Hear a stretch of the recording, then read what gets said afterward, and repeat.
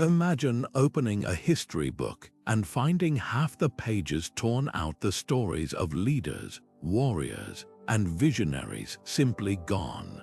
That's not far from the truth when it comes to the countless queens who shaped our world, only to be erased by time, bias, or the simple fact that history has long been told through a male-centered lens. These women ruled empires, led armies, negotiated peace, and fostered golden ages of culture and innovation. Yet their names have been buried, their legacies overshadowed, and their voices silenced. It's a quiet injustice that stretches across centuries and continents, leaving us with a fractured understanding of how power really worked and who truly held it. Historian Gerda Lerner once observed that women have been left out of history not because of some grand conspiracy, but because we've only considered history in male-centered terms. That single idea changes everything. It means the absence of these queens isn't just a gap in the record, it's a fundamental distortion of our past. Today, we're setting out to correct that. This video is a journey into the lives of 30 forgotten queens who ruled without recognition, women who sat on thrones, commanded respect, and changed the course of nations, yet were written out of the grand narrative. From the sun-baked temples of ancient Egypt to the misty highlands of Ethiopia, from the bustling capitals of medieval Europe to the vibrant courts of Asia and Africa, we'll meet rulers whose courage, intelligence, and resilience redefine what leadership looks like. You're about to discover pharaohs who built monuments that still awe us today, warrior queens who defended their people against invaders, diplomats who brokered peace between empires, and reformers who fought for justice in eras that offered women little power. Their stories aren't just footnotes, they're proof that female authority has always been part of human history, even when it was systematically ignored.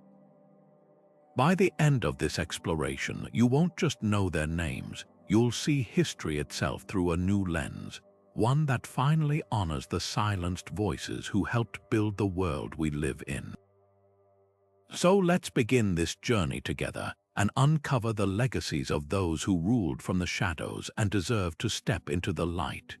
To truly grasp why so many ruling queens vanished from our history books, we need to look at the very foundations of how history was recorded and who was holding the pen. For centuries, the systems that governed society, preserved knowledge, and shaped our collective memory were overwhelmingly patriarchal. This wasn't always a deliberate, malicious act of exclusion. Often, it was simply the way things were structured. The scribes meticulously etching events onto clay tablets or parchment were almost invariably men, trained within institutions that prioritized the deeds of kings, emperors, and male heirs. The chroniclers writing the official histories of kingdoms and empires were typically employed by the court, and their focus was on legitimizing the current ruler's dynasty, which usually meant emphasizing a clear, unbroken line of male succession. In this environment, a woman who held power was an anomaly, a disruption to the narrative. She couldn't easily be fit into the established framework, so she was often squeezed into a more palatable, less threatening category. A queen ruling in her own right might be downgraded in the records to a regent, a temporary caretaker for a young son, or her monumental achievements might be credited to the guidance of a male advisor or even to fortunate circumstance rather than her own strategic genius. Consider the profound example of Enheduanna from ancient Mesopotamia. She was the daughter of Sargon of Akkad, but she was far more than just a princess. Appointed as the high priestess of the moon god Nana in the city of Ur, she was a pivotal political and religious figure, a key instrument in her father's efforts to consolidate his vast empire. More importantly, she was a brilliant author, composing magnificent hymns and poems that have led scholars to crown her the first named author in all of human history. She wielded immense spiritual and cultural authority, yet for millennia her story was tucked away in the shadow of her father's legacy.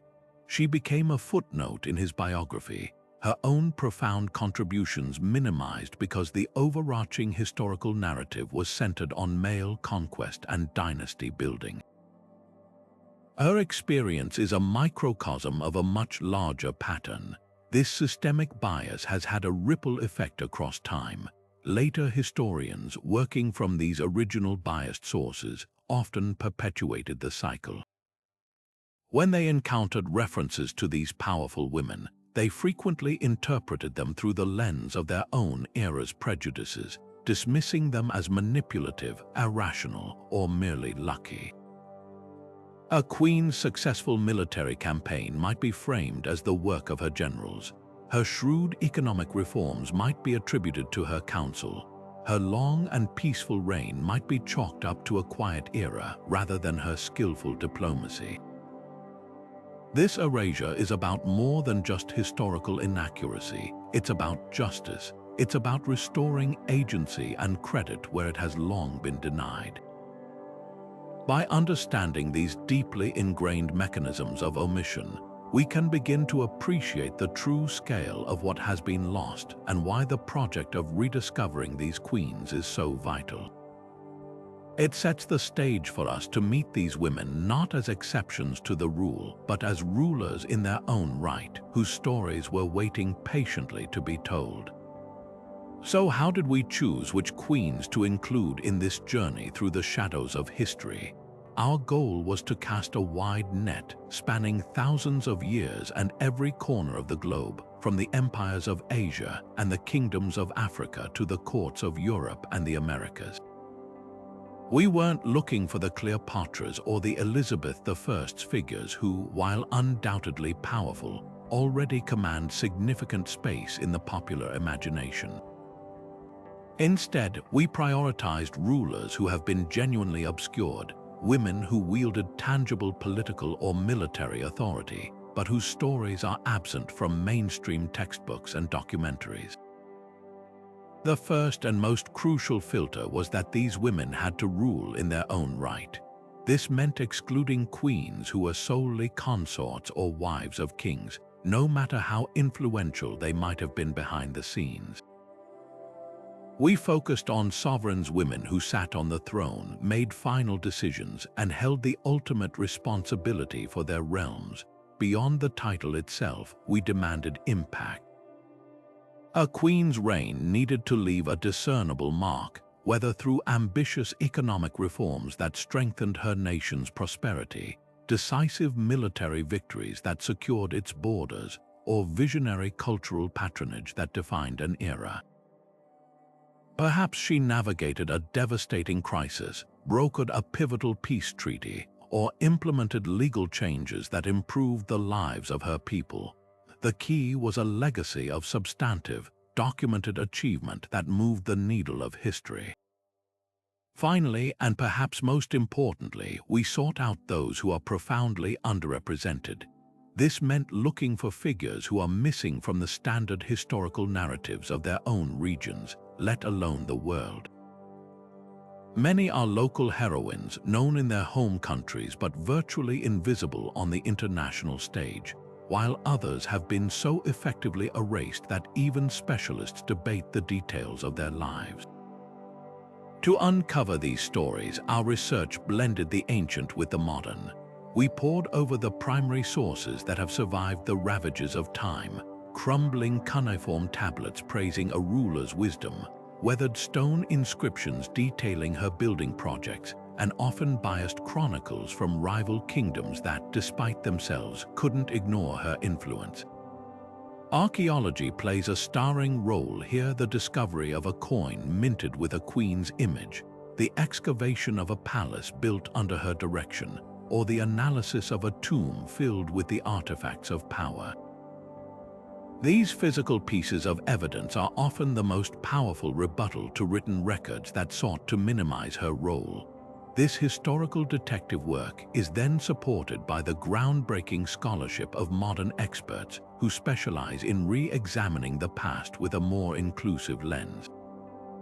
Historians like Dr. Kara Cooney, whose work on female pharaohs has revolutionized our understanding of ancient Egypt, and anthropologists like Dr.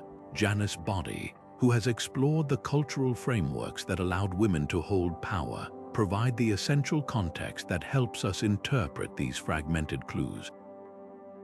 Inevitably, with figures this obscure, some details remain wrapped in debate. The line between history and legend can be blurry, and the agendas of the original writers must always be considered. Our commitment was to follow the evidence where it leads, acknowledging the gaps and controversies while still giving these remarkable women the spotlight they deserve.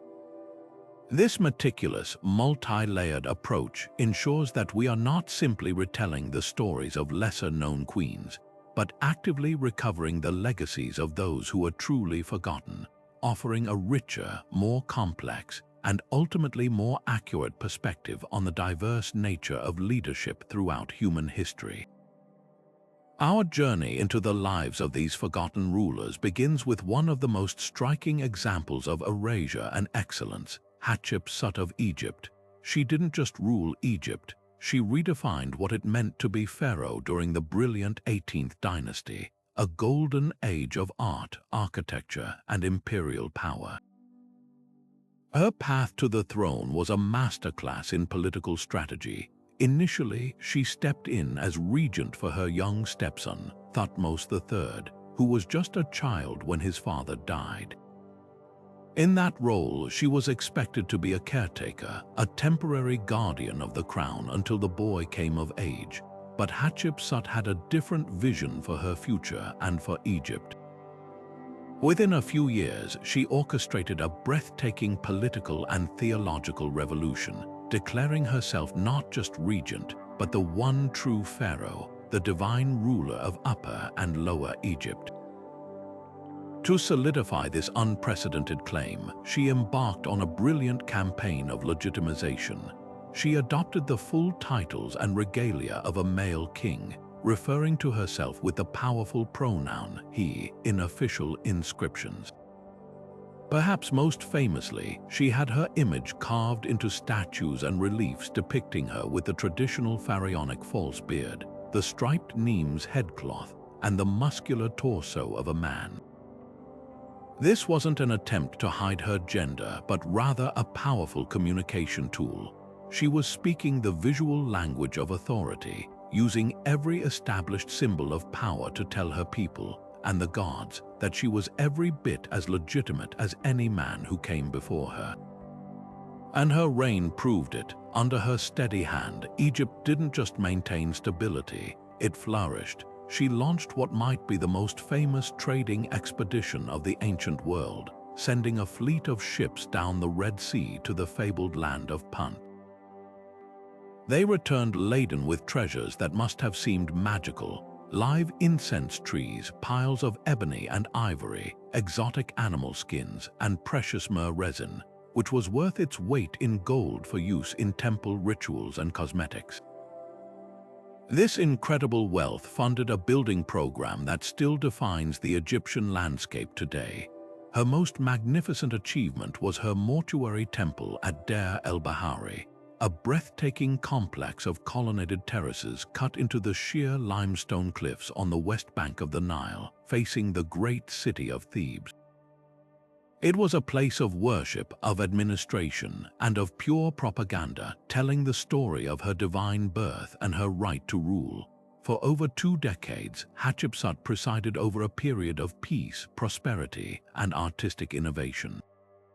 She proved that a woman could not only hold the throne but could excel at the job, strengthening Egypt's economy and leaving a physical mark on the world that was designed to last for eternity.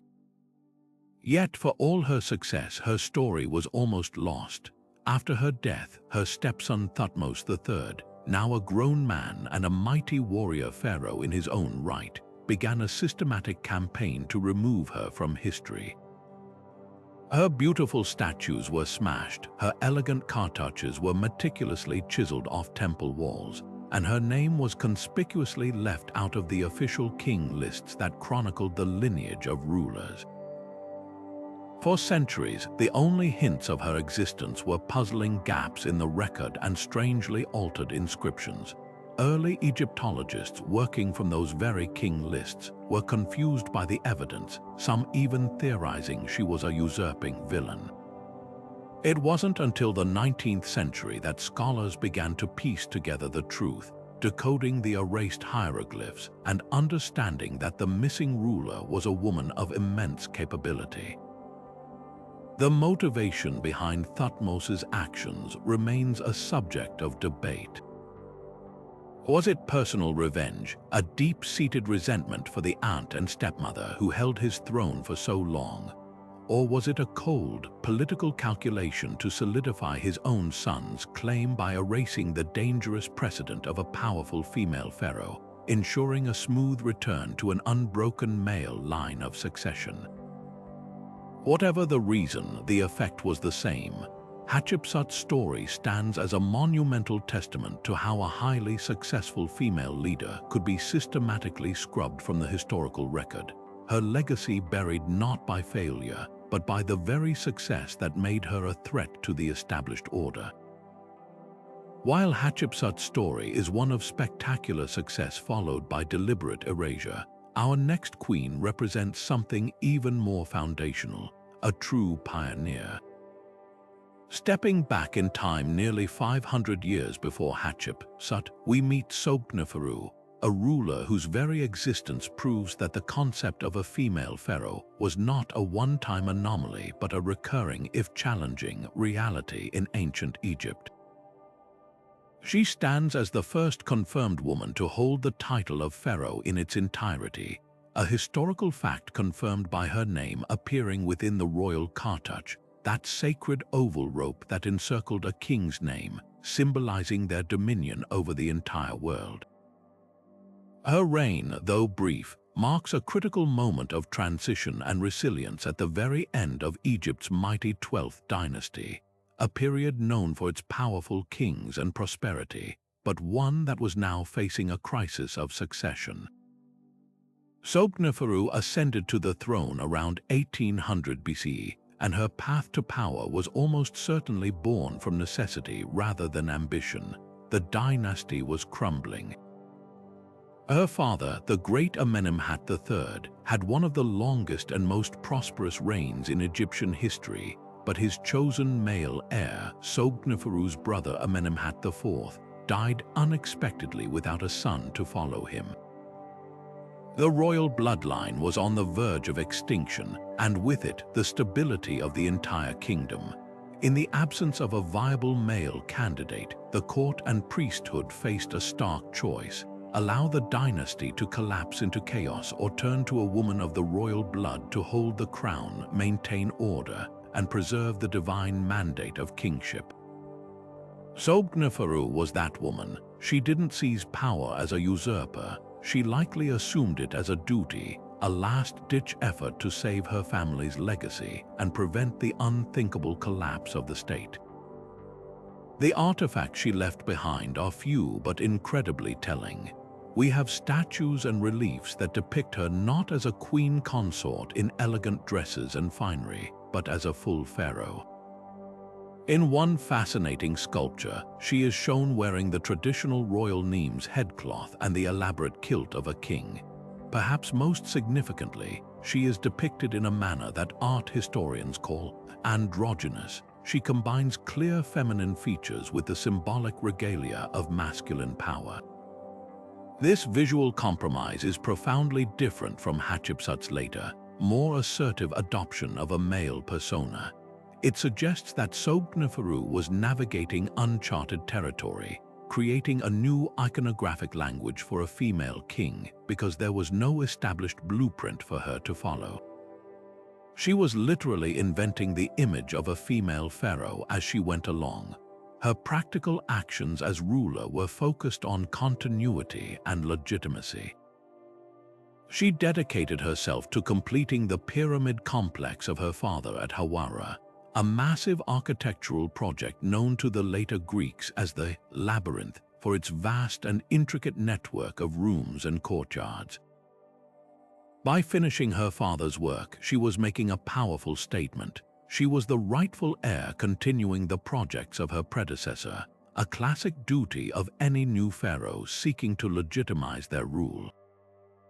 She also continued the religious traditions essential to Egyptian kingship, performing the rituals that ensured the favor of the gods and the annual flooding of the Nile, upon which all life in Egypt depended.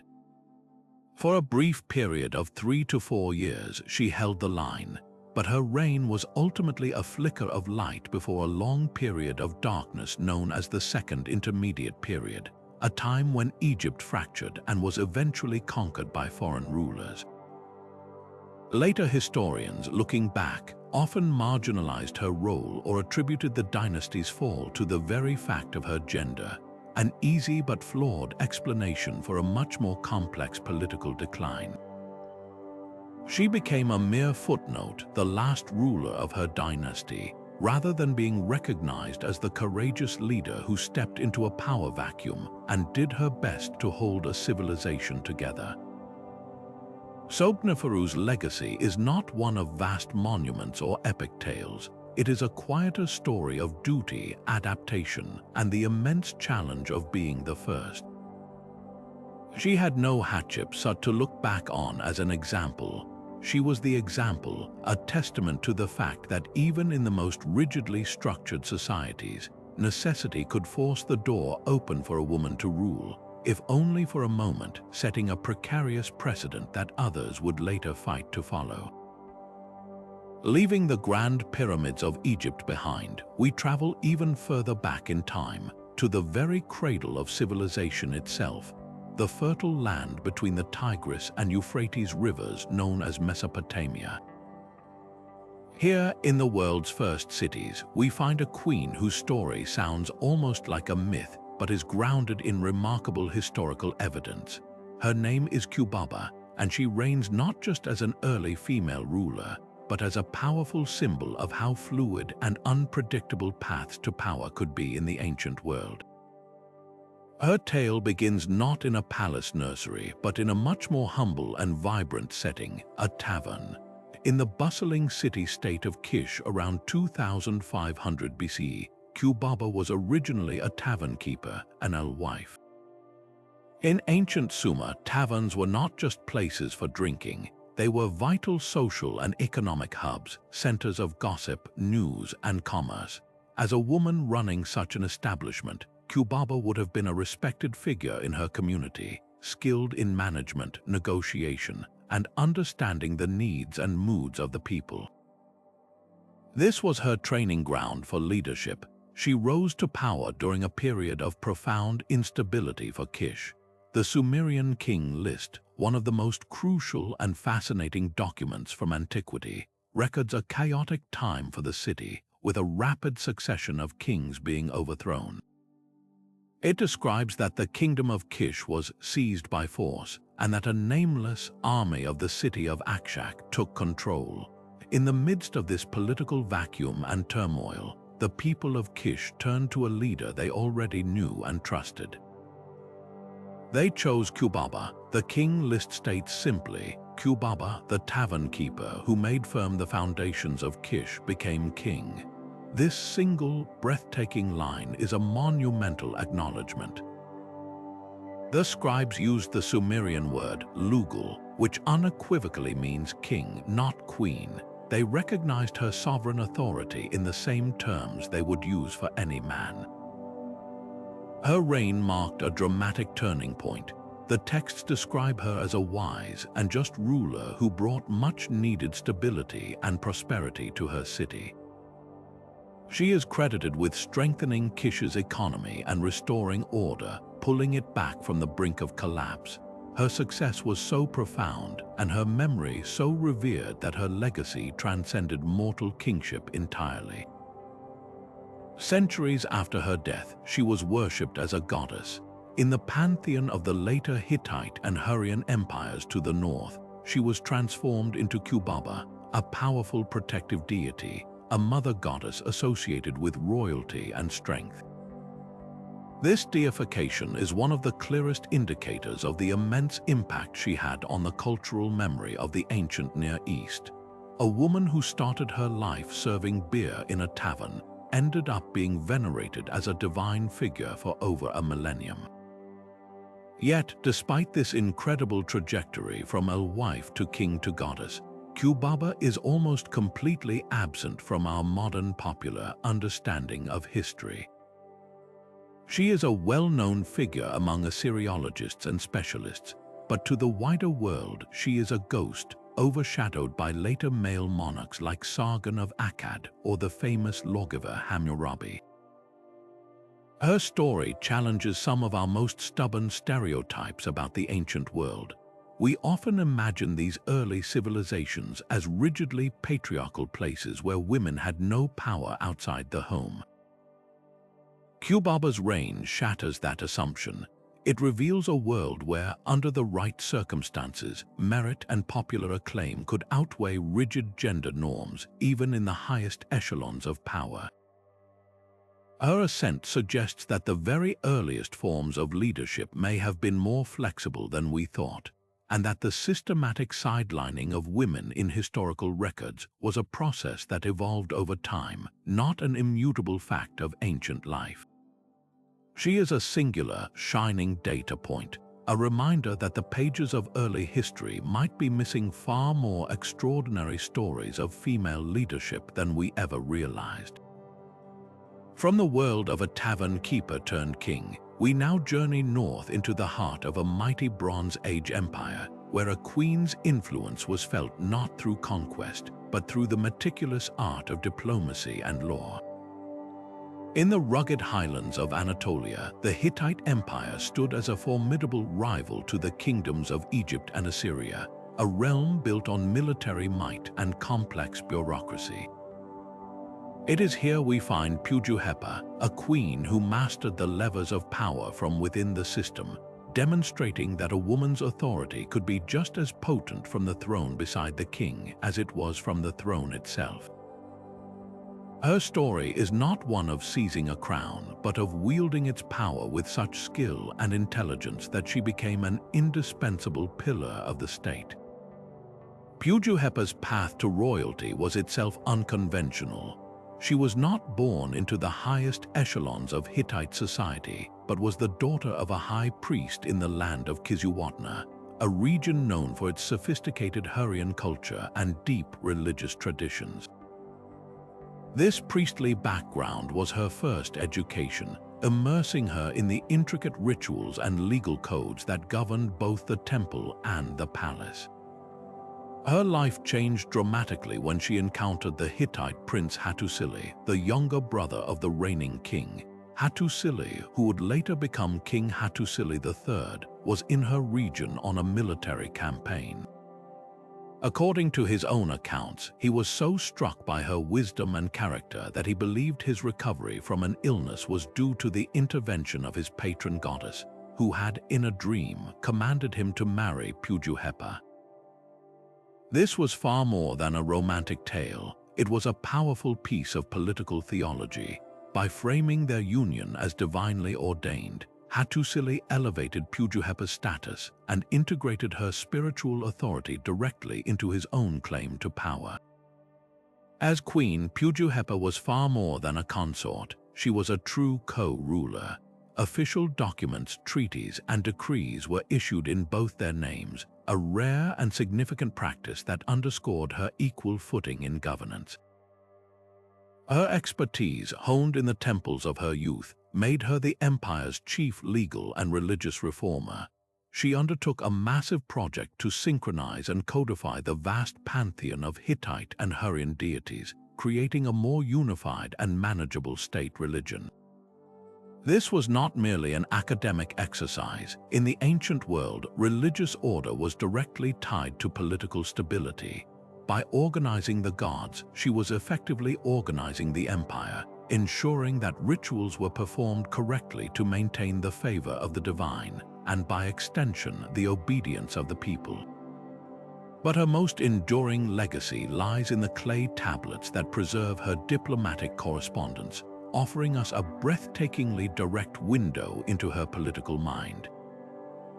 The most famous of these is the negotiation of the Eternal Treaty with Egypt, following the epic but inconclusive Battle of Kadesh between the Hittites and the forces of the great pharaoh Ramesses II. While the treaty is often presented as an agreement between two great kings, Hattusili and Ramesses, the surviving letters reveal Puduhepa was the driving force behind the Hittite position. She engaged in a detailed and sometimes tense exchange with Ramesses himself, who addressed her as a fellow monarch and a formidable negotiating partner. In one brilliantly revealing letter, Ramesses writes to complain that the Hittite princess sent to marry him was not beautiful enough, implying the Hittites had cheated him.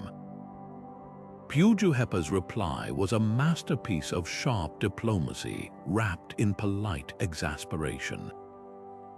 She essentially told the mighty pharaoh to stop being so shallow, writing, "Did you never see my brother's daughter? She is beautiful, but one cannot say she is beautiful or not beautiful. It is a matter of the heart." She managed to chastise him, defend her family's honor, and keep the crucial peace process on track, all in a single stroke. This correspondence shows her operating at the highest level of international politics, not as a passive figurehead, but as an active, shrewd, and respected head of state. After her husband's death, her influence did not wane. She continued to guide the empire as Queen Mother during the reign of her son, Tudhaliya IV. For decades, she was a constant, stabilizing force in Hittite governance. Yet, despite this overwhelming evidence of her power, mainstream historical narratives have consistently sidelined her. In many accounts, the Treaty of Kadesh is the achievement of Ramesses and Hattusili, with Puduhepa perhaps getting a brief mention as the king's wife. She is often categorized as a behind-the-scenes operator, a label that subtly diminishes her role, making it sound unofficial or secondary. But the records show her work was front and center, conducted in the full light of day, and acknowledged by the most powerful men in the world. Puduhepa's story powerfully reframes our understanding of power in the ancient world. She proves that female leadership was not always about defiantly claiming a solitary throne. It could also be about mastering the complex machinery of statecraft, the law, the religion, and the delicate art of diplomacy to become the indispensable heart of an empire, earning a legacy of peace that would far outlast any military victory.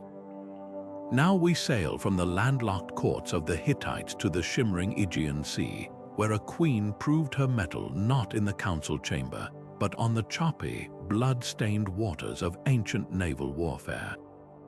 Artemisia I of Caria stands as a brilliant and singular figure in the history of the Persian Wars, a Greek woman who commanded her own fleet in the service of the Persian Emperor Xerxes, and in doing so, earned the rare and grudging respect of the very historians who were her people's enemies. Her domain was the bustling port city of Halicarnassus, a Greek colony on the coast of Asia Minor that fell under the sway of the vast Persian Empire. As a client ruler, Artemisia was obligated to provide ships to the great king when he called. But she did not merely send her 5 warships to Xerxes, she led them herself, a decision that would place her at the very heart of one of history's most pivotal conflicts. The primary source for her incredible story is the Greek historian Herodotus, often called the father of history, and his account is fascinating precisely because of its conflicted tone. Herodotus was an Athenian, and the Persians were the existential threat to everything Athens held dear. Yet he cannot help but express a certain awe for Artemisia. He describes her as the only commander among Xerxes' vast, multinational fleet to offer him wise counsel before the decisive battle of Salamis. While his proud male admirals were boasting of an easy victory, Artemisia alone dared to advise caution. She pointed out that the Greek navy, though outnumbered, was fighting for its very homeland and would be a far more formidable opponent than the Persians had faced before. She even suggested a risky alternative strategy: bypass the Greek fleet entirely and march the army onto the Peloponnese, a move that would force the Greeks to scatter and defend their own cities. It was a shrewd, strategic assessment that demonstrated a deep understanding of her enemy's psychology and motivations. Xerxes, Herodotus tells us, greatly valued her advice, though he ultimately chose to ignore it, siding with the majority of his overconfident commanders. When the battle was joined in the narrow straits of Salamis, Artemisia's actions became the stuff of legend. The chaotic melee of triremes ramming and sinking each other was the worst possible environment for the larger, less maneuverable Persian fleet. Herodotus recounts that in the thick of the fighting, Artemisia's own ship found itself pursued by an Athenian vessel. With escape seemingly impossible, she performed a breathtakingly audacious and ruthless act. She ordered her ship to ram and sink an allied ship from her own side, one commanded by the king of Calendar. To the Athenian captain giving chase, this act of destruction against a Persian ally could only mean one thing: her ship must be a friendly Greek vessel. He broke off his pursuit and Artemisia escaped. Xerxes, watching the disaster of the battle unfold from a golden throne on a hillside, saw the entire event.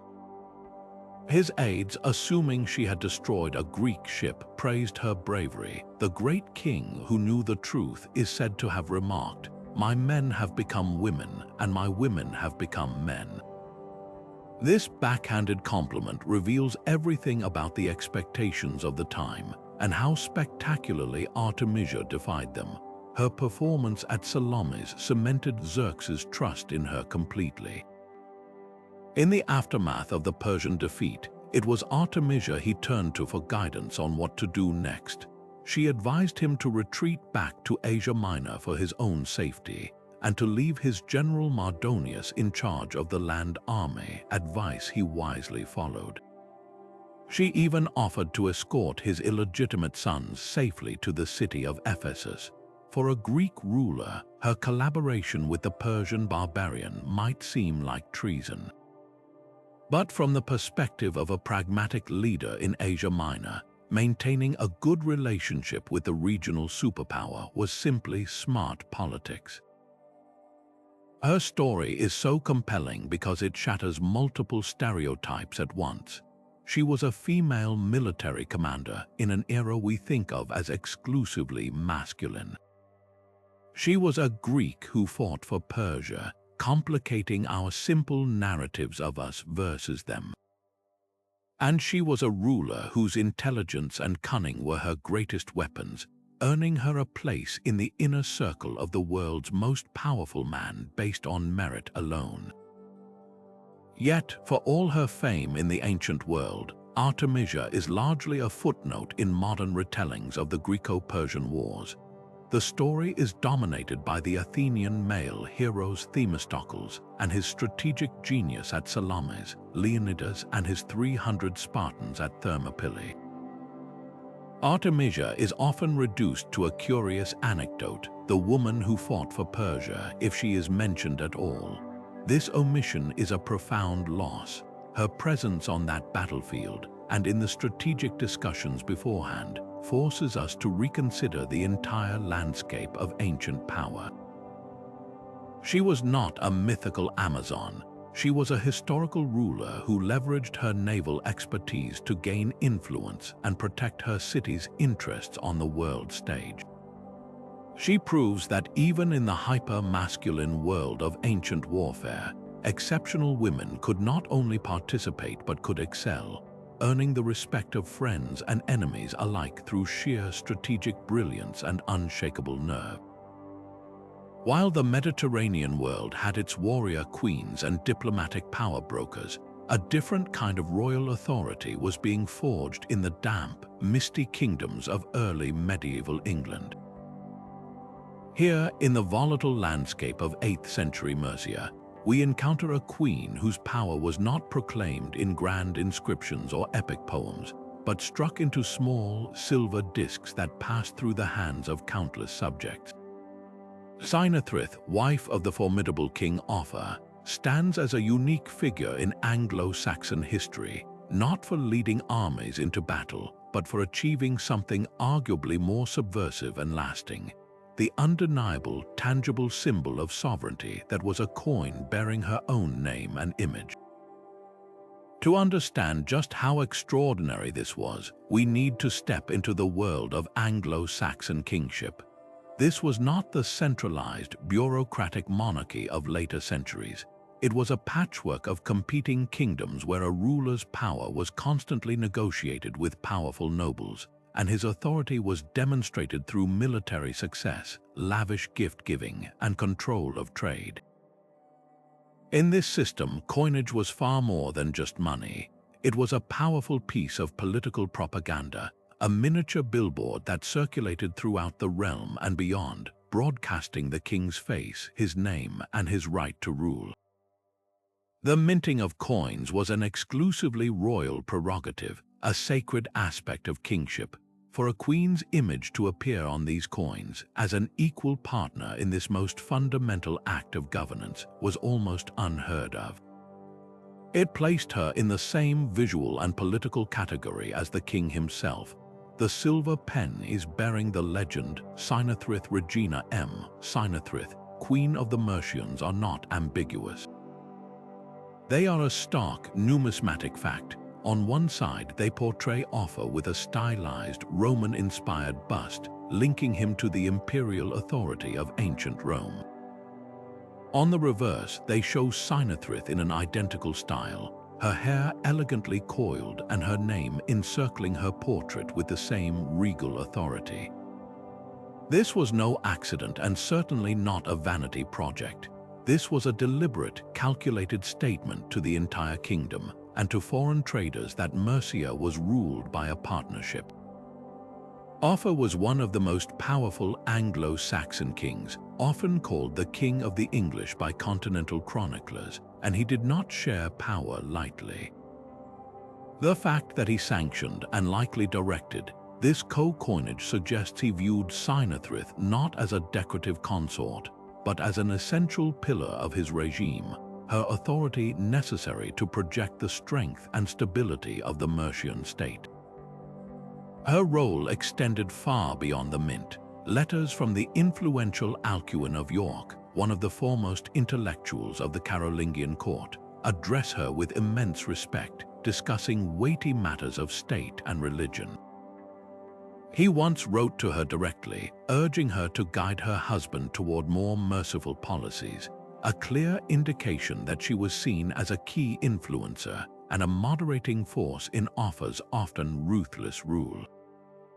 There are strong suggestions that she was deeply involved in the creation of Offa's law codes, another core function of kingship that defined justice and social order.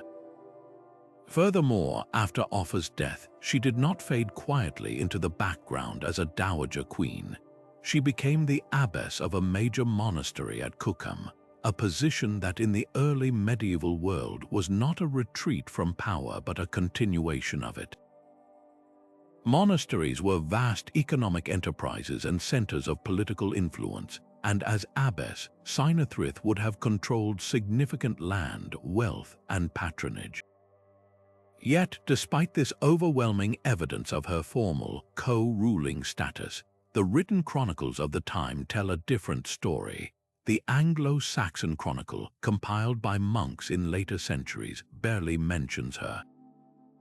The focus is entirely on Offa's military campaigns, his dike built against the Welsh, and his dealings with Charlemagne. Sinothrith is a ghost in these narratives. After Offa's death, the chroniclers swiftly move on to the reigns of his male successors, effectively writing her out of the ongoing story of Mercia. This erasure is a classic example of how later historical records, often written with a specific political or dynastic agenda, can obscure the complex realities of power. The scribes were interested in the unbroken line of male kings. A powerful queen who co-ruled and then led a religious community did not fit their template for a legitimate narrative. It is only through the silent, undeniable evidence of archaeology, the coins dug from the English soil, that her true stature has been recovered. Each one of those silver pennies is a tiny, cold, hard rebuttal to the silence of the chronicles. They are proof that in the court of Ophel of Mercia, a queen could be so much more than a wife and mother.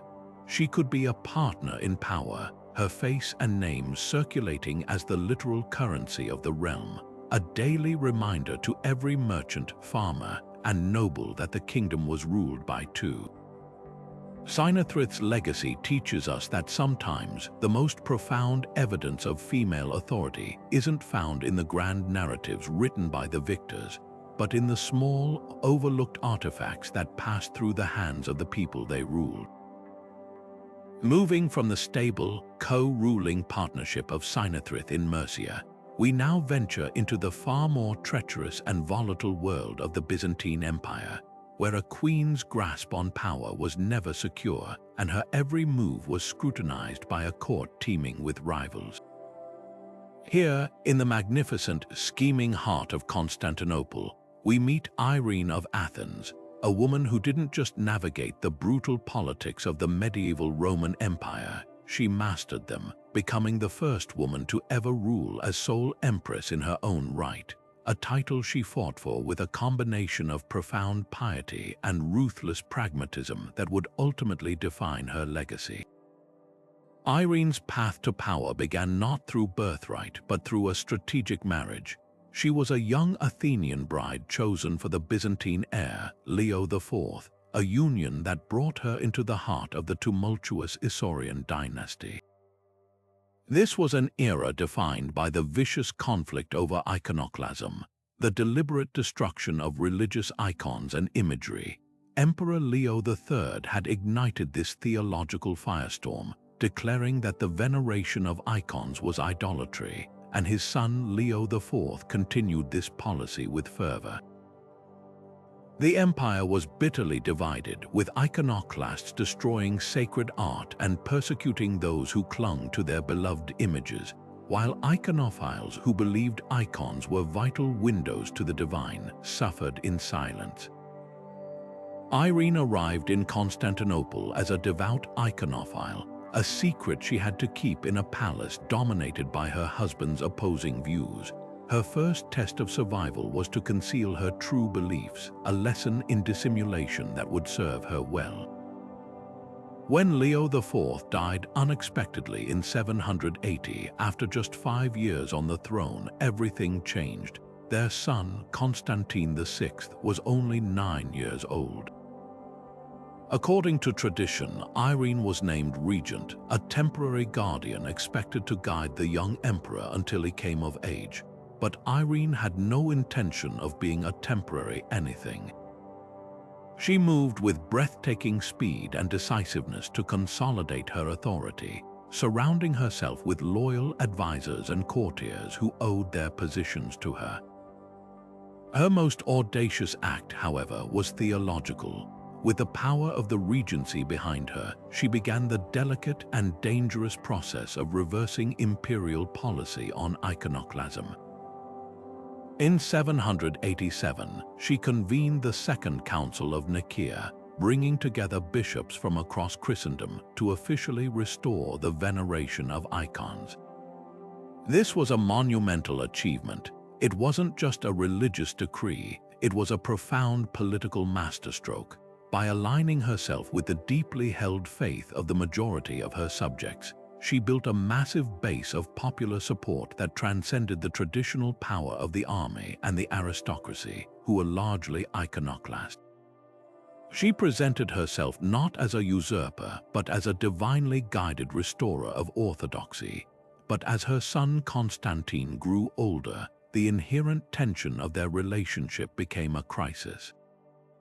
He naturally desired the power that was rightfully his, while Irene was utterly unwilling to relinquish it. What followed was a brutal and heartbreaking civil war within the palace itself.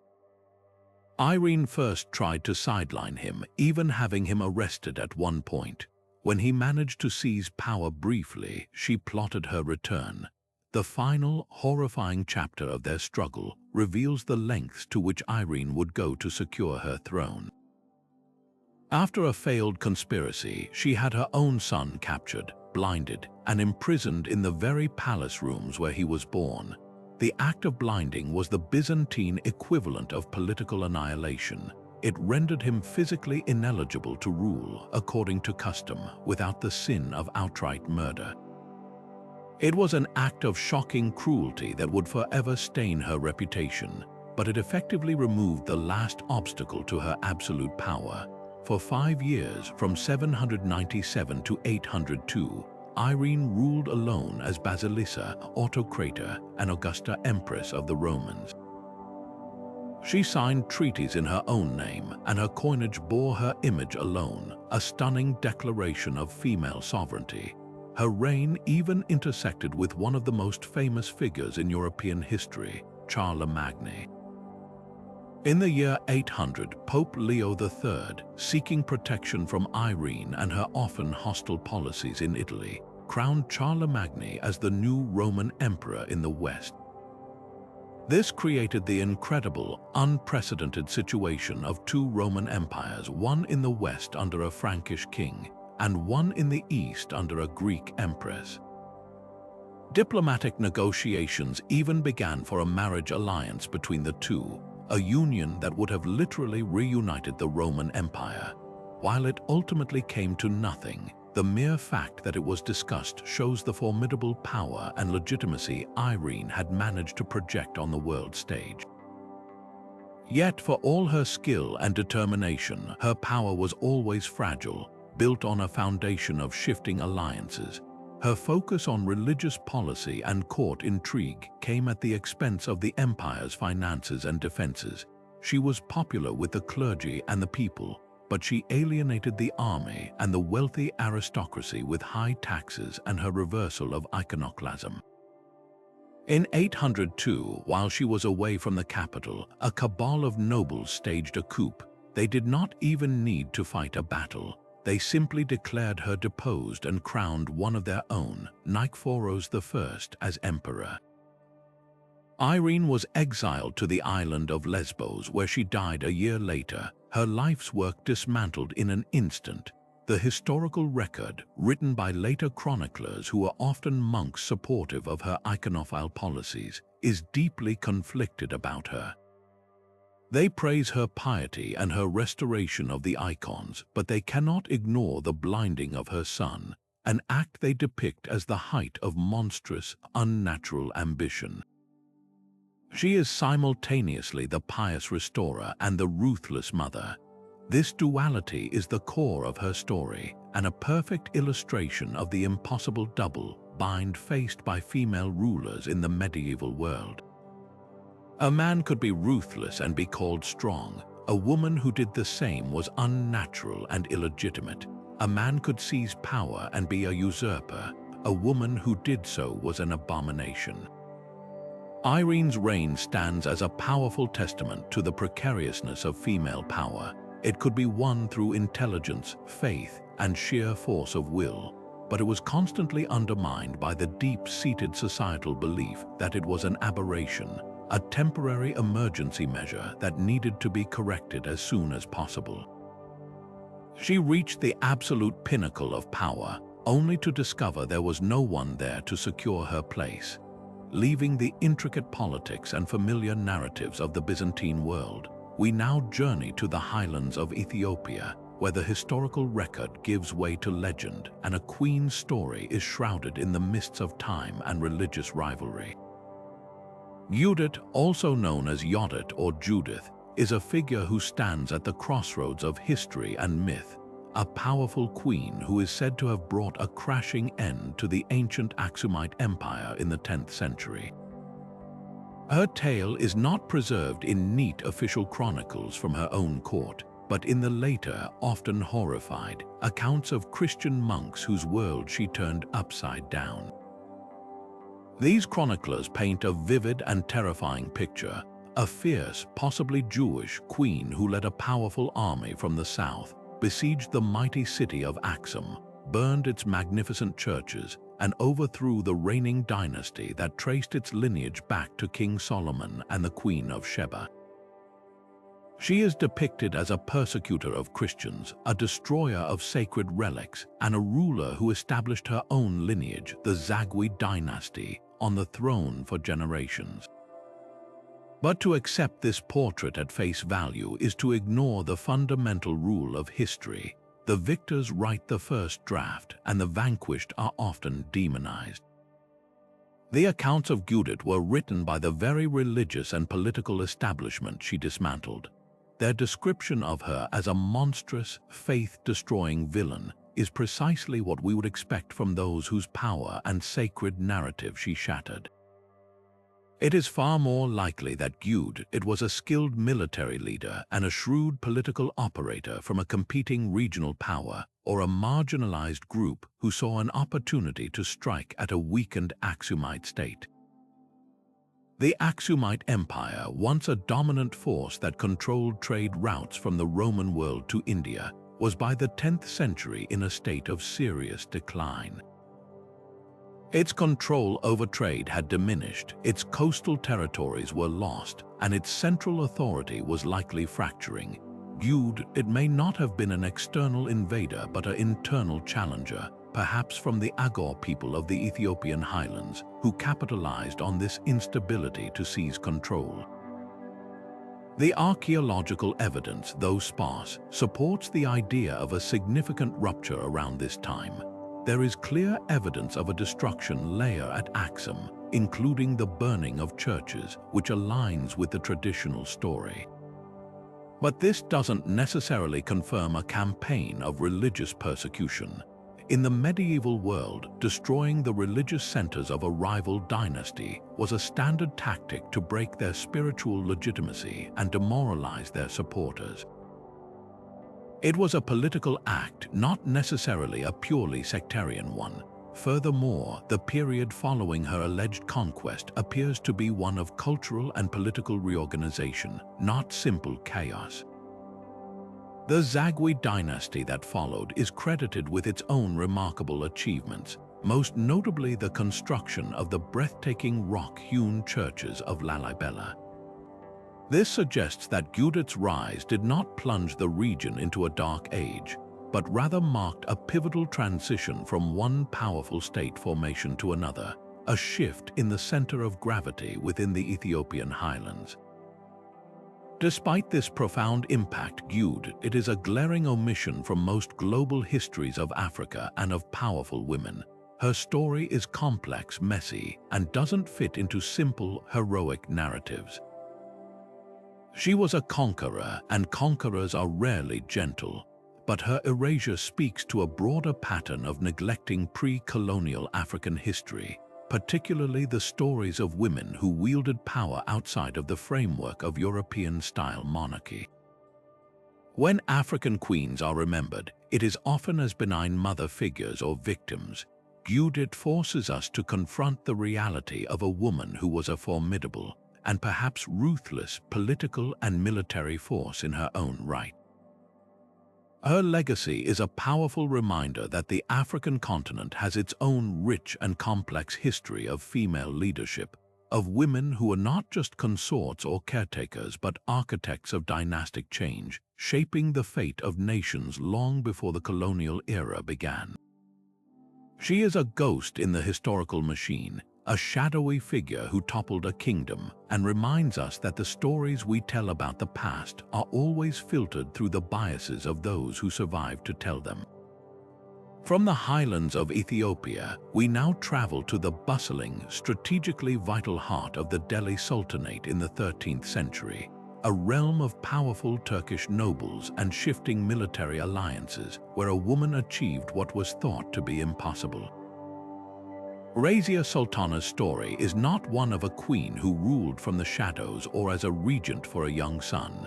She was the sovereign herself, the first and only woman to ever sit upon the throne of Delhi as Sultan, a title that commanded absolute military and political authority. Her path to power was not one she forged alone. It was her father, Sultan Iltutmish, a remarkable ruler himself from the slave dynasty, who first saw her potential. He had watched his sons grow into men more interested in pleasure than governance, and he recognized in Razia a sharp intellect, a natural aptitude for administration, and a fierce understanding of statecraft. So, against all custom and the vehement objections of his court, he named her as his heir, declaring that although his sons were preoccupied with frivolity, his daughter was in fact a man in her qualities and capabilities, the highest compliment a medieval chronicler could bestow upon a woman. This unprecedented nomination set the stage for a monumental struggle. When Iltutmish died, the powerful Turkish nobles, the Chihalgani or the 40, who formed the backbone of the Sultanate's military elite, would not accept a woman's rule.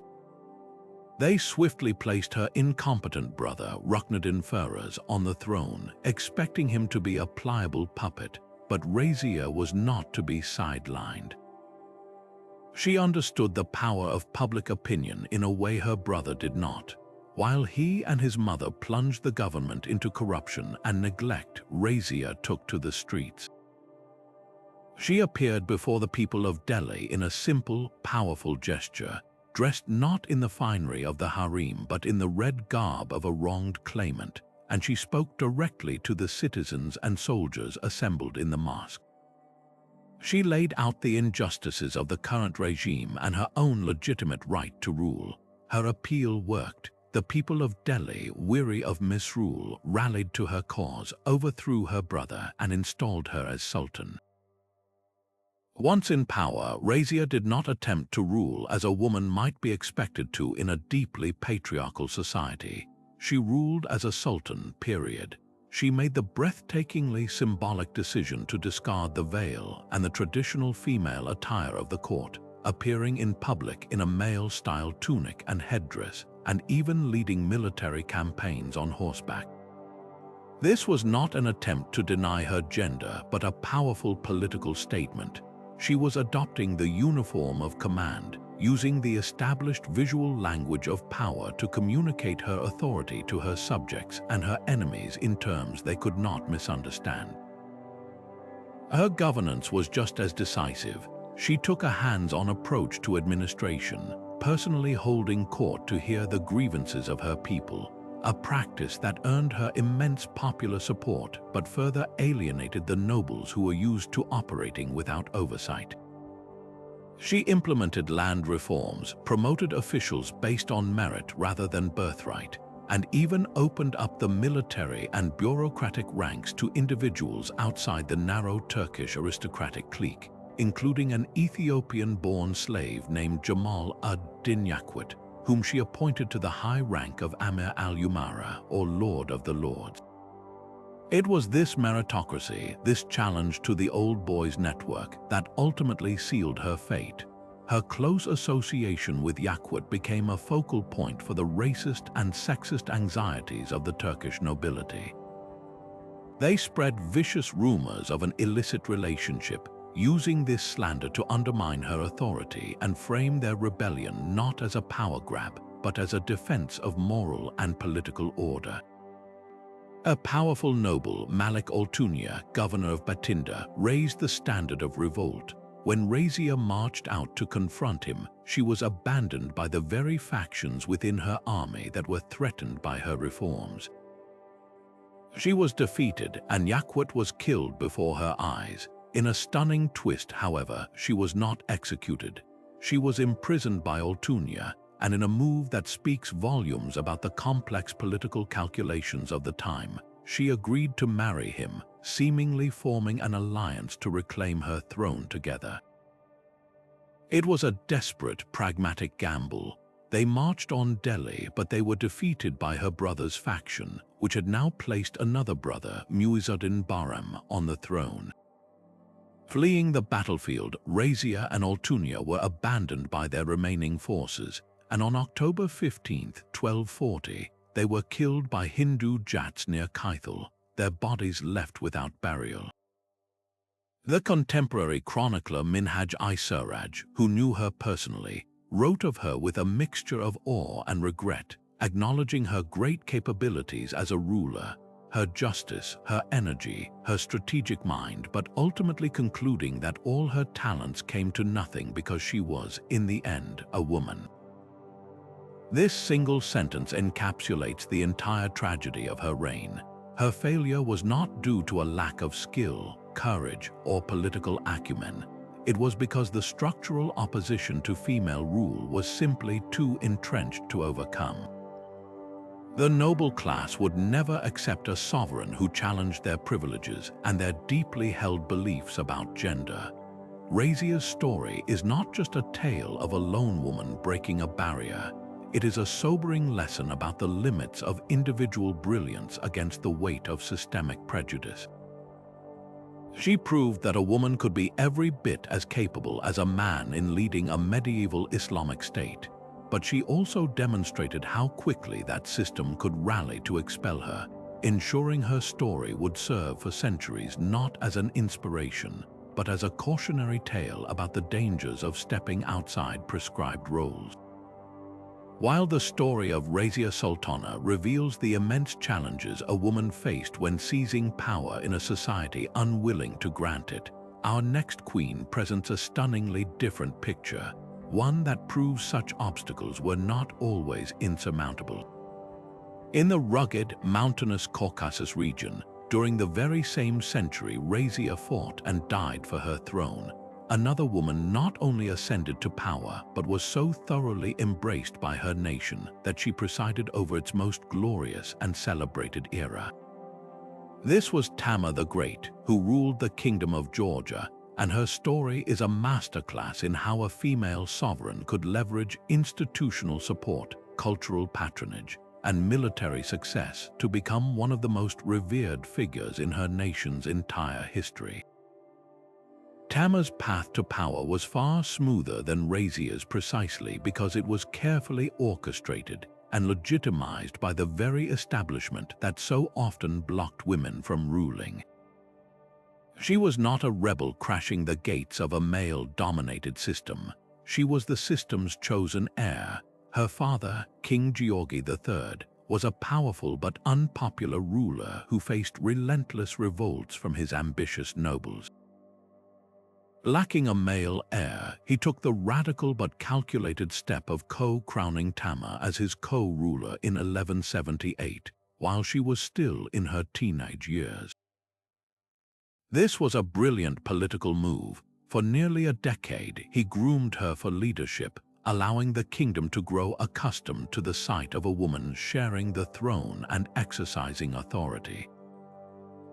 When he died in 1184, Tamar's succession was not a shocking novelty but a settled fact. The nobility, while still prickly and powerful, had already sworn oaths to her. The church, a pillar of Georgian society, gave its full-throated support, framing her rule as divinely ordained.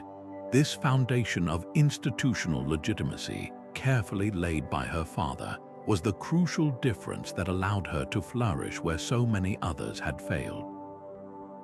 Once in full command, Tamar faced down an initial attempt by the noble council to curtail her powers, but she quickly outmaneuvered them.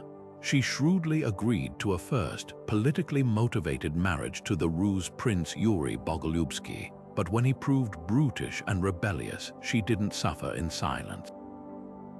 In a move that demonstrated her absolute control, she had their marriage annulled by a church council on grounds of immorality, and then exiled him from the kingdom.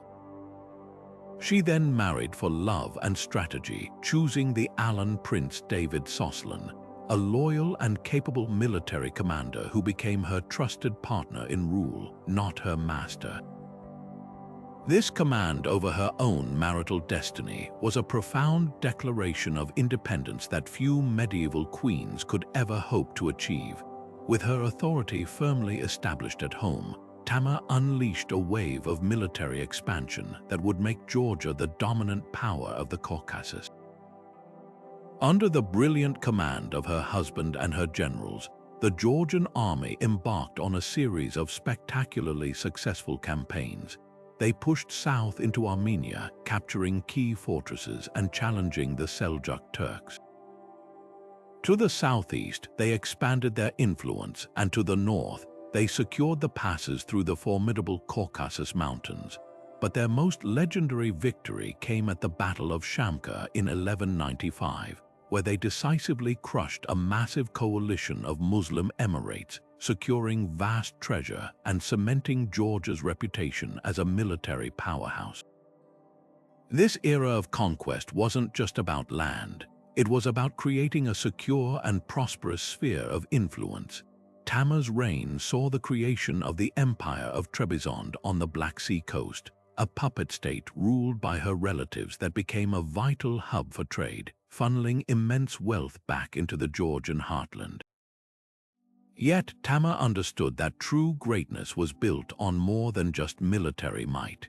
She presided over an extraordinary cultural and religious renaissance that still defines Georgian identity today.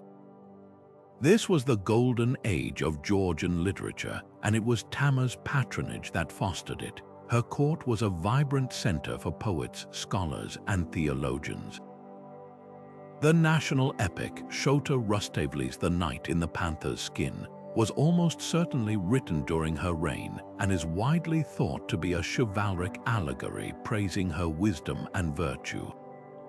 This magnificent poem, a cornerstone of Georgian culture, celebrates ideals of chivalry, love, and friendship that reflect the sophisticated and cosmopolitan atmosphere of her court. Architecturally, her legacy is even more visible. Across Georgia, breathtaking monasteries and churches were constructed or expanded, their walls adorned with stunning frescoes. Many of these artworks include portraits of Tamar herself, often presented not as a meek supplicant but as a divinely sanctioned ruler, holding a model of the church she donated, directly linking her piety with her power. This is why her title was so significant. In official documents and in the popular imagination, she was not referred to as a Mep queen, but as a Mep king. The Georgian language made this linguistic distinction to emphasize that she was not a king's wife, but the sovereign herself, a ruler who wielded all the authority and responsibility of the office. This was the ultimate sign of acceptance. Her people didn't just tolerate a female ruler, they celebrated her as Tamar Mep, King Tamar, the pinnacle of their nation's destiny. And yet, for all her monumental achievements, Tamar remains a curiously obscure figure in Western historical consciousness. While every schoolchild learns about the crusades of Richard the Lionheart and Saladin, her reign, which was just as consequential for her part of the world, is often relegated to a footnote. This neglect is a classic example of how our historical lens has been narrowly focused on Western Europe and the Holy Land, ignoring the vibrant and powerful kingdoms that flourished elsewhere. Tamar's legacy is the ultimate counterpoint to the narratives of struggle and failure that so often define stories of female rulership. She shows us that when the stars aligned, when a woman was prepared for power, supported by key institutions, and possessed of immense personal capability, she could not only rule but could lead her people to their greatest heights, earning a title and a love that transcended gender itself. From the sun-drenched courts of the Georgian Caucasus, we now travel to the cool, Gothic halls of medieval Poland, where a child was given a crown so heavy it would define not only her short life, but the destiny of a nation and a continent for centuries to come. Jadwiga of Poland's story is one of breathtaking paradox, a young girl thrust onto the throne not as a princess, but as a king, whose profound personal piety became the unlikely engine for one of the most significant political unions in European history. Her reign stands as a powerful testament to the idea that in the medieval world, influence was not always a function of age or martial prowess. It could also flow from symbolic authority, deep faith, and an unwavering sense of duty. Jadwiga's path to the Polish throne was born from a complex crisis of dynasty and diplomacy. She was born in 1373 or 1374, the youngest daughter of Louis the Great, the powerful Angevin king who ruled both Hungary and Poland. The Polish nobility, wary of foreign domination, had only accepted Louis's rule on the condition that one of his daughters would succeed him. When Louis died in 1382, the stage was set for a succession struggle. His eldest daughter, Mary, was already crowned Queen of Hungary and was deeply unpopular in Poland due to her engagement to the much-despised Sigismund of Luxembourg. The Polish nobles, seeking a ruler they could influence and who would prioritize Polish interests, turned to the youngest daughter, Jadwiga. They invited the 10-year-old girl to come to Poland and claim her title. In a breathtaking break with tradition, they did not crown her as queen, but as Rex Polonii, King of Poland. This was no mere semantic trick. By using the male title, they were making a solemn, legal declaration that she was the sovereign ruler in her own right, not a queen consort whose power would be derived from a husband. They were investing a child with the full, undiluted authority of the monarchy. For the first few years of her reign, the real power was wielded by a regency council of powerful nobles. But even as a young teenager, Jadwiga began to emerge from their shadow, demonstrating a maturity and political acumen that belied her years. She became a beloved figure, known for her extraordinary personal charity and her deep, sincere devotion to the Catholic faith. She was often found not in the throne room, but in the wall cathedral, spending hours in prayer. She famously donated all of her own personal jewelry to fund the restoration of the academy in Krakow, which was subsequently renamed Jagiellonian University in her and her husband's honor. This was not a mere philanthropic gesture. It was a profound investment in the future intellectual and cultural capital of her kingdom, ensuring Poland would have an educated class of clergy, lawyers, and administrators. Her compassion was legendary. Stories abound of her visiting the poor and the sick, and in one particularly moving tale, she was said to have placed her golden scepter on the foot of a crucified statue of Christ in a Franciscan church, telling him, "You are the king, use it for the good of the people." This act of humility was also a powerful piece of political theater, visually reinforcing the idea that her earthly authority was secondary to her divine duty to serve. This deep faith became the cornerstone of her most monumental achievement, the union of Puyuh with the Grand Duchy of Lithuania. This was the great geopolitical challenge of her reign. To the east lay the last pagan state in Europe, the vast and powerful Grand Duchy of Lithuania, ruled by the ambitious Grand Duke Jogaila. The two kingdoms were often in conflict, but they also shared a common, far more dangerous enemy, the Teutonic Knights. This crusading order, nominally tasked with converting pagans, had begun to attack both Christian Poland and pagan Lithuania, using religion as a pretext for territorial expansion. A marriage alliance between Jadwiga and Jogaila presented a stunning solution. Jogaila, in exchange for marrying Jadwiga and gaining the Polish crown, agreed to be baptized himself to convert his entire nation to Christianity and to permanently unite his Lithuanian lands with the Polish crown in a personal union. For Jadwiga, this was not merely a political arrangement, it was a sacred mission, a chance to bring an entire nation into the fold of Christendom and secure eternal peace. The negotiations were complex and fraught with personal sacrifice. Jadwiga had been previously engaged to William of Habsburg, and according to some chronicles, she was deeply attached to him. Legend says that when William came to Krakow to claim her, she initially refused to let him be turned away, even wielding an axe to break down a palace door to reach him. But after a long night of prayer and counsel from her advisors, she is said to have accepted the union with Jagala as her holy duty. In 1386, the marriage was solemnized. Jagala was baptized, taking the Christian name W. Ladislaw Roman II Jagiello, and crowned as co-ruler alongside Jadwiga.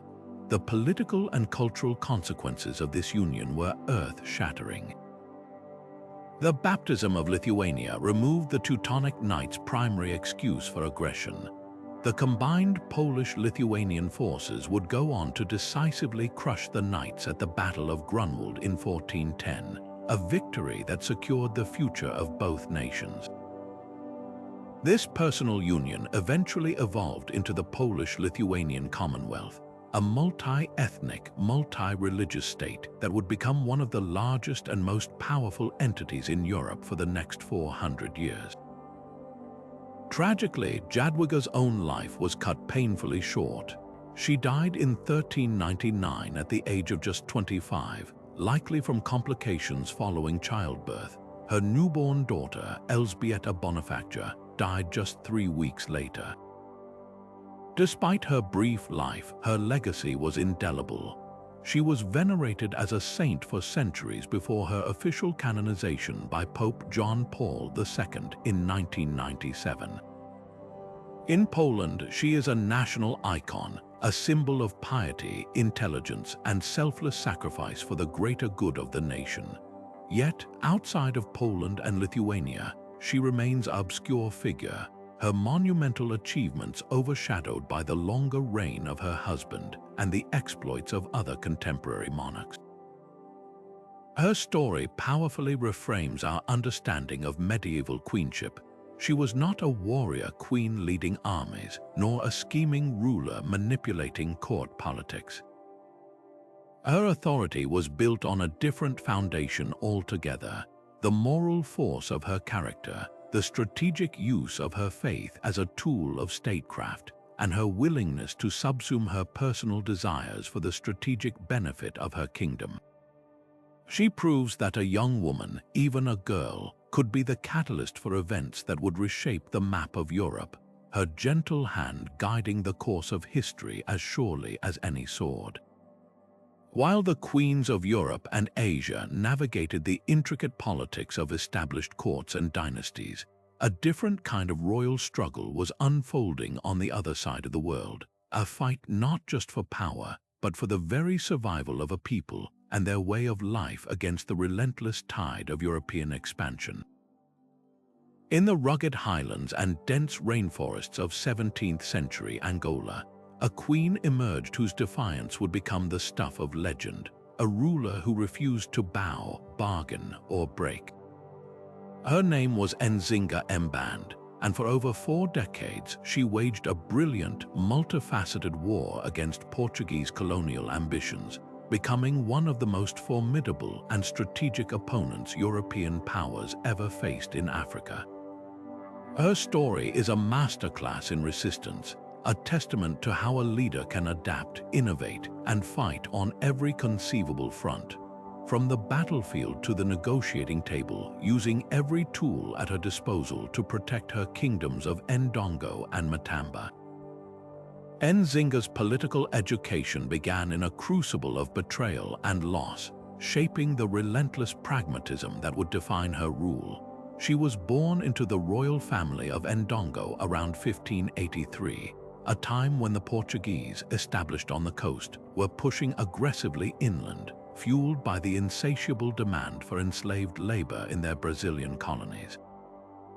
Their primary method was to manipulate local rivalries, forging alliances with certain groups to wage war on others, capturing prisoners to be sold into the transatlantic slave trade. Nzinga's brother, Ngola Mbandi, was the king, but he was insecure and threatened by his sister's obvious intelligence and influence. In a brutal attempt to eliminate a rival, he ordered her infant son killed and sterilized Nzinga herself, ensuring she could never produce another heir. This horrific act of familial violence, rather than breaking her, seems to have forged a will of iron. When her brother, weakened by military defeats against the Portuguese, found himself desperate, he was forced to turn to the very sister he had tried to destroy. He sent Nzinga to negotiate a peace treaty with the Portuguese governor in Luanda. This mission would become the iconic moment that defined her early career and demonstrated her genius for symbolic politics. The story of that meeting in 1622 has passed into legend, but its core truth reveals Nzinga's profound understanding of power dynamics. Upon entering the governor's opulent reception room, she saw that he was seated in a grand chair, while a single floor cushion had been placed before him for her to sit on. This was a calculated insult, a visual declaration that she was a subordinate pleading for favor, not an equal head of state coming to negotiate terms. Without a moment's hesitation, Nzinga motioned to one of her attendants, a woman who immediately dropped to her hands and knees. Nzinga seated herself upon the woman's back, creating her own throne of living flesh, and thus conducted the entire negotiation face-to-face with the governor, as one sovereign to another. It was a breathtaking act of psychological jujitsu, turning an intended humiliation into a stunning demonstration of her own authority and refusal to be diminished. The resulting treaty was remarkably favorable. The Portuguese agreed to withdraw from a strategic fortress and to treat Ndongo as an independent ally, not a vassal. In a further sign of her strategic embrace of European customs when it suited her, she allowed herself to be baptized, taking the Christian name Honor de Sousa, with the governor serving as her godfather. This created a fictive kinship bond that she would skillfully invoke in future diplomacy, using their own cultural and religious frameworks to hold them to their word. But this peace was fragile, shattered by Portuguese bad faith and the sudden death of her brother. Despite Nzinga being the obvious candidate to lead, the Portuguese saw an opportunity to install a puppet ruler who would be more pliable, a man named Hari Akiluange. They argued that Ndongo tradition prohibited women from ruling, a claim that Nzinga immediately and forcefully rejected. Undeterred, she gathered her loyal followers and decamped to the neighboring kingdom of Matamba. This was not a retreat, it was a strategic repositioning. Matamba was a powerful state with a matrilineal tradition of leadership, meaning women could openly hold power. From this new base, Nzinga declared herself queen of both Matamba and Ndongo, and she began building a formidable coalition to take back her birthright. Her strategy evolved into a multi-front war of astonishing complexity. Militarily, she was a master of guerrilla tactics.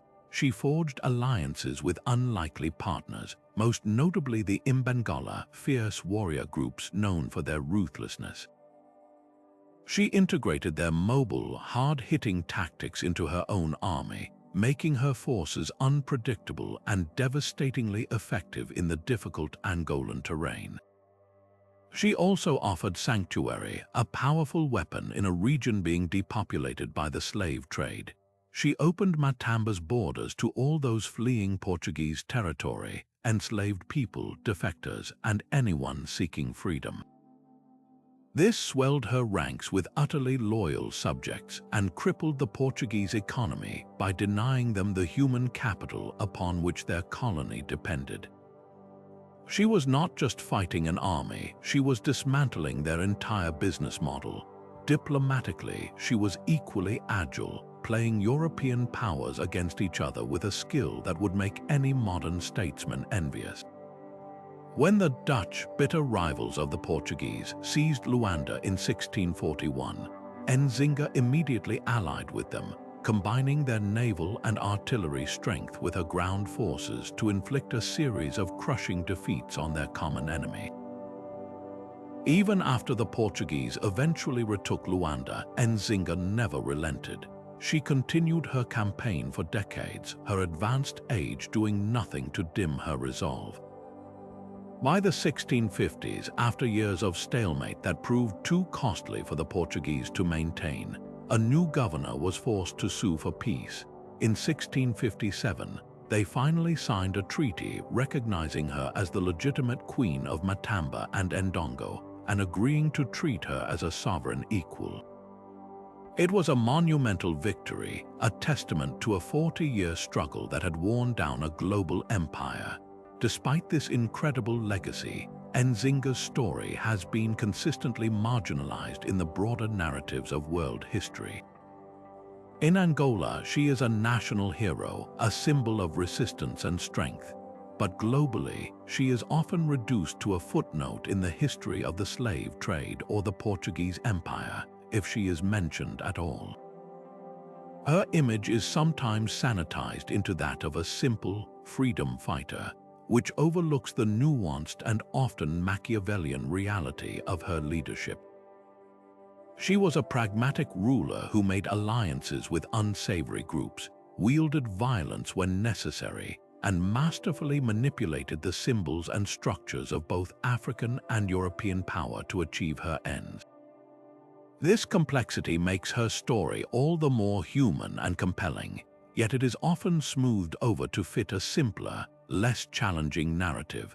Her erasure is part of a much larger pattern of ignoring pre-colonial African political history, particularly the stories of women who are not victims but architects of their own destinies and the destinies of their nations. Nzinga's 4-decade struggle forces us to completely reimagine the history of colonialism in Africa. It was not a simple story of European conquest and African submission. It was a messy, protracted, and often surprisingly balanced fight, where a determined and brilliant African queen could stand toe-to-toe with a superpower and, through sheer force of will and intellect, force them to finally acknowledge her sovereignty. Leaving behind the battlefields of Angola, we now step into a world of icy northern splendor and intellectual ferment, where a queen's thirst for knowledge and personal liberty would prove more powerful than any crown. Christina of Sweden is a figure who defies easy categorization, a warrior king's daughter who became the patron of philosophers, a sovereign who ruled one of Europe's most powerful Protestant nations only to abandon it all for a new life and faith in Rome. Her reign, though relatively brief, was a dazzling spectacle of contradictions, a performance on the world stage that challenged every convention of what a queen or any monarch was supposed to be. Christina's extraordinary life began shrouded in confusion and immediately wrapped in legend. Born in 1626, she was initially mistaken for a boy at birth due to being covered in a caul and having a cry that was considered unusually strong. For a few joyous hours, her father, the legendary warrior King Gustavus Adolphus, believed he had a son and heir. The disappointment at court when the truth was revealed was palpable, but Gustavus Adolphus himself refused to see it that way. He famously declared, "She will be a wise one, for she has taken us all in," and proceeded to raise her as he would a male heir, immersing her in the studies of classics, languages, statecraft, and most unusually for a princess, the art of war. This unique upbringing severed the link between traditional femininity and royal duty from the very start, planting the seeds for a sovereign who would forever prioritize her own formidable intellect over societal expectation. She ascended to the throne at the tender age of 6 following her father's death at the Battle of Lutzen, but it was not until 1844 that she began her personal rule. And what a rule it was! She immediately established her court in Stockholm as one of the most brilliant intellectual salons in all of Europe. She was a voracious collector of books and art, amassing a library of over 5,000 volumes and luring some of the greatest minds of the age to her chilly northern capital. Her most famous correspondence was with the French philosopher René Descartes. She was so enthralled by his ideas that she famously invited him to Stockholm to become her personal tutor. The elderly philosopher, accustomed to the gentle climate of the Netherlands, reluctantly arrived in the brutal Swedish winter of 1649. The demanding queen scheduled their lessons for 5 o'clock in the morning in her unheated library.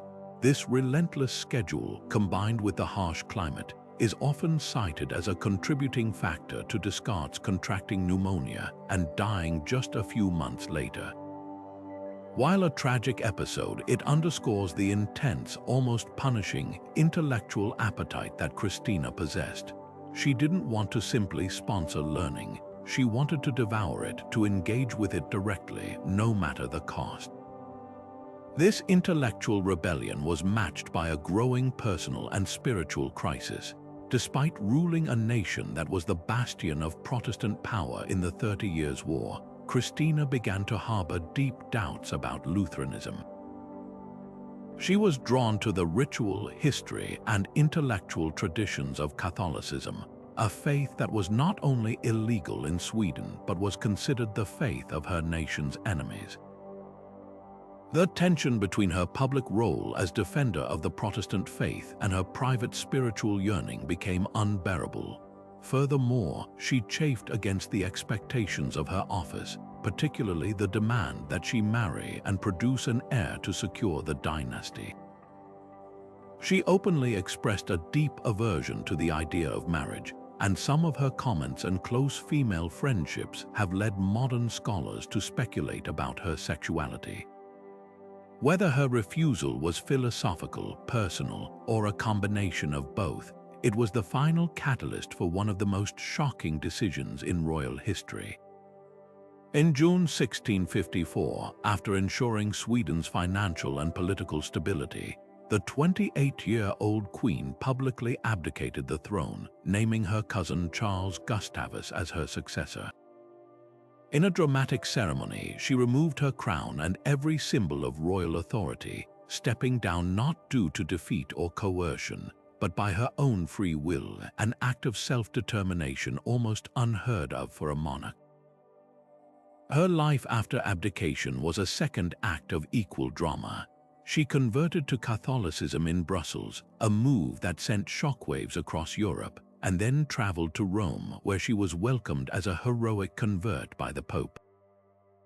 She took up residence in the magnificent Palazzo Farnese and proceeded to become a central figure in the city's cultural life, founding an academy for the discussion of literature, science, and art, and continuing to build her immense art collection.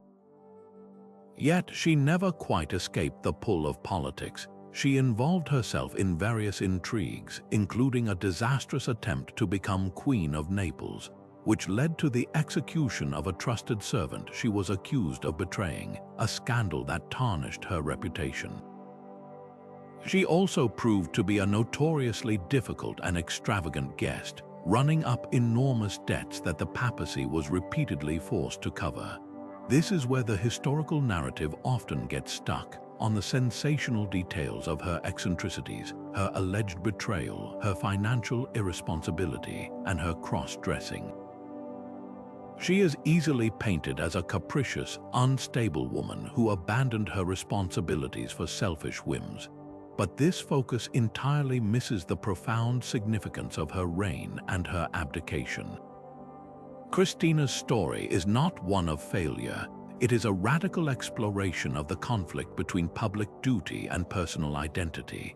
In an era when monarchs were seen as the literal embodiment of the state, she dared to assert that her own mind and soul were sovereign territories over which she alone had the right to rule. Her patronage wasn't a hobby. It was a form of governance that valued cultural and intellectual capital as highly as military victory. Her abdication wasn't an abdication of responsibility, but the ultimate acceptance of it, the responsibility to herself. She chose a life of intellectual and spiritual freedom, however messy and complicated, over the gilded cage of a throne that demanded she sacrifice her deepest self. In doing so, she became a powerful symbol, demonstrating that even for a queen, the most revolutionary act could be to simply walk away and choose her own path. While queens like Christina of Sweden sought personal freedom by leaving their thrones behind, our next ruler faced a very different kind of challenge, not how to escape the burdens of power, but how to shoulder them with unwavering determination for an entire lifetime. Maria Theresa of Austria did not choose her crown. It was thrust upon her in a moment of profound crisis, and her entire 40-year reign would be a masterclass in the art of holding a fracturing empire together through a combination of raw pragmatism, administrative genius, and a powerful, carefully cultivated maternal image that both aided and constrained her historical legacy. Her story begins not with a coronation, but with a legal loophole and a continent-wide war. When her father, the Holy Roman Emperor Charles VI, died in 1740, he left his daughter a seemingly impossible inheritance. The vast Habsburg domains were a sprawling, multilingual patchwork of territories stretching from Austria and Hungary to parts of Italy and the Low Countries, all held together by the personal allegiance to the Habsburg dynasty. Charles, desperate to secure this inheritance for his daughter in a world that preferred male rulers, had spent decades persuading the crowned heads of Europe to sign the Pragmatic Sanction, a document guaranteeing their recognition of Maria Theresa as his heir. But the ink was barely dry on his death certificate when the promises evaporated. A coalition of rivals, most notably the ambitious young King Frederick II of Prussia, soon to be called the Great, and the Elector of Bavaria, saw a young, inexperienced woman on the throne as the perfect opportunity for land grab. Frederick's armies immediately invaded and seized the rich province of Silesia, sparking the 8-year-long War of the Austrian Succession, a conflict that would define the first half of her reign. Maria Theresa was 23 years old, a new mother, and utterly unprepared for military command. Contemporary accounts describe her weeping in despair upon hearing the news. But this initial moment of vulnerability gave way to a resolve that would astonish Europe. She quickly grasped that her greatest weapon was not an army, hers was underfunded and in disarray, but her own person. She traveled to Pressburg and, in a brilliantly theatrical act of political persuasion, appeared before the Hungarian Diet. Dressed in mourning black, holding her infant son and heir, Joseph, in her arms, she appealed to the famed chivalry of the Hungarian nobles. She did not command, she pleaded as a woman and a mother in distress. The performance was a stunning success. The nobles, moved by her plight, famously shouted, "Moriamo pro regen nostro Maria Theresa." Let us die for our king, Maria Theresa, and pledged their full military support. This moment was foundational.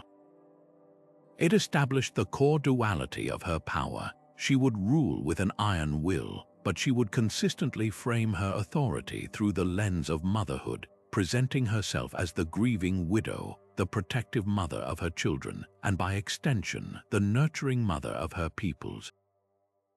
It was a strategic softening of her power that made her formidable ambition more palatable in a patriarchal world.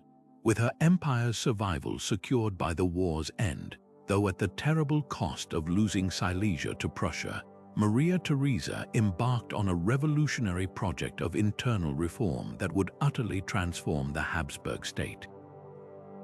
This was her true legacy, burning with the knowledge that her army and treasury had been too weak to defend her birthright. She became the great modernizer of Austria. She centralized the once feudal administration, creating a professional, salaried civil service loyal to the crown rather than to local nobles. She overhauled the tax system to ensure the state had a reliable income, and she implemented the first ever census to understand the resources and people she ruled. In a deeply Catholic realm, she even dared to curb the power of the Pope and the Jesuit order within her borders, bringing education and the church under greater state control. Her reforms in law were particularly enlightened. She commissioned a new criminal code that limited the use of torture and the death penalty, and she made elementary education compulsory for all children, a truly radical idea for its time aimed at creating more useful and loyal citizens. Yet for all her progressive domestic policy, her personal life and foreign policy were marked by a profound conservatism and a relentless, deeply personal rivalry with Frederick the Great. The loss of Silesia was a wound that never healed. She referred to Frederick as that evil man and the monster, and made the recovery of the province the central, obsessive goal of her foreign policy. This fixation led her into a dramatic diplomatic reversal so shocking it was called the Diplomatic Revolution, allying with her family's ancient enemy, France, in an attempt to crush Prussia. This effort culminated in the 7 Years' War, a global conflict that left Europe devastated and Silesia firmly in Prussian hands. The failure forced a different kind of pragmatism upon her. She turned from direct confrontation to a strategy of containment, and to secure Prussia's isolation, she made another breathtakingly pragmatic move. Despite her famous maternal devotion to her 16 children, she coldly deployed them as pawns on the European chessboard. Her most famous and unhappy daughter, Marie Antoinette, was married off to the French Dauphin purely to cement the Austrian alliance with France, a decision with future consequences neither woman could have foreseen. This is the complex tapestry of Maria Theresa's reign, a ruler who was both a reformer and a traditionalist, a doting mother and a calculating dynast, a woman who strengthened her empire from within while waging constant war to reclaim what was lost. And it is precisely this complexity that has led to her being consistently underestimated in broader historical narratives. Military historians, focused on the flashy tactical genius of Frederick, often dismiss her as a stubborn woman who lost her richest province and then failed to get it back. Political historians, dazzled by the intellectual fervor of the Enlightenment, note her reforms but often label them as not going far enough, ignoring the immense conservative forces she had to balance within her own empire. Her maternal image, so carefully and effectively constructed, has also been used to diminish her. She is often remembered as the plump, affectionate matriarch in a family portrait, her political acumen softened into a kind of domestic sentimentality. But this view misses the steel entirely.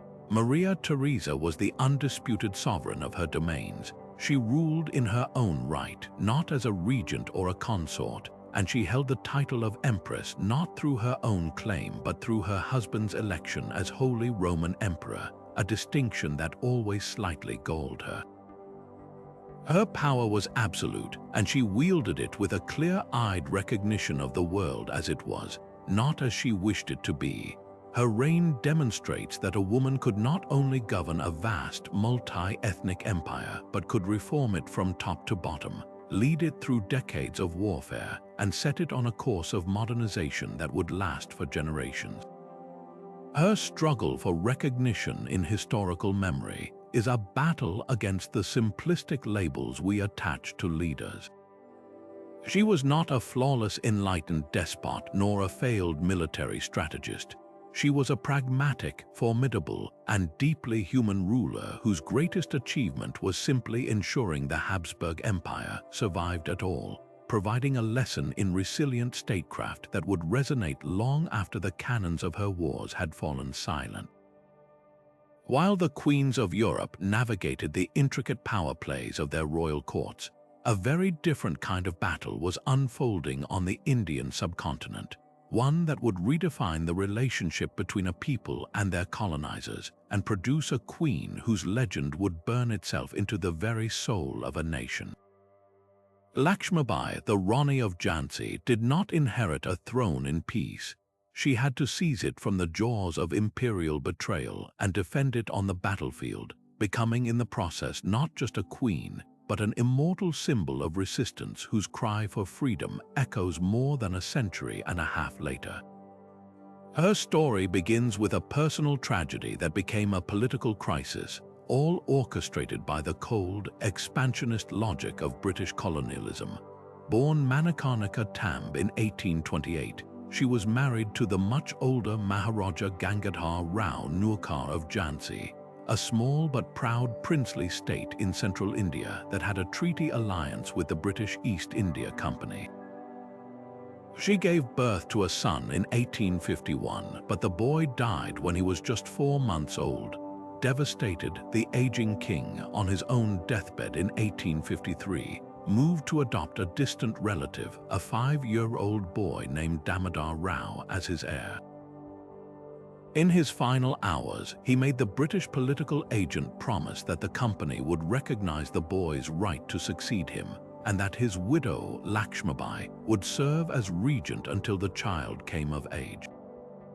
The agent agreed, and the king died believing his kingdom and his lineage were secure. The British response was a breathtaking act of bad faith known as the Doctrine of Lapse. Lord Dalhousie, the Governor-General of India, a man fiercely committed to expanding direct British control, refused to honor the agreement. He declared that since the adopted son was not a natural-born heir, the kingdom had technically lapsed and was now forfeit to the company. Lakshmibai's petitions, arguing with legal precision and emotional force for her right to rule as regent for her son, were coldly dismissed.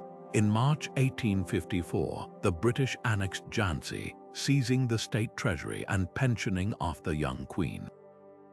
They offered her a monthly stipend and ordered her to leave the fort palace she called home. For Lakshmibai, this was not just a political defeat. It was a profound personal and moral outrage, a violation of Dharma, of the sacred duty to protect her son's birthright and her people's sovereignty. It was in this crucible of injustice that the queen was forged into a rebel. The tinderbox of resentment across India finally exploded in 1857 with the outbreak of the Great Rebellion, known to the British as the Sepoy Mutiny. As the flame of revolt spread, the Sepoys, Indian soldiers in the British Army, stationed in Jhansi, rose up, massacring the British officers and civilians who had taken refuge in the city fort. They then turned to the Rani, the rightful leader they had been forced to reject, and asked her to assume command of Jhansi once more. Her position was impossibly precarious. If she helped the rebels, she would be branded a traitor by the British. If she did nothing, her city would descend into anarchy. Choosing her people over her personal safety, she stepped back into power, organizing the city's defenses, overseeing the administration, and attempting to maintain some semblance of order in a time of horrific violence. To the British, however, her assumption of control was all the evidence they needed. They immediately labeled her the instigator of the massacre, painting her as a ruthless and vengeful figure, a narrative they would use to justify their future actions.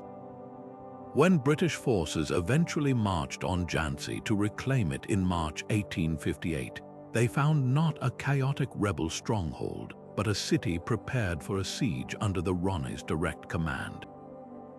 Contemporary accounts, both Indian and British, describe her at the height of the battle. She was not a distant figurehead but a hands-on commander. Dressed in male warrior's attire, with her young son tied to her back, she is said to have ridden her horse along the ramparts, directing the placement of cannons, encouraging her soldiers, and personally leading cavalry charges against the besieging forces.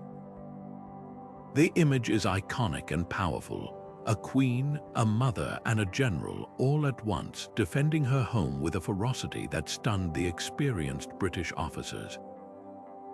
Even as the walls were breached and the fight moved into the streets, she refused to surrender.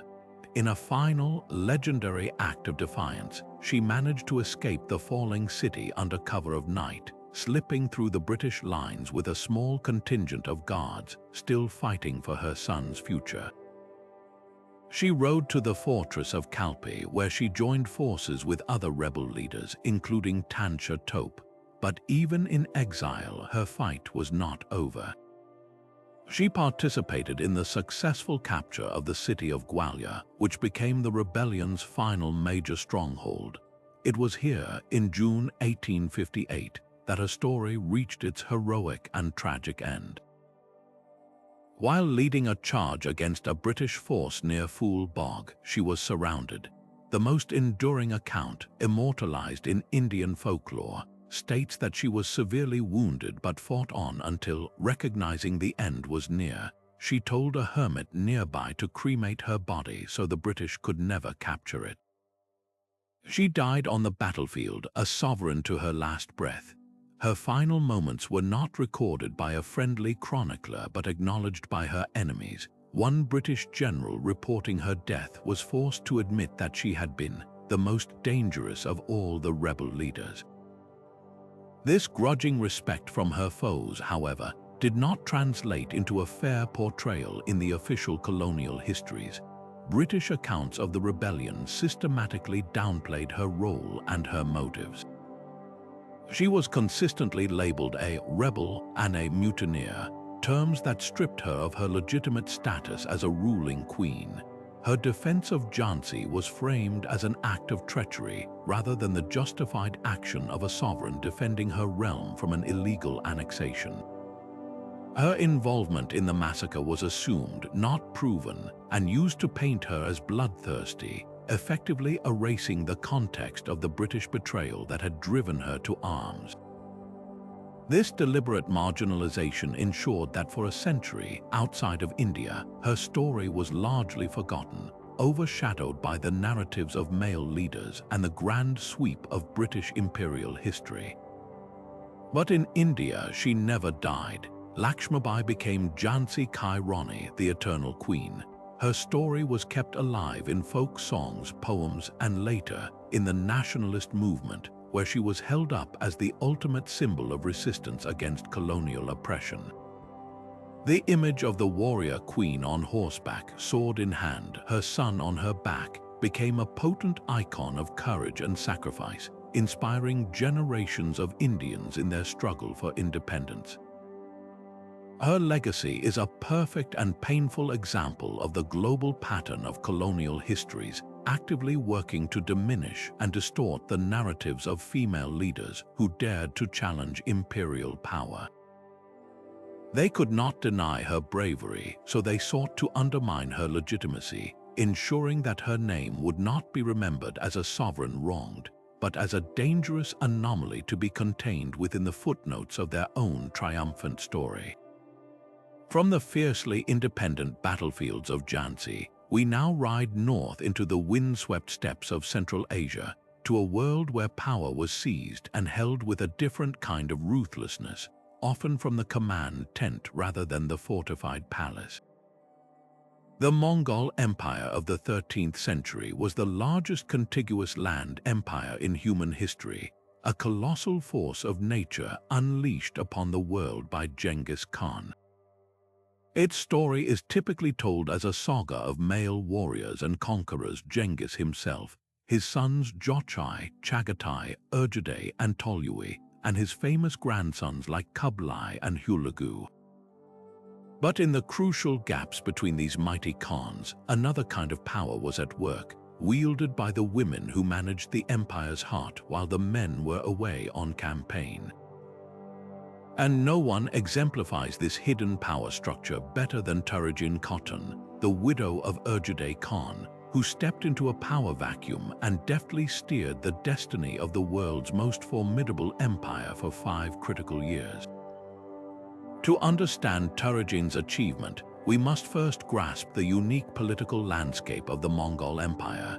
This was not a sedentary state with neat laws of primogeniture. It was a fluid, meritocratic, and often brutally chaotic confederation of tribes, held together by personal loyalty to the ruling family, the Borjigin. Upon the death of a Khan, the entire empire entered a perilous period known as an interregnum, a gap between rulers. During this time, a regent was required to maintain stability until a Grand Council, or Kurultai, could be convened. This gathering of all the princes and generals would then debate and elect the next great Khan. It was a system ripe for manipulation, and Turigene proved to be its ultimate master. When her husband, Urgide Khan, the man who had completed his father Genghis's conquests, died unexpectedly in 1241 after a night of heavy drinking, the empire held its breath. Urgide had not firmly designated a successor, and his favored heir, his son Kochu, had predeceased him. The stage was set for a vicious succession struggle, and into this fray stepped Turigene. She moved with breathtaking speed and decisiveness. As the most senior wife, she immediately assumed the role of regent, taking control of the imperial seal and the vast administrative apparatus Urgide had built. Her first and most crucial task was to ensure that the Kurultai did not meet before she was ready. She needed time to neutralize her rivals and build a coalition powerful enough to ensure her chosen candidate, her son Gaiak, would be elected.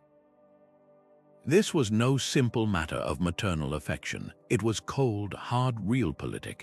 Gaiak was not a universally popular choice. He was often ill, had a notoriously cruel and arrogant streak, and had clashed publicly with his cousins, particularly the charismatic Batu Khan, ruler of the Golden Horde in Russia. Many of the older Mongol princes viewed him as weak and preferred another lineage entirely.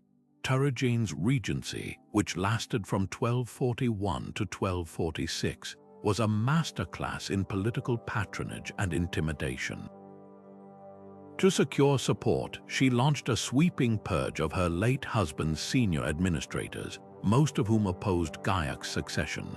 The most powerful of these was the Grand Chancellor, Ye Lu Sigchutisai, a brilliant Khitan statesman who had served Genghis and Urgide loyally for decades, trying to impose a system of centralized taxation and law on the unruly empire.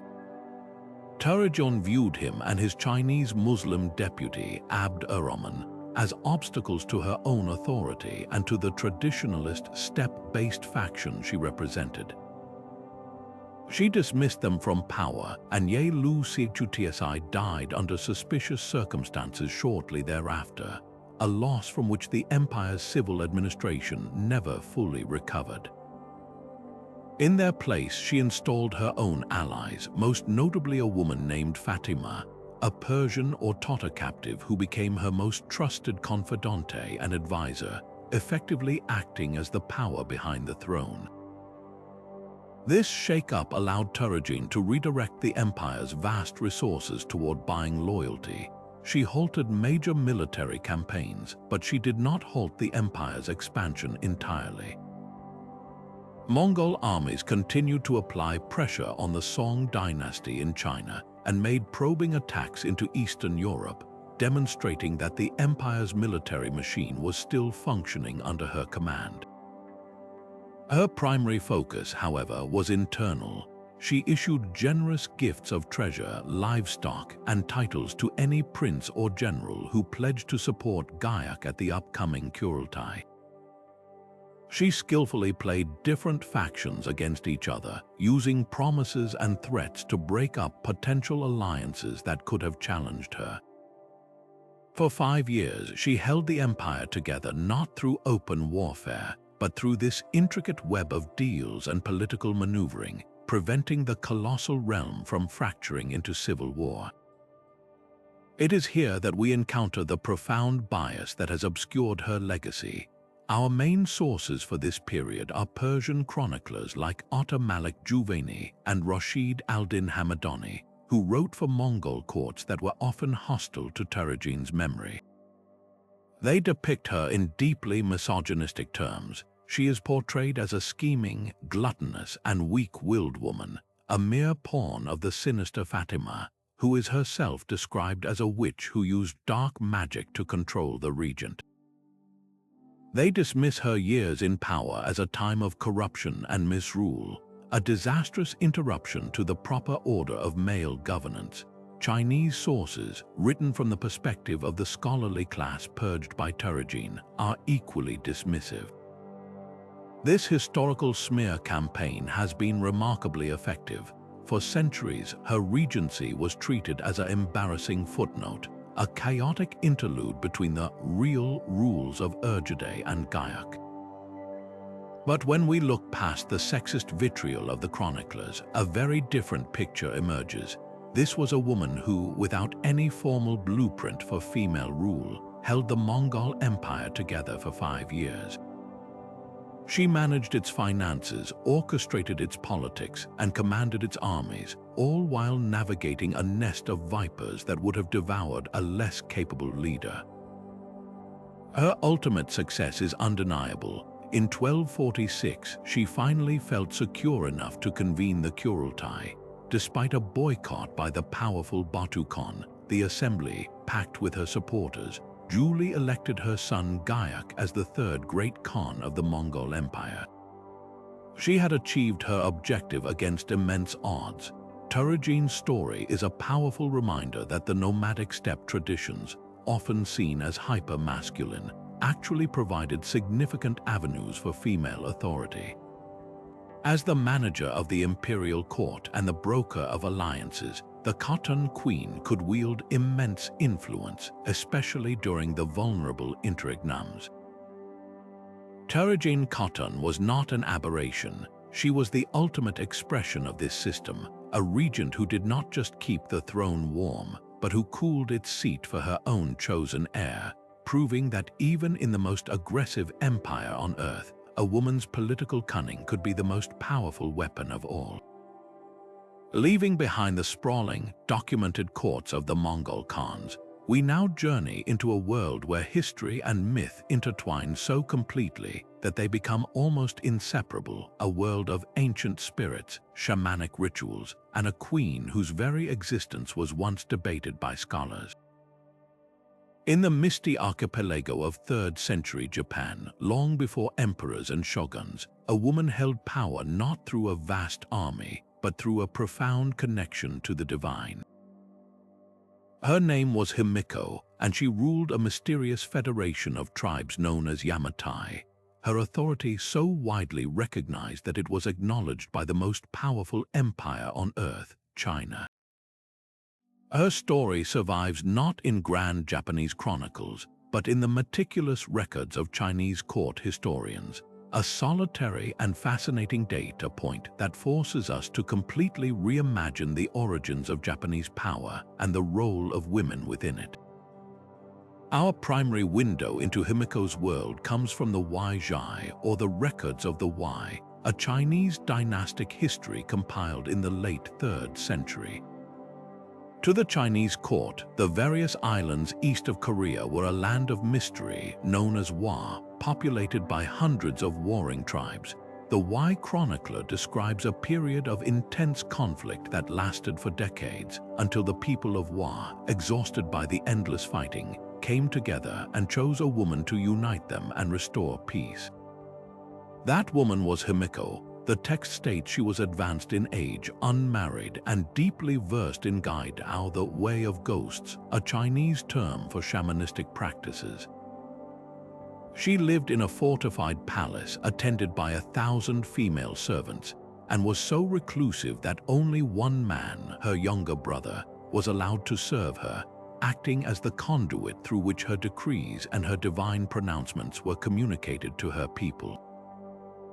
This description paints a picture of a ruler whose authority was fundamentally spiritual and ritualistic. She did not command because of her birthright or her martial prowess. She commanded because she could communicate with the gods. This spiritual role was the bedrock of her political power and her diplomatic success. The Weizhai records that Himiko, seeking to solidify her position and secure external recognition, sent envoys to the Wei court in the year 239. She offered tribute of slaves and cloth to the Chinese emperor, Cao Rui. In return, the emperor, following the traditional Chinese protocol for dealing with foreign barbarians, bestowed upon her a magnificent set of gifts: a golden seal with a purple ribbon, 100 bronze mirrors, and a formal title, Queen of Wa, friendly to Wei. This was not a mere exchange of pleasantries. It was a momentous act of international diplomacy. For Himiko, this Chinese recognition was a powerful tool of legitimization. It elevated her above any rival chieftains, proving to her subjects and her enemies that the mighty Middle Kingdom itself viewed her as the rightful sovereign of the Japanese peoples.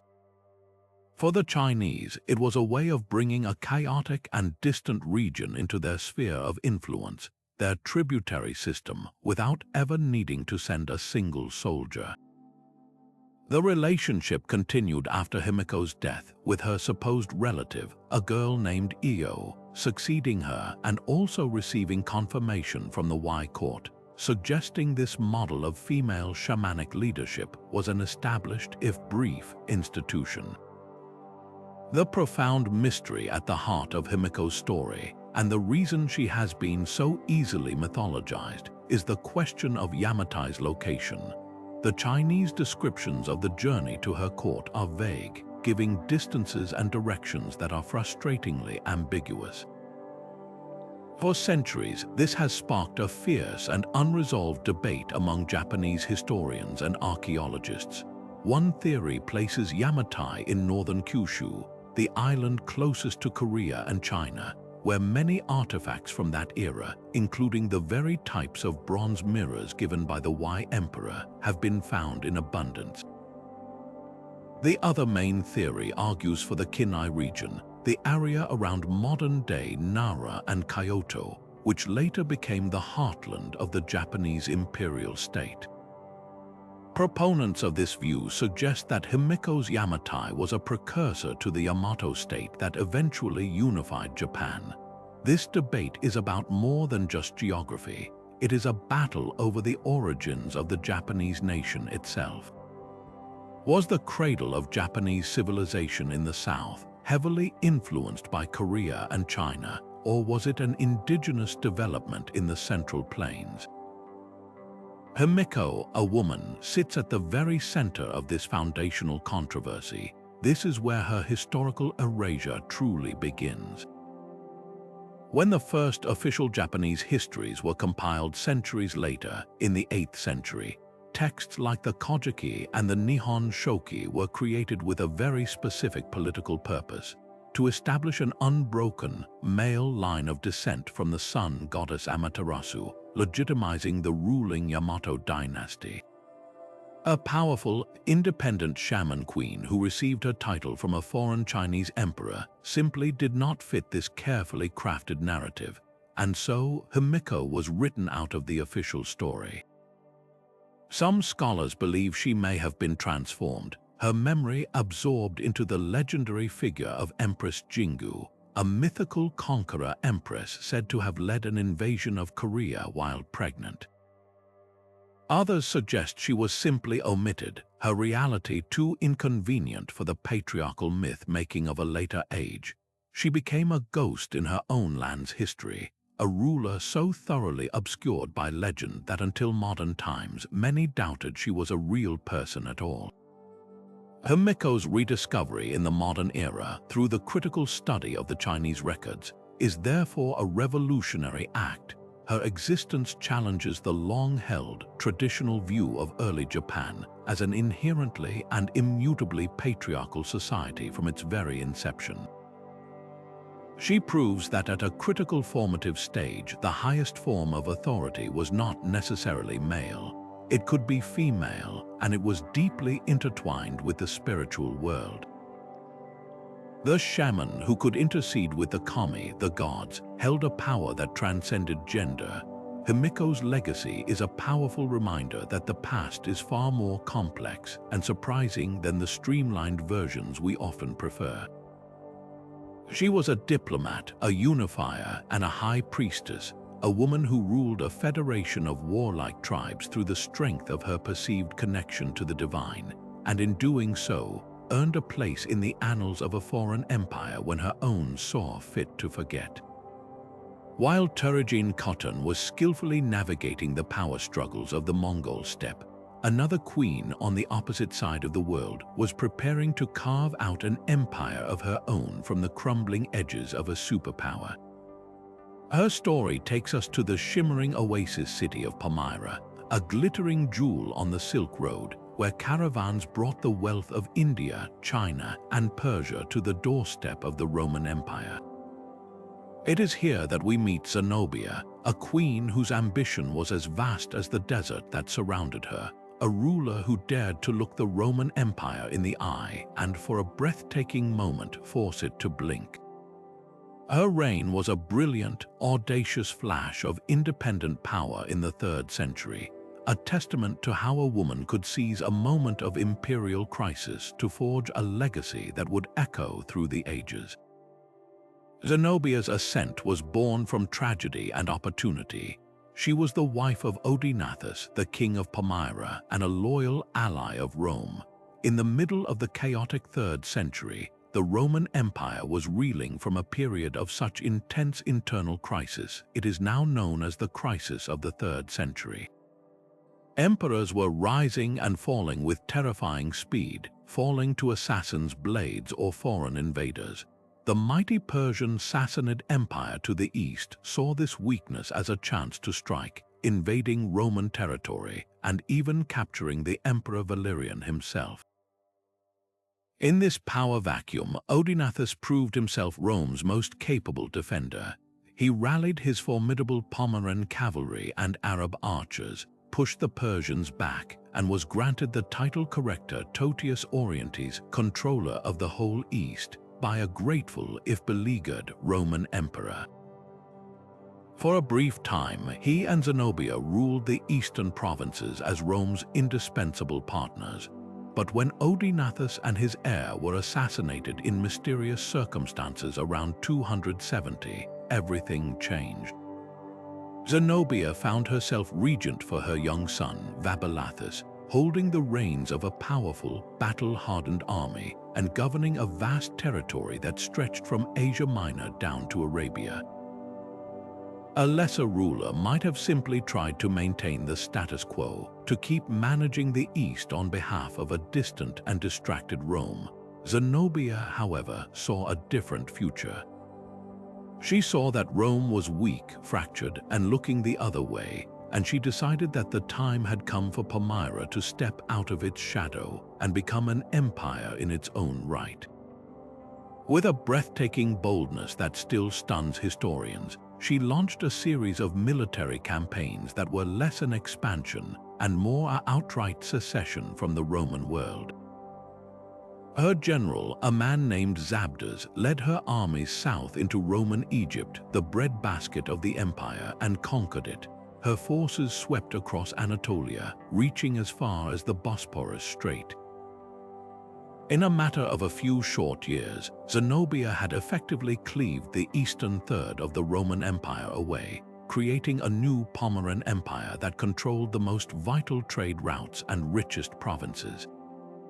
This was no mere rebellion, it was the creation of a rival superpower. But Zenobia was far more than just a military strategist. She was a master of propaganda and cultural politics. To legitimize her rule over the heavily Hellenized cities of the East, she presented herself as the intellectual and cultural heir to the region's great traditions. She claimed descent from the Ptolemaic Greek rulers of Egypt, styling herself as a new Cleopatra, a comparison that was both politically astute and personally revealing. She surrounded herself with Greek philosophers and intellectuals, most notably the famous thinker Cassius Longinus, who is said to have been her chief advisor. She promoted Hellenistic art and culture, presenting Palmyra not as a backward desert kingdom, but as the true guardian of classical civilization against a now barbaric and chaotic Rome. She even minted coins bearing her son's image on one side and on the other the portrait of the Roman Emperor Aurelian, a brilliantly ambiguous statement that could be read as partnership by those who wished for peace or as a defiant claim of equality by those who understood the message. Of course, Rome could not let this stand forever. The crisis finally began to stabilize with the rise of the Emperor Aurelian, a tough, no-nonsense soldier nicknamed Monu ad Ferrum, hand on hilt. By 272, he had secured Italy and turned his full attention to the east, determined to stitch the empire back together. The clash between these two titans was inevitable. Aurelian marched his legions into Asia Minor, where he met and defeated Zenobia's armies at the battles of Imi and Emesa. Zenobia and her son retreated to Palmyra, hoping their formidable desert fortress could withstand a siege. But Aurelian was relentless, encircling the city and cutting off its supplies. According to the ancient sources, Zenobia attempted a desperate escape, fleeing on a camel to seek help from the Persians, but she was captured by Aurelian's cavalry at the Euphrates River. Her brief, glorious empire collapsed almost as quickly as it had risen. This is where the Roman historical tradition, written by the victors, truly takes over. They needed to explain how a woman, a mere queen from a desert trading post, had humiliated Rome for so long.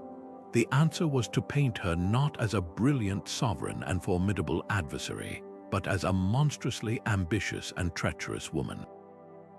The Historia Augusta, a notoriously unreliable but influential collection of imperial biographies, depicts her as a bloodthirsty tyrant who murdered her husband to seize power, a woman of insatiable sexual appetite and unnatural masculine vigor.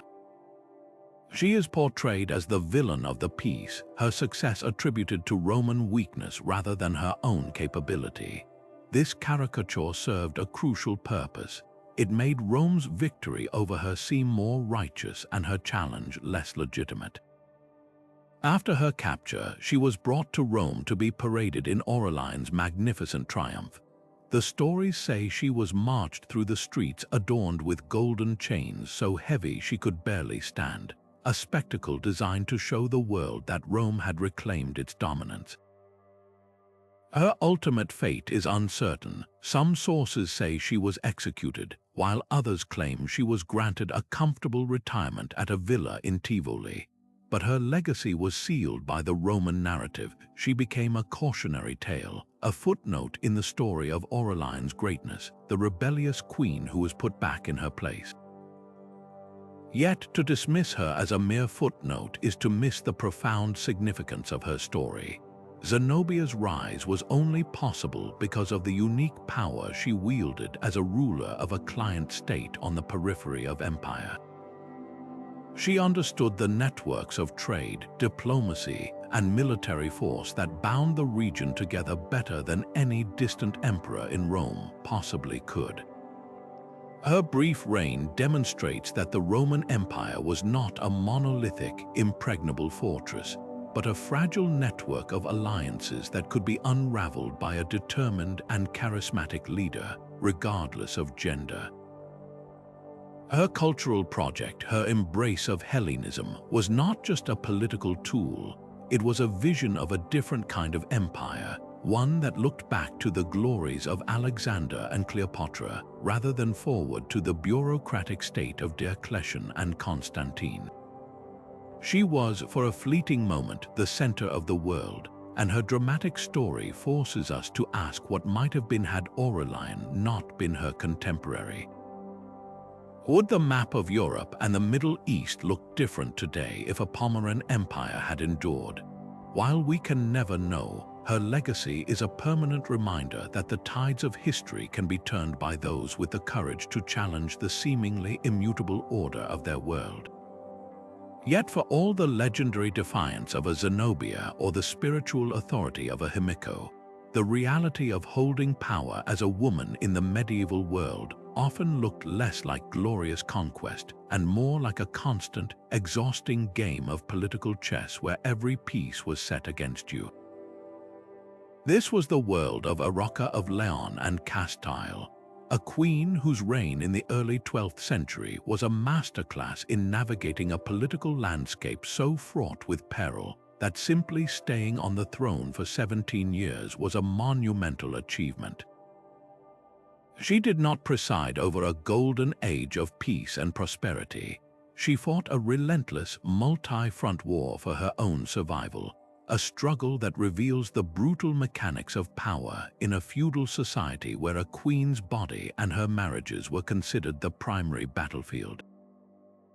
Urarka's path to power was, like so many of her counterparts, born from a devastating dynastic crisis. She was the daughter of Alfonso VI, a mighty ruler known as the Emperor of all Spain, who had spent his life championing the Christian Reconquista against the Muslim Taifa kingdoms of Al-Andalus. Tragedy struck when his only son and heir, Sancho, was killed in the disastrous Battle of Uclés in 1108. Suddenly, the 50-year-old king had no male heir.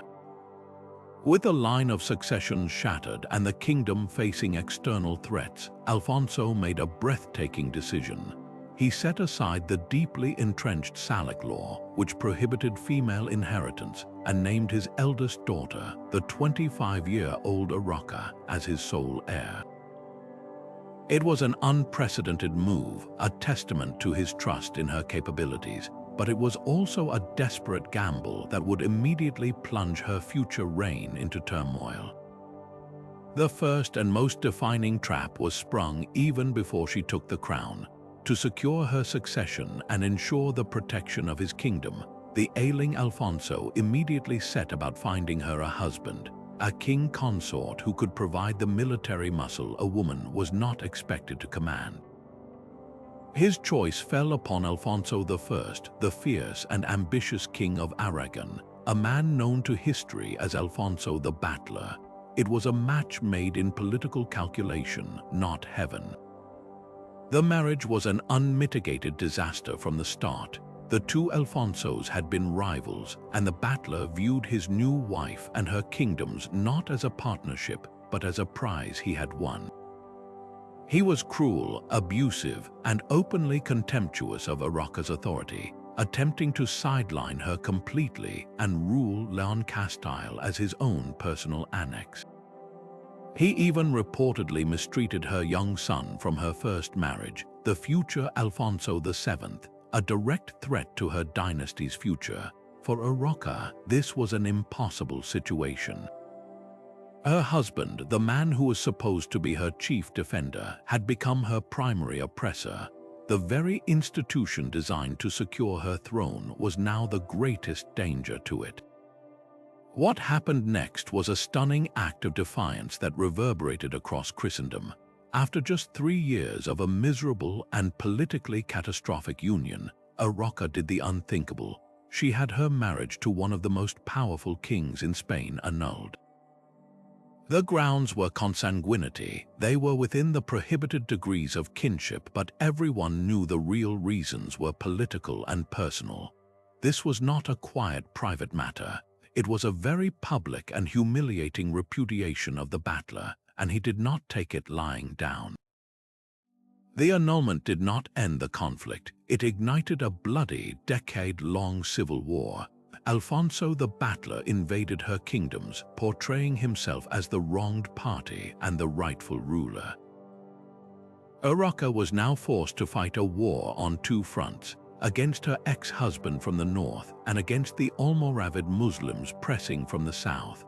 Her own nobility fractured, some siding with the Battler for their own gain, others loyal to her, and many simply switching sides whenever it was advantageous. Her genius lay in her ability to navigate this chaotic landscape, not as a warrior queen leading charges, but as a supremely shrewd political operator. She became a master of the strategic alliance, leveraging every tool at her disposal. She skillfully played powerful noble factions against each other, granting favors and titles to secure the loyalty of key counts. She cultivated a strong relationship with the influential Bishop of Santiago de Compostela, Diego Gelmayes, using the Church's authority to bolster her own legitimacy, even though he could be a difficult and manipulative partner himself. Most importantly, she centered her entire political identity on her role as the mother of the true heir, her son Alfonso. She associated him closely with her rule, presenting herself not as a lone female usurper, but as the guardian of the legitimate dynastic line, the protector of her son's future inheritance. This maternal framing was a powerful shield against her detractors. The chroniclers of the time, however, were largely blind to this political brilliance. Men like the anonymous author of the Historia Compostillana were obsessed with her personal life. They focused incessantly on her relationship with a powerful Galician count, Pedro González de Lara, whom she took as a lover after her annulment. They painted her as emotionally volatile, lustful, and indecisive, using her relationship to explain every political setback while ignoring her very rational and calculated strategies. A military defeat became a result of her feminine weakness being swayed by bad advice, rather than a complex tactical outcome. This relentless focus on her sexuality and her marital conflicts was a deliberate strategy to minimize her achievements. By reducing her reign to a soap opera of personal failings, they could avoid acknowledging the more threatening truth that a woman had successfully held her own in the brutal, male-dominated world of Iberian politics through intelligence and grit alone. Urraca's story does not have a clean, victorious ending. She spent her entire reign fighting, negotiating, and barely holding her kingdoms together. She never achieved a decisive victory over her ex-husband, and the war with Aragon would continue after her death. But her success was not measured in glorious conquests. It was measured in endurance. Against overwhelming odds, she prevented her kingdoms from being absorbed by Aragon. She kept her son's inheritance intact. When she died in 1126, she passed on a unified if battered realm to Alfonso VII, who would go on to become one of the most powerful rulers of medieval Spain.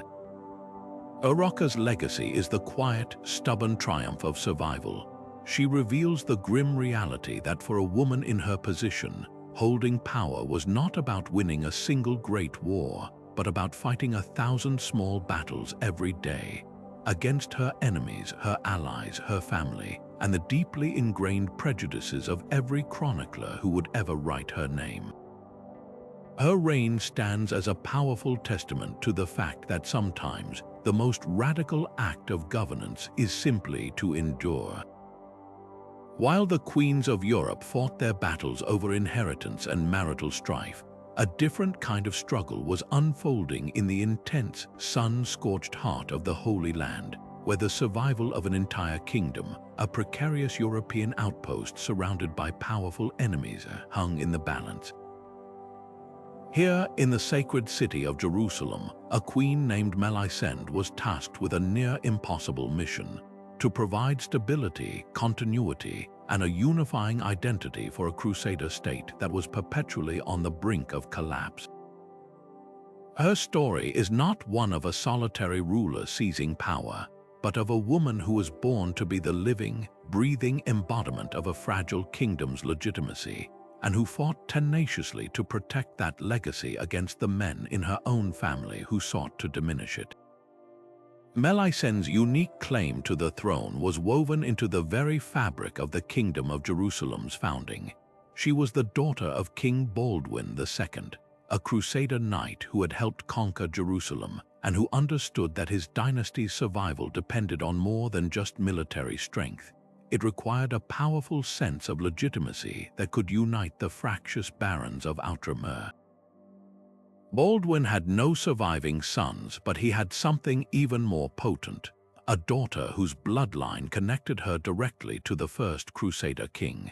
Her mother, Morphia, was an Armenian princess, a link to the ancient Christian communities of the East, making Melisende a symbolic bridge between the newly arrived European Crusaders and the native Christian population.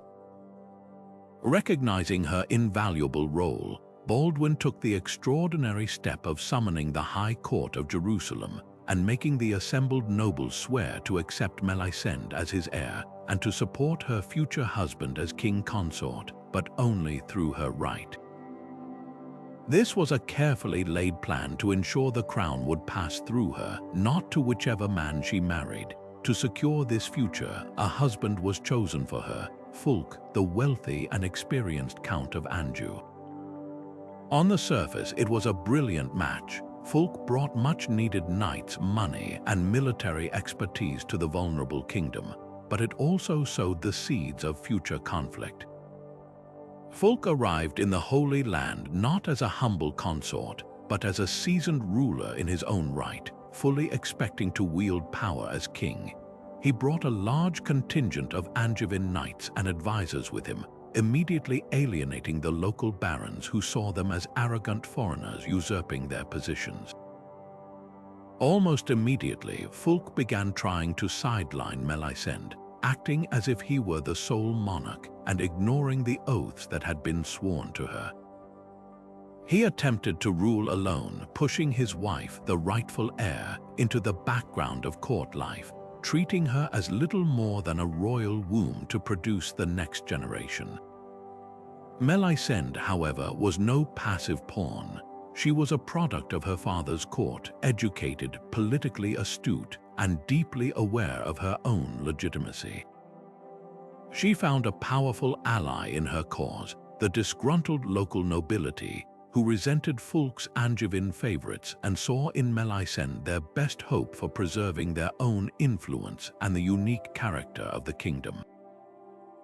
What began as a marital Cold War quickly escalated into a full-blown political crisis. By 1134, the kingdom was on the verge of a civil war, with major lords like Hugh of Jaffa openly rebelling against Fulk's rule in Melisende's name. The threat was so severe that Fulk's own life was allegedly threatened by Angevin knights who believed he was being too weak. Faced with the potential unraveling of his entire reign, Fulk was forced to capitulate. In a stunning reversal, he reconciled with his wife, publicly acknowledging her as his co-ruler in truth, not just in name. From that point onward, charters and official documents were issued in both their names, and Melisende's seal appeared alongside his, a visual testament to their hard-won partnership. When Fulk died in a hunting accident in 1143, Melisende's moment had finally arrived. Her son, Baldwin III, was only 13 years old, and she became the undisputed regent and ruler of Jerusalem. This period of her sole regency was arguably the most stable and culturally rich of the entire 12th century for the kingdom. Freed from the constraints of a domineering husband, Melisende's governance flourished. She was a magnificent patron of the arts and the church, understanding that cultural soft power was as vital as military might for a state whose reason for existence was religious. Her most enduring legacy is the beautiful Church of the Holy Sepulchre, which had been heavily damaged decades earlier. She funded and oversaw a major reconstruction project, creating the stunningly ornate Romanesque facade and the exquisite shrines that pilgrims would recognize today. She also endowed the new convent of St. Lazarus, where her younger sister would serve as abbess, further intertwining her family's legacy with the sacred geography of Jerusalem. But peace with external enemies did not mean peace at home. As her son Baldwin grew into adulthood, the same dynastic struggle she had faced with her husband began anew with her son. Baldwin III, eager to prove himself and swayed by a faction of young knights hungry for military glory, began to demand full power. Melisende, now in her 50s and having ruled effectively for over a decade, was unwilling to simply hand over the reins. She believed a shared power structure, much like the one she had eventually forged with Fulk, was the best model for stability. Baldwin disagreed, and in 1152, the unthinkable happened. The kingdom plunged into a civil war between mother and son. Their armies actually met in battle near Jerusalem. Melisende was eventually besieged in the Tower of David, a bitter echo of the Crusaders' own conquest of the city. Forced to surrender, she was effectively stripped of executive power, Yet, even in defeat, her influence did not vanish. After a brief period of estrangement, Baldwin recalled his mother to court. He had come to recognize her unparalleled understanding of the kingdom's intricate politics and the immense respect she commanded from every faction. She became his most trusted advisor, helping to navigate a disastrous military campaign against Damascus and playing a key role in the negotiations for his marriage to the Byzantine Princess Theodora. She remained until her death a vital force in the political life of Jerusalem.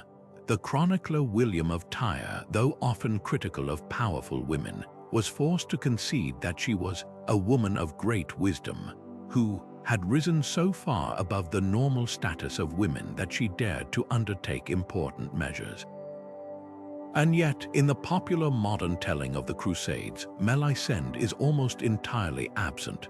The narrative is dominated by the male warriors Godfrey of Bouillon, Richard the Lionheart, Saladin.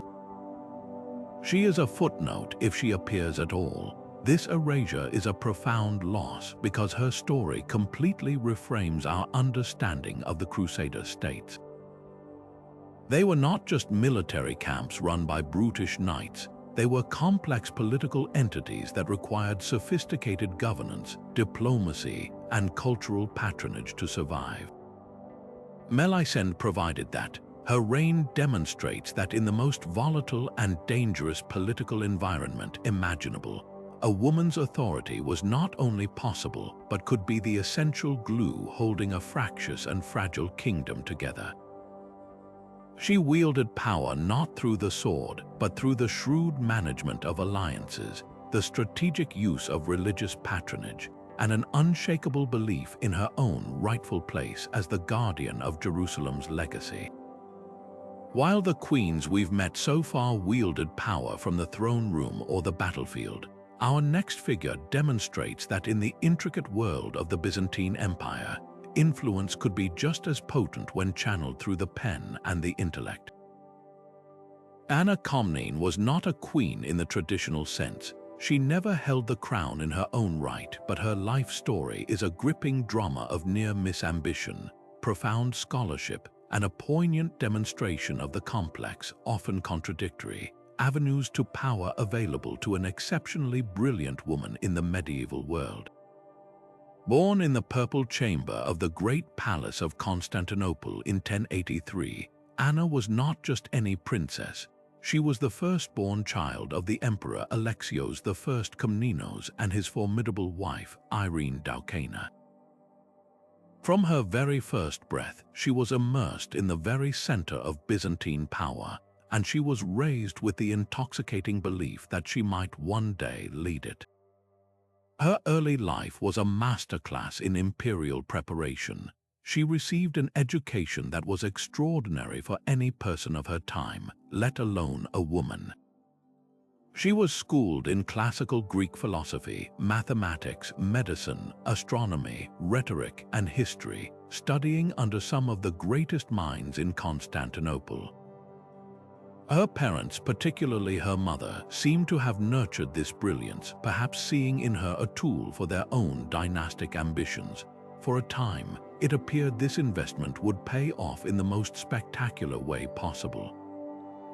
As a young child, she was betrothed to Constantine Doukas, the son of a former emperor, and she was presented to the court as a co-heir to the throne alongside him. In the eyes of many, the stage was set for Anna to become the Senior Augusta, the reigning empress. She later wrote in her history that she was fervently attached to this boy and to the future power he represented. But this carefully laid plan shattered when young Constantine died unexpectedly, a personal and political tragedy that severed Anna's clearest path to sovereign power. The imperial succession was rerouted to her younger brother, John, a shift in destiny that Anna would never truly accept. What followed was a long, slow-burning familial Cold War with Anna and her powerful mother, the Empress Irene, at its heart. Irene had never favored her son John and openly preferred Anna's husband, the gifted general Nikephoros Bryennios, whom Anna married after Constantine's death. Together, this powerful trio, the empress, the princess, and the general, formed a faction that worked for years to persuade the aging Alexios to disinherit John and name Bryennios as his successor, with Anna as the power behind the throne. This was not the daydream of a spoiled princess. It was a serious, protracted political campaign waged in the shadowy corridors of the palace, a testament to the very real influence a determined imperial woman could wield, even without an official title. Anna's weapon in this struggle was not an army, but her intimacy with her ailing father. She attended to him personally in his final illness, administering his medicine, and, as she herself suggests, perhaps whispering counsel in his ear, making one last desperate bid to sway the succession. The attempt failed. When Alexios died in 1118, John moved with stunning speed and decisiveness. Seizing the imperial symbols and riding to the great palace, he secured the loyalty of the Varangian Guard and was proclaimed emperor. According to a later and likely embellished account, Anna and her mother were so enraged they even plotted to have John assassinated as he visited their deathbed vigil for Alexios, hiding armed men behind curtains. The plot was discovered and John's reign was secured. Anna's life of high political ambition was over. Her property was confiscated, and she was forced to retire from court life, her husband dying not long after, leaving her truly isolated. It is from this place of profound defeat, this forced retirement from the world of action, that Anna Komnene crafted her most lasting and powerful legacy. Denied the throne, she turned her immense intellect to capturing it in prose. She dedicated the next 30 years of her life to composing the Alexiad, a 15-volume epic history of her father's reign. To call it a mere chronicle is to miss its monumental achievement. Written in learned Attic Greek, the Alexiad is a sophisticated, deeply personal, and unapologetically biased masterpiece. It is our single most important source for the history of the Byzantine Empire during the tumultuous era of the First Crusade, providing an eyewitness, insider account of events that shaped the medieval world. But it is far more than a dry record. It is a daughter's passionate defense of her father's policies, a philosophical meditation on power and virtue, and a subtle, lingering argument for the kind of enlightened, scholarly leadership she believed she herself could have provided. Through her writing, Anna Komnene achieved a form of immortality that eludes most rulers. She shaped the historical narrative itself, ensuring that her father's reign, and by extension her own role within it, would be remembered on her terms. She meticulously documented the political and military strategies, the diplomatic intrigues, and the theological debates of the age with the keen eye of a seasoned insider. In doing so, she also left us a rare and invaluable window into the mind of a Byzantine elite woman, revealing her deep learning, her sharp political judgments, and her unwavering belief in her own capabilities. Her frustration occasionally bleeds through the text, as when she laments the misfortune of being born a woman, a condition that confined her to the shadowed spaces of the women's quarters when she yearned for the arena of public life. Yet, from those very shadowed spaces, she produced a work of such brilliance that it has outlasted almost every physical monument her father built. This is the ultimate irony and lesson of Anna Komnene's story. She is often neatly categorized as a historian, a label that can inadvertently shrink her down to a single dimension and erase the fierce political animal she was for the first half of her life. Her intellectual achievement was not separate from her political ambition. It was its direct continuation by other means. She used scholarship not as a retreat from power, but as the only tool left to her to secure a different kind of influence over memory, over legacy, over history itself. In the Byzantine world, where classical learning was a pillar of imperial identity, her profound erudition was itself a political statement, proof that she possessed the wisdom necessary to rule. Her story forever blurs the line between the intellectual and the political, forcing us to recognize that for women denied traditional paths to authority, the pen was not just mightier than the sword, it was the only sword they were permitted to wield, and Anna Komnene wielded hers with the skill of a master duelist, carving her name into history long after the crowns of her rivals had turned dust. While the queens of the Byzantine court and the Holy Land wielded influence through intricate diplomacy and cultural patronage, the struggle for survival in 10th century England was a far more brutal and immediate affair, fought not with intricate theological arguments but with axe, shield, and stone. In this world of relentless Viking incursions and crumbling kingdoms, a woman emerged who would become the master architect of English defense, a ruler whose strategic genius literally reshaped the map of her nation and forged the very backbone of a united England.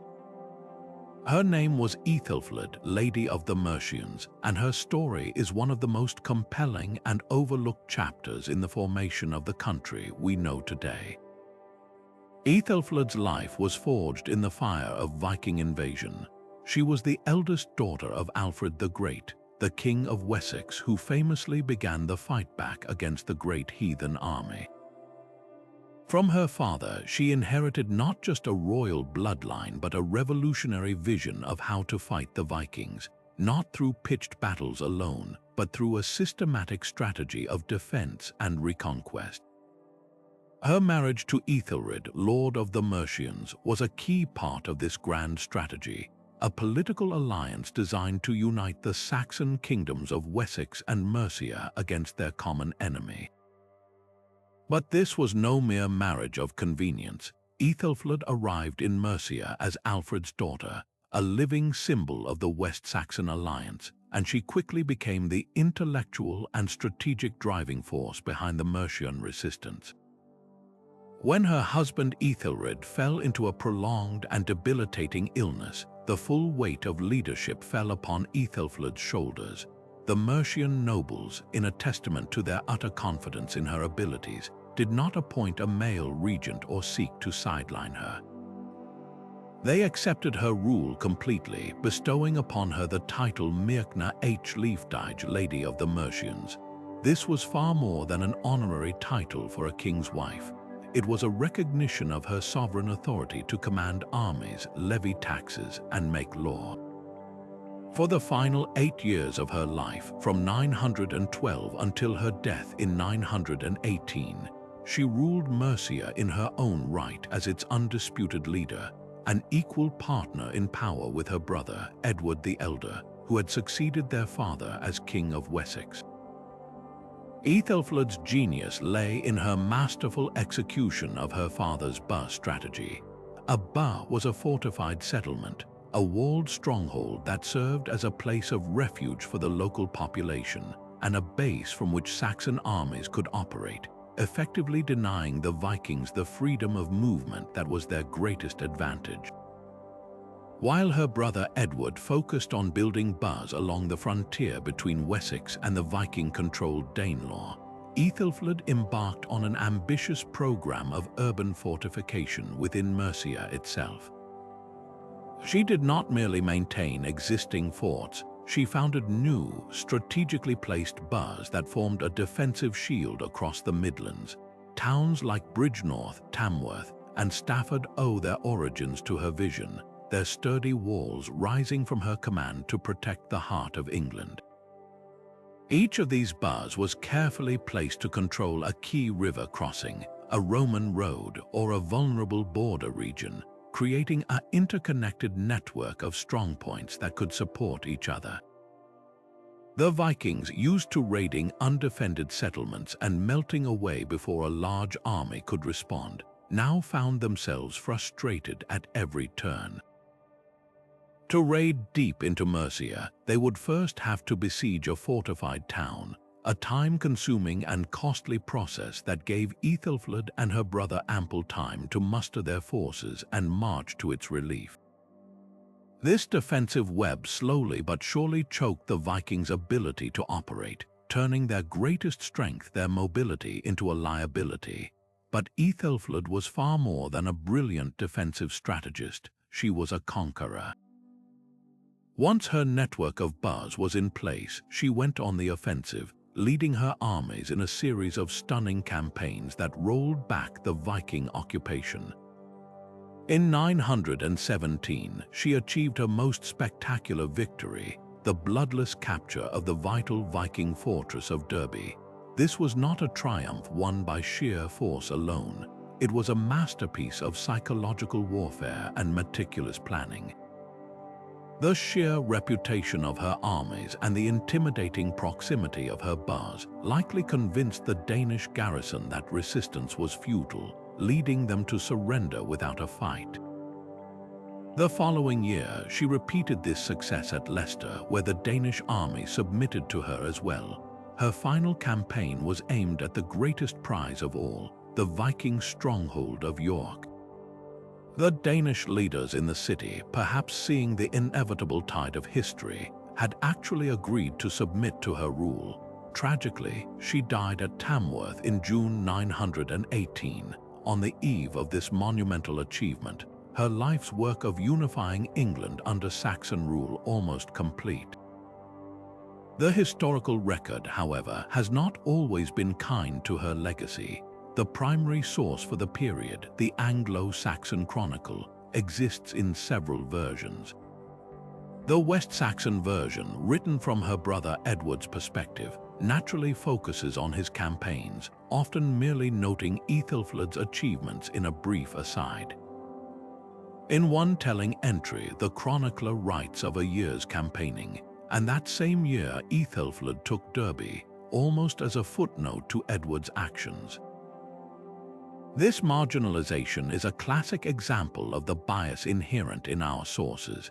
Later medieval historians working from these chronicles often absorbed this perspective, reducing her to a loyal lieutenant who merely assisted her brother's great work. But other sources tell a different story. The Mercian Register, a fragmentary set of annals dedicated specifically to events in Mercia, paints a vivid portrait of a sovereign ruler in full command. It details her military campaigns, her founding of bars, and her political dealings entirely from her perspective, with Edward appearing almost as her ally, not her commander. This text leaves no doubt that she was conducting an independent, parallel war of reconquest, a fact that the West Saxon narrative subtly worked to obscure to bolster the image of a unified English kingdom led solely by the House of Wessex. For centuries, historians privileged the West Saxon account, allowing Ethelfled's monumental role to fade into the background. Modern scholarship, armed with archaeological evidence and a more critical eye, has dramatically corrected this view. The physical evidence of her bars is still visible in the street plans of English Midlands towns today. Excavations continue to uncover the scale and sophistication of her fortifications. Historians now recognize that the reconquest of the Danelaw was a truly joint operation, a pincer movement executed with flawless coordination between two sibling rulers. Edward pushed north from Wessex along the old Roman road of Watling Street, while Ethelfled advanced from the west, her Mercian armies squeezing the Vikings from two sides. It was a strategy of breathtaking scope, and it could not have succeeded without her. Ethelfled's story forces us to completely reimagine the early medieval world.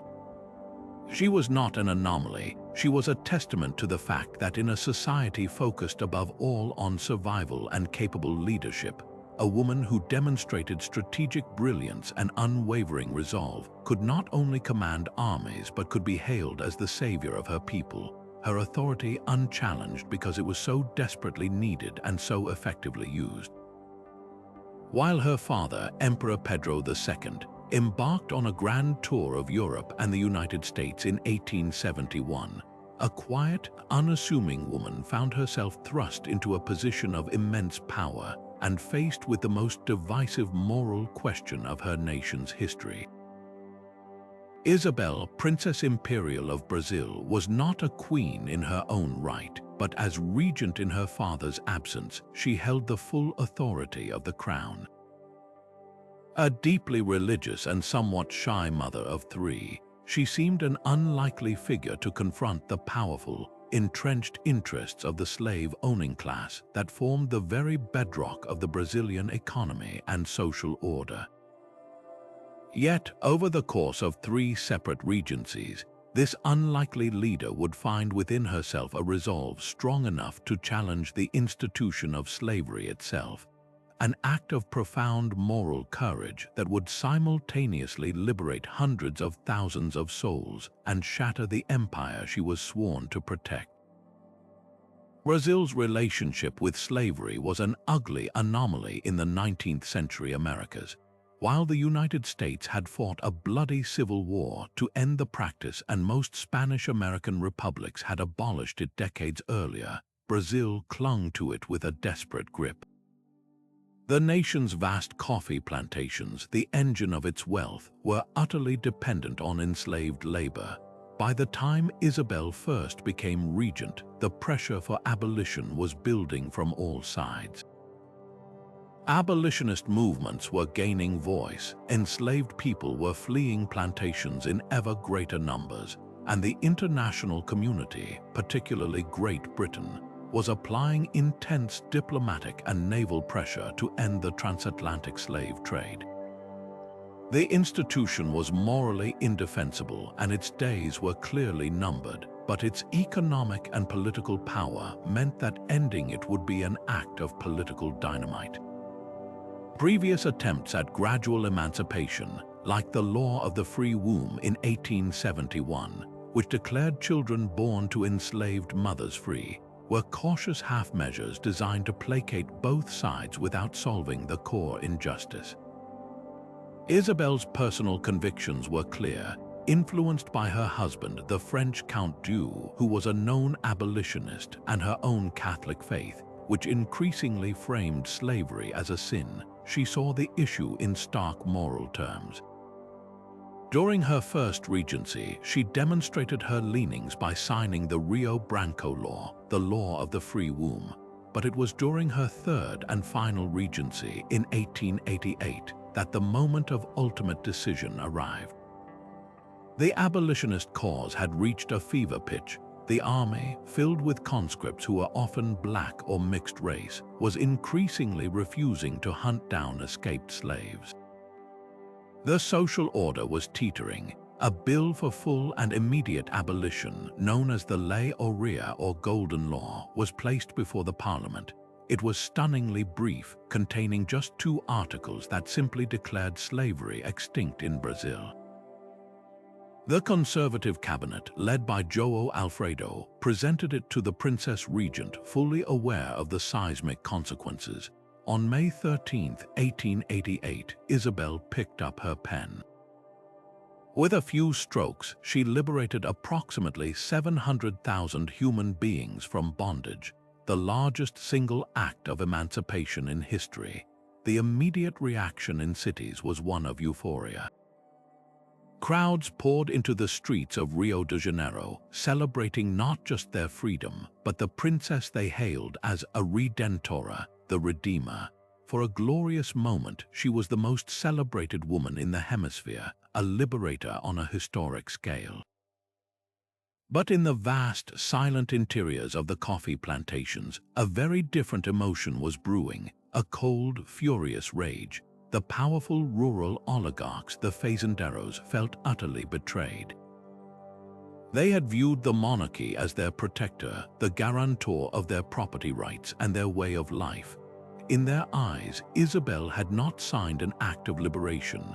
She had signed a warrant for the confiscation of their most valuable assets without a single centavo of compensation.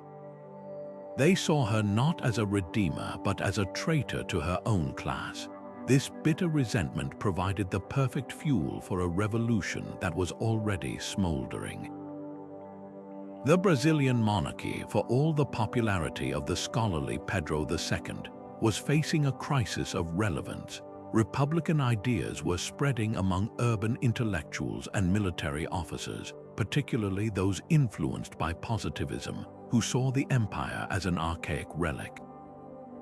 The monarchy's traditional base of support had always been the landowning class, and with one signature, Isabel had shattered that alliance. Just 18 months after the signing of the Golden Law, a military coup with almost no popular support toppled the empire.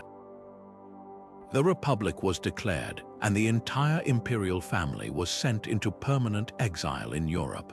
The very people whose freedom Isabel had secured played little role in defending the crown.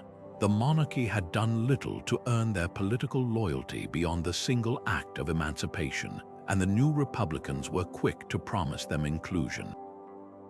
The historical narrative that followed this stunning turn of events is a textbook case of how a woman's monumental achievement can be systematically diminished and rewritten. Almost immediately, a powerful revisionist narrative took hold, one that was eagerly promoted by the new Republican government and accepted by many historians. In this version, Isabel was not a heroic figure. She was portrayed as a simple, overly pious, and politically naive woman, a puppet manipulated by her abolitionist husband and a radical cabinet into signing a law that was emotionally satisfying but politically catastrophic. The fall of the empire, a complex event driven by military ambition, positivist philosophy, and long-standing Republican sentiment, was simplistically blamed on her alone. Her act was reframed not as the cause of the coup, but as its excuse, a convenient justification used by the landed elite to abandon a monarchy that had finally ceased to serve their interests. This erasure served multiple purposes. It allowed the new republic to downplay the moral grandeur of the imperial family's final act. It allowed the embarrassed oligarchs to deflect from their own role in overthrowing the system over a financial grievance. And it comfortably fit into a patriarchal worldview that could not accept that a woman might possess the resolve to make such a world-altering decision on her own moral authority. Her father, Pedro II, the melancholic and scholarly emperor, remains a towering figure in Brazilian history, celebrated for his intellect and his patronage of the arts and sciences. Isabel, by contrast, is often a footnote in his story, the daughter whose poor judgment allegedly undid his life's work. This is the cruelest irony of her legacy. The woman who carried out one of the most significant and morally unambiguous acts in modern history is remembered by many not for her courage but for her alleged failure. Her story is a profound lesson in the politics of memory, revealing how a woman's leadership can be recast as incompetence, her moral certainty as simple-mindedness, and her greatest triumph as her ultimate failure, all to preserve a narrative that is more comfortable for the powerful men who wrote the history books.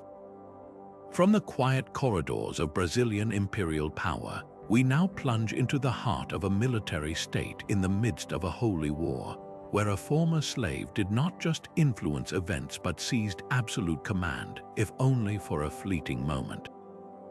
The story of Shajar al-Durr is a breathtaking whirlwind of political intrigue, military genius, and brutal betrayal, all set against the backdrop of a Crusader invasion that threatened to extinguish Egypt itself.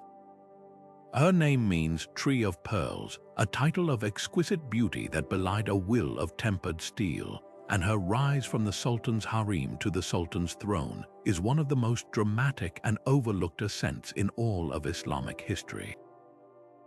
Her journey began not in a palace but in the brutal anonymity of the slave markets. Most likely of Armenian or Turkic origin, she was purchased as a young woman for the household of the Ayyubid Sultan as Salih Ayyub. In the complex hierarchy of the medieval Islamic court, slave women were not merely concubines, they were assets, educated in court etiquette, politics, and sometimes even military strategy to better serve and advise their masters. Shajar al-Durr clearly possessed a formidable intelligence, and she rose rapidly through the ranks, eventually becoming the Sultan's favorite wife and the mother of his son. This position granted her intimate access to the levers of power, an education she would put to use far sooner than anyone could have anticipated, the crisis that would make her arrived from the sea. In 1249, the Seventh Crusade, led by the pious King Louis IX of France, landed in Egypt, capturing the vital port city of Damietta. Their goal was nothing less than to conquer Cairo and break Muslim power in the region. The situation was dire, but it was about to become catastrophic. As the Crusader army advanced up the Nile, Sultan as-Salih Ayyub lay dying in his pavilion in the marshland camp of Al-Mansura. The collapse of the Ayyubid dynasty and the fall of Egypt to the Franks seemed not just possible but imminent. In this moment of absolute peril, Shajar al-Durr made a decision of staggering audacity.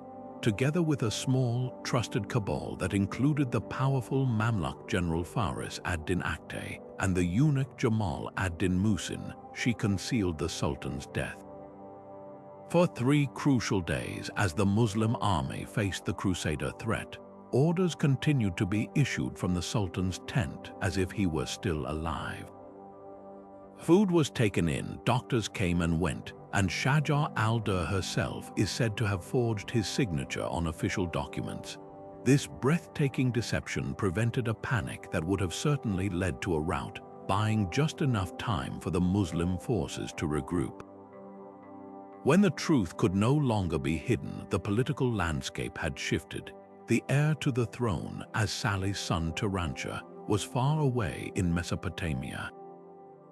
The army, comprised largely of elite Mamluk slave soldiers, needed a leader they trusted immediately. They turned to the woman who had already proven her mettle. Shajar al-Durr, in coordination with the Mamluk generals, took formal control of the government as regent. Her first test was the battle itself, and she did not merely preside over it, she helped orchestrate it. Relying on the military brilliance of the Mamluk commanders, particularly Baybars al-Bundakdari, the Muslim forces executed a devastating counter-attack. They lured the Crusader knights into the narrow streets of Al-Mansura, where they were ambushed and cut down. The Egyptian navy then moved to block the Crusaders' retreat, capturing their supply ships. King Louis's army was trapped, starving, and utterly defeated. The king himself was captured shortly thereafter, a prize of war so magnificent that the legends say Shajar al-Durr had the famed blue diamond, later known as the Hope Diamond, pried from his sword or crown. While this is almost certainly a myth, it speaks to the grandeur of her victory. With the Crusader threat neutralated and Turanshah now on the scene, one might expect Shajar al-Durr to quietly return to the women's quarters. But Turanshah proved to be a disastrously arrogant and insecure ruler. He immediately alienated his father's old Mamluk commanders, viewing them as threats to his authority rather than the architects of his victory. He openly snubbed Shajar al-Durr, threatening her position and her life. This was a fatal miscalculation. The Mamluks, with Shajar al-Durr's tacit support, moved against him. He was assassinated, his reign lasting a mere 2 months. With the male line of the Ayyubid dynasty now extinguished, the Mamluks faced a constitutional crisis. Who could legitimately rule? Their stunning solution was to place power directly in the hands of the woman who had already been ruling. The Mamluk commanders and the leading amirs recognized Shajar al-Durr as the Sultana of Egypt. Coins were minted in her name with the inscription, Al-Malika Ismat ad-Din Kolul Shajar al-Durr, and the prayers for the monarch were said in mosques across Egypt for her. She was the sovereign. Her reign, however, was brilliant and brief. While she was accepted within Egypt, the wider Islamic world, particularly the Abbasid Caliph in Baghdad, was deeply offended by the notion of a woman on the throne of a major sultanate. The Caliph, the nominal spiritual leader of Sunni Islam, famously sent a scornful message to the Mamluks: "If you have no man left among you, tell us so that we may send you one." Faced with this external pressure that threatened the legitimacy of their nascent regime, the Mamluk elites made a pragmatic, if heartbreaking, decision. They asked Shajar al-Durr to step aside after a rule of just 80 days. To preserve stability, she agreed to marry a Mamluk commander, Aibeg, and place him on the throne with the understanding that she would continue to hold significant influence as his wife. For a time, this arrangement worked. She was the power behind the throne, and Aibeg knew it. But as he grew more confident in his own rule, he began to chafe under her authority and even contemplated taking another wife to forge a different political alliance. This was a threat Shajar al-Durr could not abide. In a final, tragic act of self-preservation, she had him murdered in his bath. Her attempt to once again conceal a death and rule through her young son failed. Aibeg's faction within the Mamluks, led by his furious first wife, captured Shajar al-Durr. After a brief captivity, she was brutally killed, her body dumped over the citadel wall. The woman who had saved Egypt from the Crusaders and briefly ruled as its sultana was gone, her story quickly minimized by the Mamluk historians who followed, eager to downplay the role of a woman and a former slave in founding their glorious dynasty. Her legacy is the ultimate testament to the razor's edge that women in power walked capable of saving a nation one moment, only to be cast aside and destroyed by the very systems they mastered the next. While the queens we have met so far fought for thrones, commanded armies, and shaped empires, our next figure demonstrates that a different kind of battle could be waged from the periphery of power, a battle fought not with swords or statecraft, but in the unforgiving court of public opinion. Caroline of Brunswick never wore the crown of a sovereign queen, but for a brief, explosive period in 19th century Britain, she became the unwitting standard-bearer for a nation's growing discontent, transforming her deeply personal marital misery into a powerful symbol of resistance against a corrupt and hypocritical establishment. Her story is a tragicomedy of royal cruelty and popular politics, a spectacle that laid bare the rotten core of the Georgian monarchy and proved that even a consort, when pushed to the brink, could become a revolutionary force.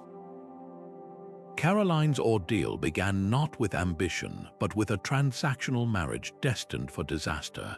She was a German princess, considered lively and unrefined in equal measure, who was brought to England in 1795 to marry her cousin, the Prince of Wales, the future George IV.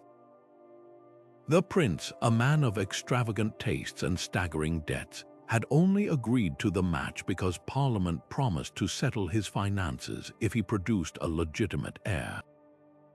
He had already secretly and illegally married a Catholic widow, Maria Fitzherbert, whom he adored, making his union with Caroline a hollow, state-mandated duty from the very start.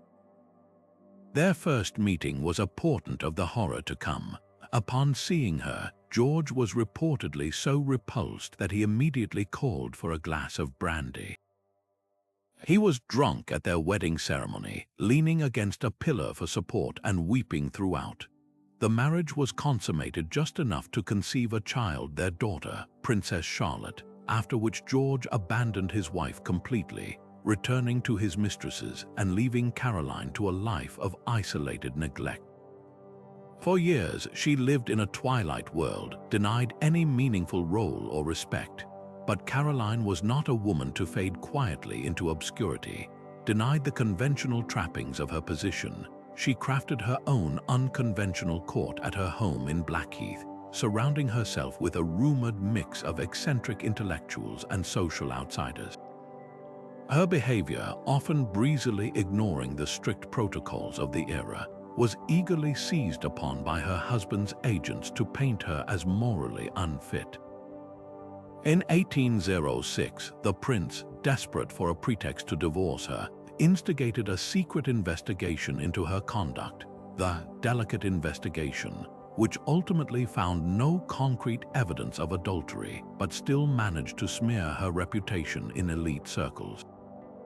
She was effectively shunned by high society, a punishment that only deepened her sense of injustice and her identification with those on the outside of power. The conflict exploded into a national drama upon the death of George III in 1820. The Prince of Wales finally became king, and Caroline, by right, was now the Queen of the United Kingdom. But George IV was determined that she would never be crowned. As plans for his lavish coronation began, he made it clear that Caroline was not invited. Her name was to be omitted from the church liturgy, an act of public erasure so profound it was tantamount to declaring her dead. This was the final, unforgivable insult. Rather than accept this humiliation, Caroline decided to fight back in the most public way imaginable. She sailed from Europe, where she had been living, and arrived in England on the 5th of June, 1820, demanding to be recognized as queen and to take her rightful place at the coronation. Her arrival ignited a political firestorm. The new king and his deeply unpopular government, led by Lord Liverpool, responded with the only tool they had left, a bill of pains and penalties introduced in the House of Lords to strip her of her title and dissolve the marriage on grounds of adultery. What followed was not a private trial but the greatest public spectacle of the age. The press covered every salacious detail, and the evidence presented lurid tales from Italian servants about secret doors and late-night visits was devoured by a rapt public. But the government and the king profoundly misjudged the public mood. To the ordinary people of Britain, George IV was a symbol of everything they despised, a gluttonous, spendthrift, morally bankrupt aristocrat who had wallowed in luxury while the country suffered the economic aftermath of the Napoleonic Wars.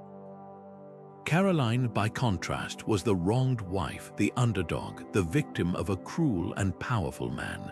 Her struggle was no longer just about a marriage. It became a proxy war against the entire political establishment. The masses rallied to her cause with an intensity that terrified the government. Crowds cheered her carriage wherever it went.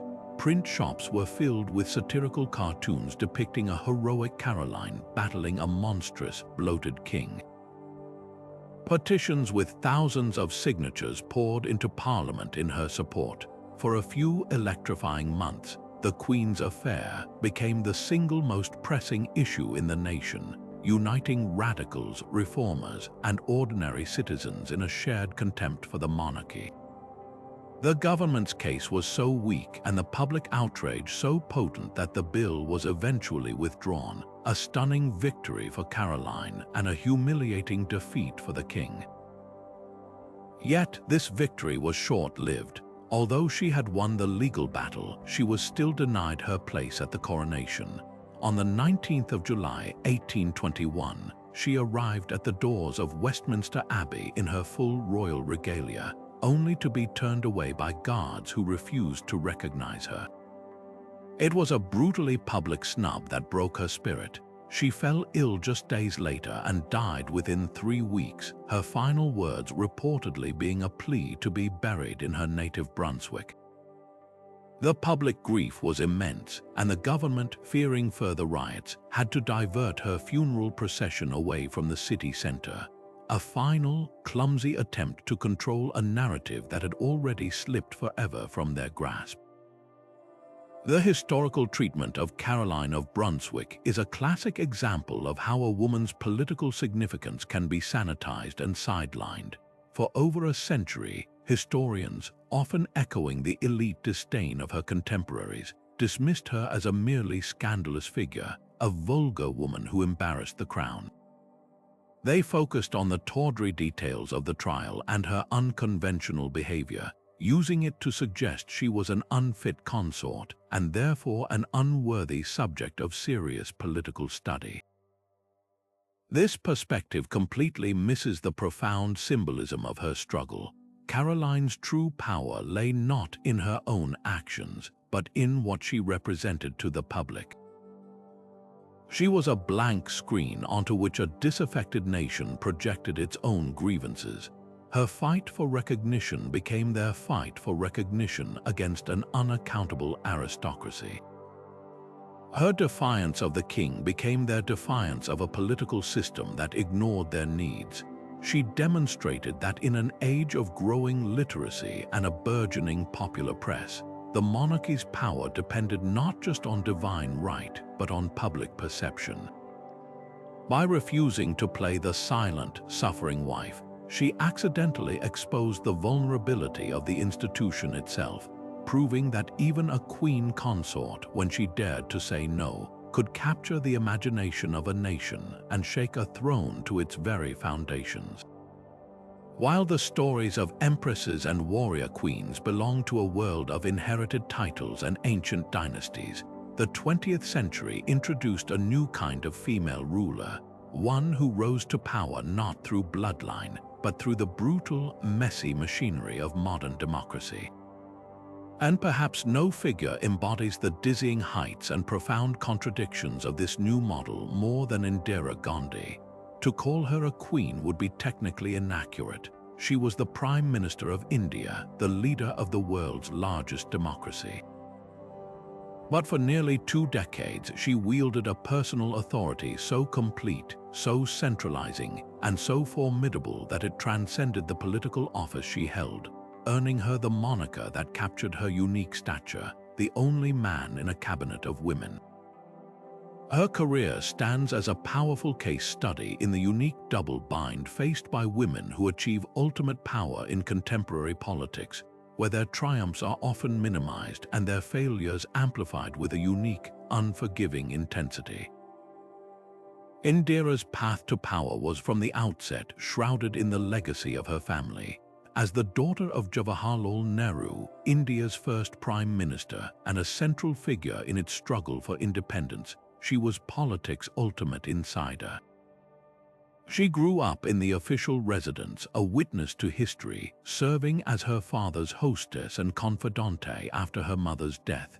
This upbringing was a paradoxical gift. It provided her with an unparalleled political education, an intimate understanding of the levers of state power, and the complex tapestry of Indian society. But it also cast a long shadow, framing her initial foray into politics as a dynastic entitlement rather than a hard-won achievement. When she was first elected as Prime Minister in 1966, following the sudden death of her predecessor Lal Bahadur Shastri, the powerful old men of the Congress Party saw her as a Goongi Gudiya, a dumb doll, a pliable figurehead they could easily manipulate. It was a catastrophic miscalculation of her quiet resolve and steely ambition. She quickly proved herself to be a master political tactician, but her reign is best understood as a story of 2 distinct, warring halves. The first half is defined by a series of monumental, nation-building achievements that transformed India's destiny. Her most profound legacy was the Green Revolution. Facing catastrophic famines and a dependence on foreign food aid that left the country vulnerable, she threw the full weight of the government behind a scientific agricultural transformation. She empowered agronomists like M.S. Swaminathan, subsidized fertilizers, invested in irrigation, and promoted high-yield seed varieties. The result was nothing short of a miracle. Within a few years, India's wheat and rice production soared, turning the nation from a beggar bowl into a breadbasket and achieving the cherished goal of food self-sufficiency. This single policy saved millions from starvation and secured the economic foundation of the modern Indian state. Alongside this, she pursued a bold agenda of national pride, nationalizing major banks to direct credit toward national development and leading the country to a decisive victory in the 1971 war with Pakistan that resulted in the creation of Bangladesh. In this period, she was the undisputed champion of the poor, the symbol of a strong, confident India taking its place on the world stage. Yet, this same strength curdled into something darker, leading to the period that would forever stain her legacy and define the second half of her rule, the emergency. Facing a rising tide of political unrest, trade union strikes, and a court case that threatened to invalidate her election and bar her from office, she made a fateful decision. On the 25th of June 1975, on the advice of her younger son Sanjay, she persuaded a pliant president to declare a state of emergency across the entire country, suspending civil liberties, locking up thousands of political opponents without trial, and imposing draconian censorship on the press. For 21 months, Indian democracy was effectively suspended. The period was marked by some development projects and a forcible imposition of order, but it was also an era of terrifying authoritarian excess, most infamously a brutal program of forced sterilizations in a misguided attempt at population control. This is where the global narrative around Indira Gandhi often becomes trapped. For many outside India, and for a generation within it, she is reduced to a simplistic caricature, the dictator of the emergency. This singular focus performs a subtle act of erasure, effectively writing out her earlier, transformative achievements. Her story is folded into a tired trope about power corrupting absolutely, ignoring the more complex reality that she was both a nation builder and an autocrat. This oversimplification is rarely applied with the same reductive force to male leaders of her era. We are encouraged to hold the competing truths of a Churchill or a de Gaulle in our minds, their profound flaws alongside their historic leadership. For Indira, the complex ledger is often flattened into a single, damning entry. This phenomenon speaks to the unique scrutiny faced by female leaders in the modern era. Their authority is perpetually questioned in a way a man's rarely is. A man is seen as strong, a woman with the same resolve is seen as ruthless. A man is a strategist, a woman is a schemer. A man's ambition is celebrated, a woman's is portrayed as a dangerous hunger. Indira Gandhi navigated this minefield by often adopting a hyper-masculine persona of uncompromising strength, famously telling an interviewer that she did not mind if she was perceived as Durga, the powerful, multi-armed Hindu goddess who slays demons. But this strategy came at a cost. It made her vulnerabilities, the tragic nepotism surrounding her son Sanjay, the isolation of her later years, seem like personal failings rather than the pitfalls of power that countless male leaders have also faced. Her assassination in 1984 by her own Sikh bodyguards, a horrific act of vengeance for her decision to order the army into the Golden Temple to flush out separatists, cemented her status as a tragic Shakespearean figure. Her life ended in the violence that had come to mark her later rule. Today, her legacy is a Rorschach test for India itself. To some, she remains India's greatest leader, the strong-willed mother of the nation who put food on its tables and pride in its heart. To others, she is the woman who nearly broke Indian democracy, a warning from history. The truth, as it always is with giants of history, lies somewhere in that fraught and complicated middle ground.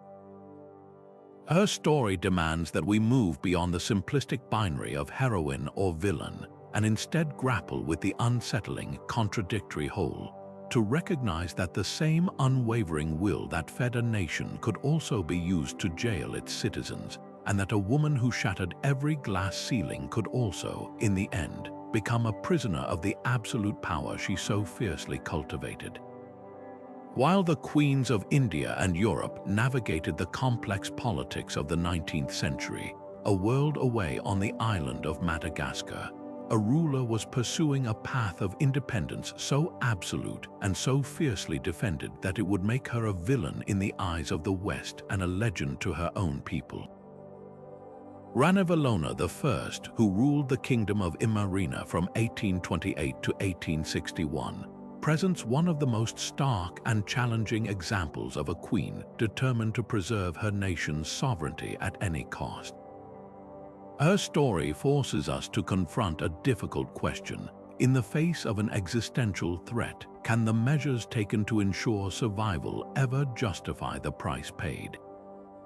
Western historiography has long given us its answer, painting her as the Mad Queen of Madagascar, a bloodthirsty tyrant. But to accept this caricature is to ignore the profound geopolitical pressures she faced and the sophisticated, if ruthless, strategy she employed to keep her island kingdom free.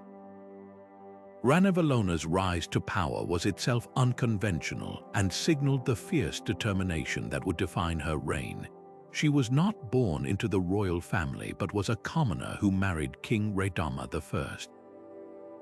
Upon his death, the king's chosen heir was his young nephew, but the powerful army and a faction of conservative nobles, wary of the late king's growing openness to British influence and Christian missionaries, backed Ranavalona instead. In a dramatic power play, she asserted her right to the throne through a traditional test of divination, and with military support, she was crowned queen. From her very first moments as ruler, she made her priorities devastatingly clear.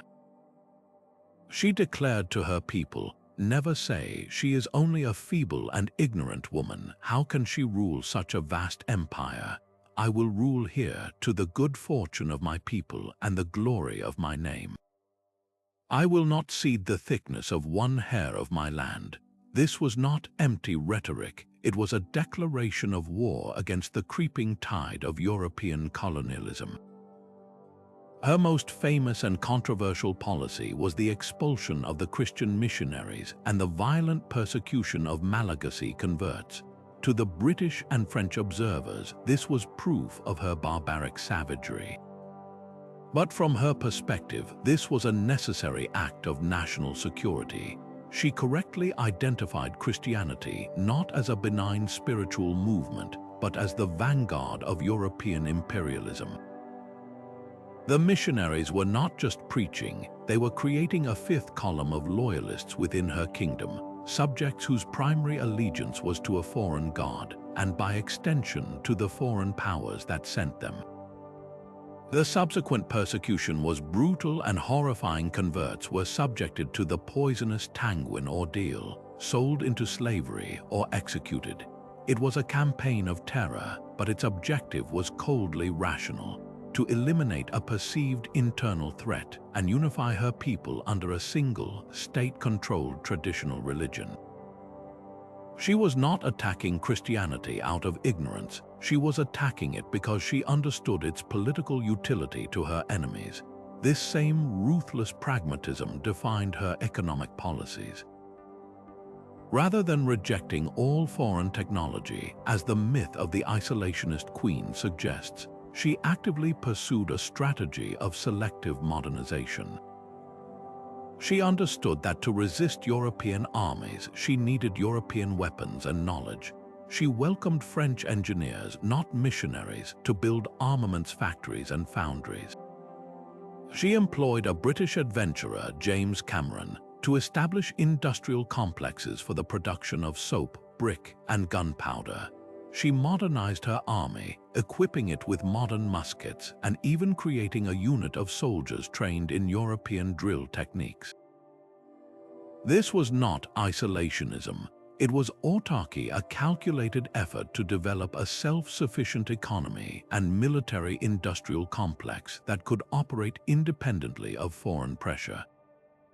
She wanted European technology, but on her own terms, without the strings of political and religious subversion attached. The greatest testament to the effectiveness of her policies was the simple fact that she succeeded.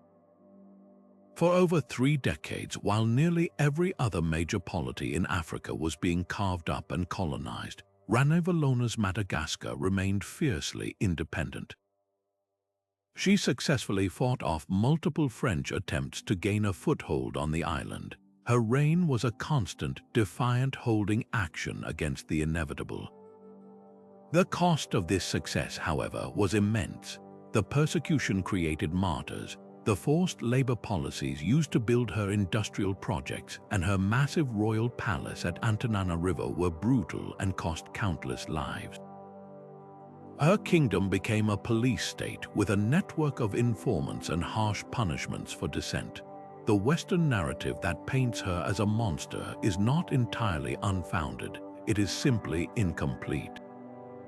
It focuses solely on the brutality while willfully ignoring its cause, a desperate, last-ditch effort to preserve a unique culture from annihilation. This one-dimensional portrayal served a crucial purpose for the colonial powers that would eventually conquer Madagascar after her death. By painting Ranavalona as a uniquely savage and irrational despot, they could frame their own subsequent colonization not as a land grab, but as a civilizing mission, a necessary intervention to save the Malagasy people from their own mad queen.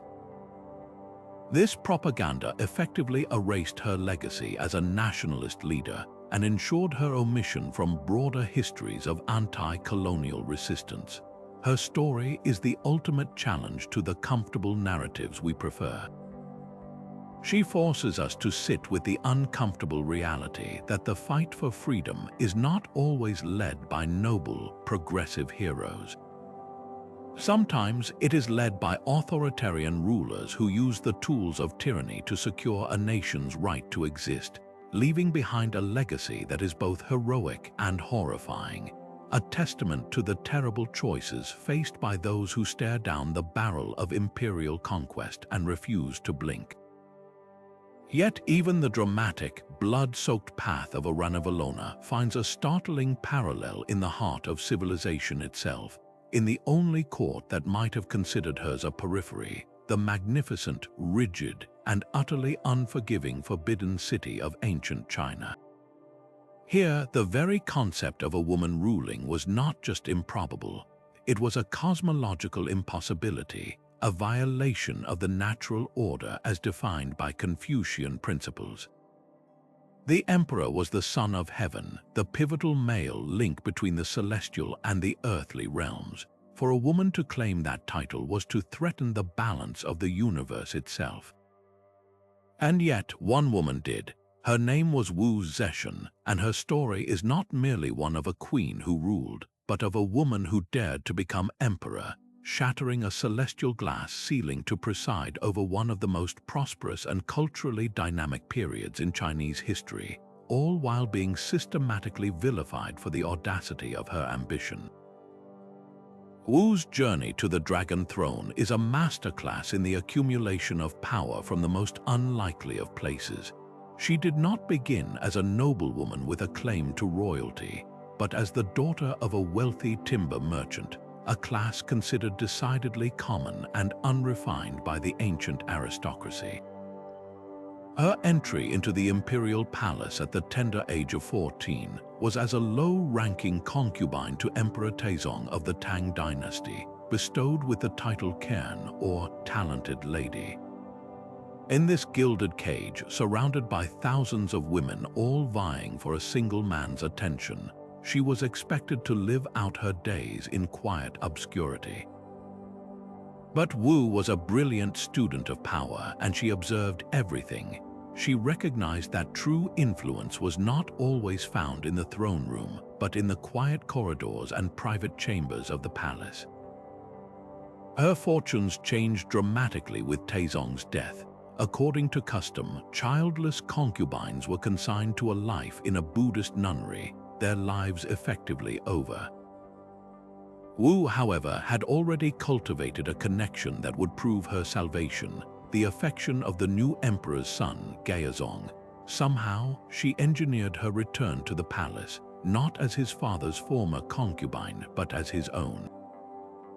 This was her first breathtaking act of social and political jujitsu, defying the most rigid conventions of the time. As consort Wu, she quickly surpassed the emperor's wife, Empress Wang, in Gaozong's affections. What followed was a chilling and legendary episode that has defined her reputation for centuries. When Wu gave birth to a baby girl, the infant died shortly thereafter. Wu immediately accused Empress Wang of murdering the child out of jealousy.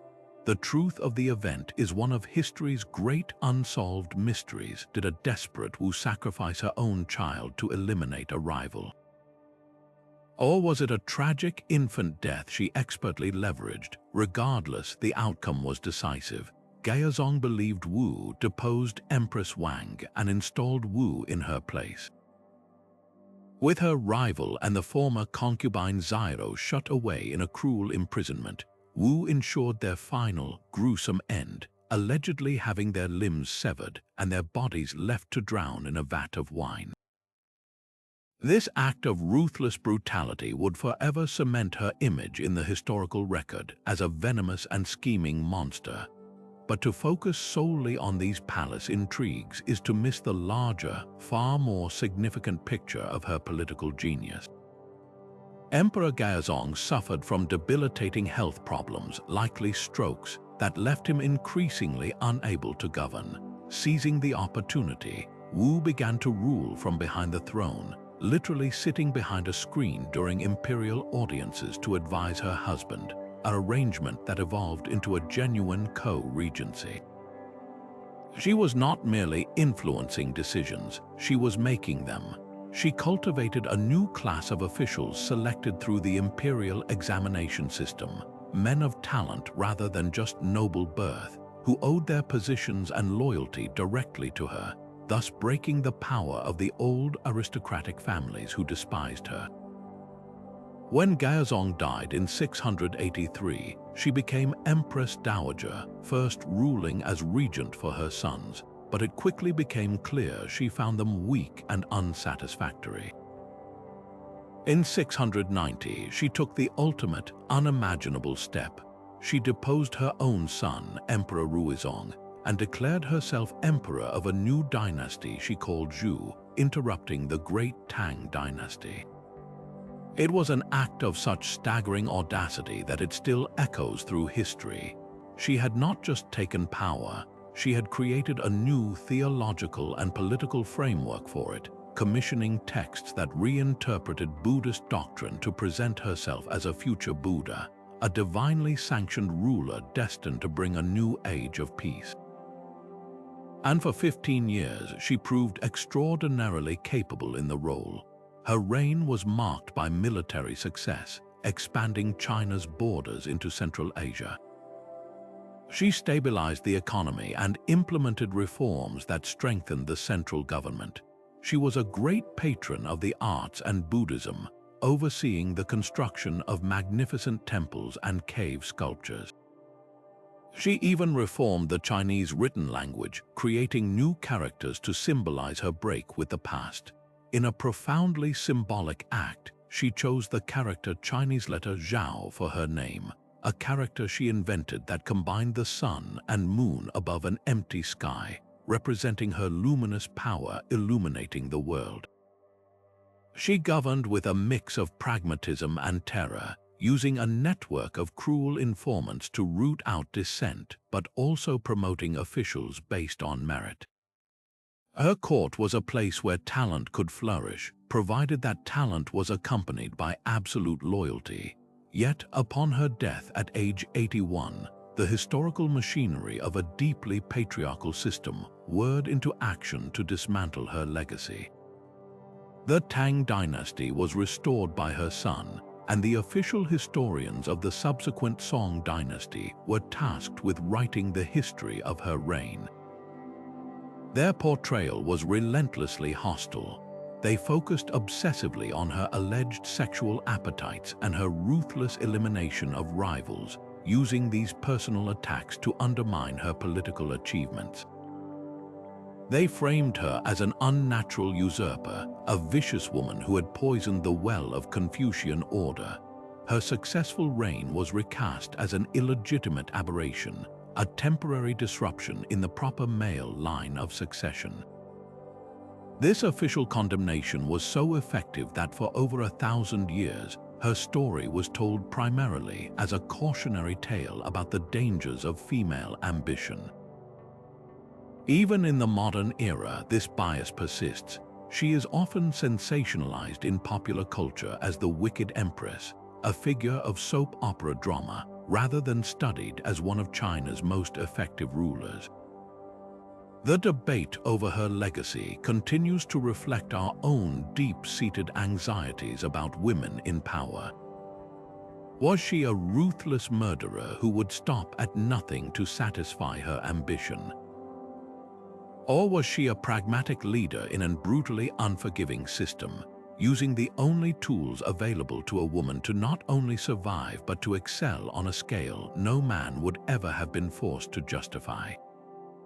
Her story forces us to confront a painful double standard that has persisted for millennia. The same strategic cunning and decisive action that is praised as strength in a male leader is so often condemned as monstrous treachery in a woman. Wu Zetian did not just break the rules, she rewrote them entirely, and history has never quite forgiven her for it, a testament to the enduring power of bias to cloud our view of the past and diminish the titans who dared to defy it. While the formidable Empress Wu Zetian fought to create her own legacy against the weight of historical bias, another queen on the opposite side of the world found her reign defined by forces entirely beyond her control, forces of nature, of ideology, and ultimately of the mind. Maria I of Portugal presents a profoundly different kind of story, one not of ruthless ambition but of tragic fragility, a ruler whose capable early governance was utterly eclipsed by a personal descent into a darkness that her contemporaries could not understand. Her life stands as a heartbreaking counterpoint to the narratives of unyielding strength we often prefer, a stark reminder that the immense pressure of the crown could break even a well-intentioned sovereign, and that history is often cruelly unkind to those who break in full view of the world. Maria's ascent to the throne in 1777 was not a sudden disruption but a carefully managed transition. She was the daughter of the formidable King José I, but the true architect of the Portuguese state during his reign was his brilliant, ruthless chief minister, the Marquês de Pombal. Pombal was an enlightened despot in the mold of Frederick the Great, a man who had used absolute power to drag Portugal, kicking and screaming, into the modern age. His most defining act was the breathtakingly efficient reconstruction of Lisbon after the catastrophic earthquake, tsunami, and fire of 1755 that had utterly destroyed the city. Pombal's response was radical. He didn't just rebuild, he reimagined the capital with wide, grid-patterned streets designed to resist future tremors and fires, a monument to rationalist thought. But his methods were autocratic, his enemies were crushed, and his power was immense. When Maria took the throne, she inherited a nation that was more centralized and modern, but also one that was deeply divided between Pombal's progressive supporters and the powerful, vengeful old aristocracy and clergy he had trampled. Her first act as queen was a deliberate and symbolic break from this contentious past. She was a woman of deep and sincere piety, and she was deeply troubled by Pombal's clashes with the Jesuits and his authoritarian excesses. One of her first actions was to dismiss the aging Marquês from power, an act that was met with jubilation by the nobility and the church. She then embarked on a series of reforms that reflected her own character, a compassionate conservatism. She earned the nickname a Piedosa, the pious, for her devotion, but she was also a Louca, the mad, a title that would come to define her. In these early years, however, her piety translated into action. She freed hundreds of political prisoners who had been rotting in Pombal's jails, often without trial. She ended state persecution of noble families who had fallen out of favor, seeking to heal the divisions within the realm. She established a royal board of charity to provide for the poor and the sick, and she was a generous patron of the arts and education. Hers was not the radical, secular enlightenment of Pumbel, but a gentler, more religiously infused version that sought stability and moral order. This period of effective and benevolent rule was brutally interrupted by a cascade of personal tragedies that would fracture her mental stability. The first and most devastating blow was the death of her husband, who was also her paternal uncle, Pedro III, in 1786. Theirs was a genuinely close and loving partnership, and his loss left her utterly bereft. This was followed in quick succession by the deaths of her eldest son and heir, Jose, and her daughter Mariana, and then her confessor, a key spiritual anchor. This series of losses would be difficult for anyone to bear, but for a queen whose sense of duty and religious conviction was so profound, they seemed to trigger a deep existential crisis. She began to exhibit signs of what we would now recognize as severe depression and religious melancholia, compounded by what historians now suspect was porphyria, a physical disease with severe neurological symptoms that also afflicted King George III of England. Her behavior became increasingly erratic and tormented. She was consumed by an overwhelming pathological guilt, convinced that the deaths of her loved ones were divine punishment for her sins and the sins of her father's reign, specifically the persecution of the Jesuits and the cruel treatment of the Tavora family, a noble house that Pumbel had brutally executed on dubious charges of attempting to assassinate the king. She was plagued by nightmares and could be found wandering the halls of the palace, weeping and wailing. The business of state ground to a halt. In 1792, her mental state had deteriorated to the point where she could no longer govern.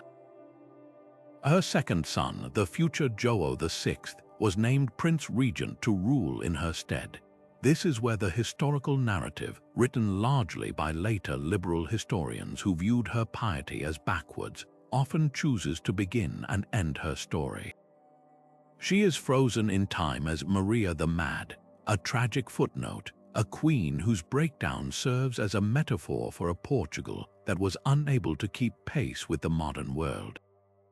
This reductionist view completely erases her 8 years of competent and compassionate rule, using her illness as a simplistic explanation to dismiss her entire reign. It ignores the profound shockwaves that the French Revolution sent through the conservative monarchies of Europe, events that occurred during her regency and which her son had to navigate. The threat of revolutionary ideas and the looming pressure from Napoleon created an atmosphere of paranoia and fear that certainly would have exacerbated her condition.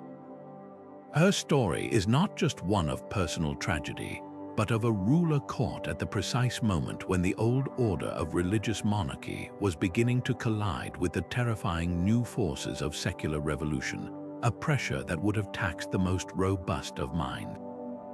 In 1807, as Napoleon's armies marched on Lisbon, the entire royal family, including the now utterly incapacitated Maria, was forced to flee to Brazil in a British naval convoy. It was a humiliating exile for the empire, and the sight of their mad queen being escorted onto a ship seemed to symbolize a nation's collapse. She died in Rio de Janeiro in 1816, never having set foot in Portugal again, and never having recovered her sanity. Her legacy, therefore, is a double haunting. She is haunted by the ghost of the capable ruler she was before tragedy struck, and she haunts the history books as a caricature of instability. Her life challenges our obsession with strong, unwavering leadership, forcing us to confront the uncomfortable humanity of those who wear the crown.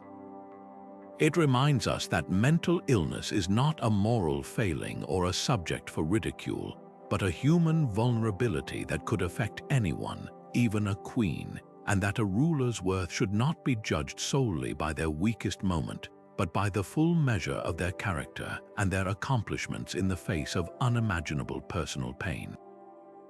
After the dramatic intellectual and political struggles of a Christina or a Maria, the story of Anna, Empress of Russia, offers a different kind of lesson, one that is quieter, less about dazzling personal brilliance and more about the steady, often unglamorous, work of maintaining an empire. Her reign is a powerful reminder that not every female sovereign was a world-shaking reformer or a tragic heroine. Some were simply competent administrators who inherited a turbulent situation and managed against the odds to keep the ship of state afloat. Anna Ivanovna's path to the Russian throne was as unlikely as it was chaotic. She was the daughter of Peter the Great's half-brother and co-Tsar, Ivan V, a man of such feeble health and mind that he was essentially a figurehead.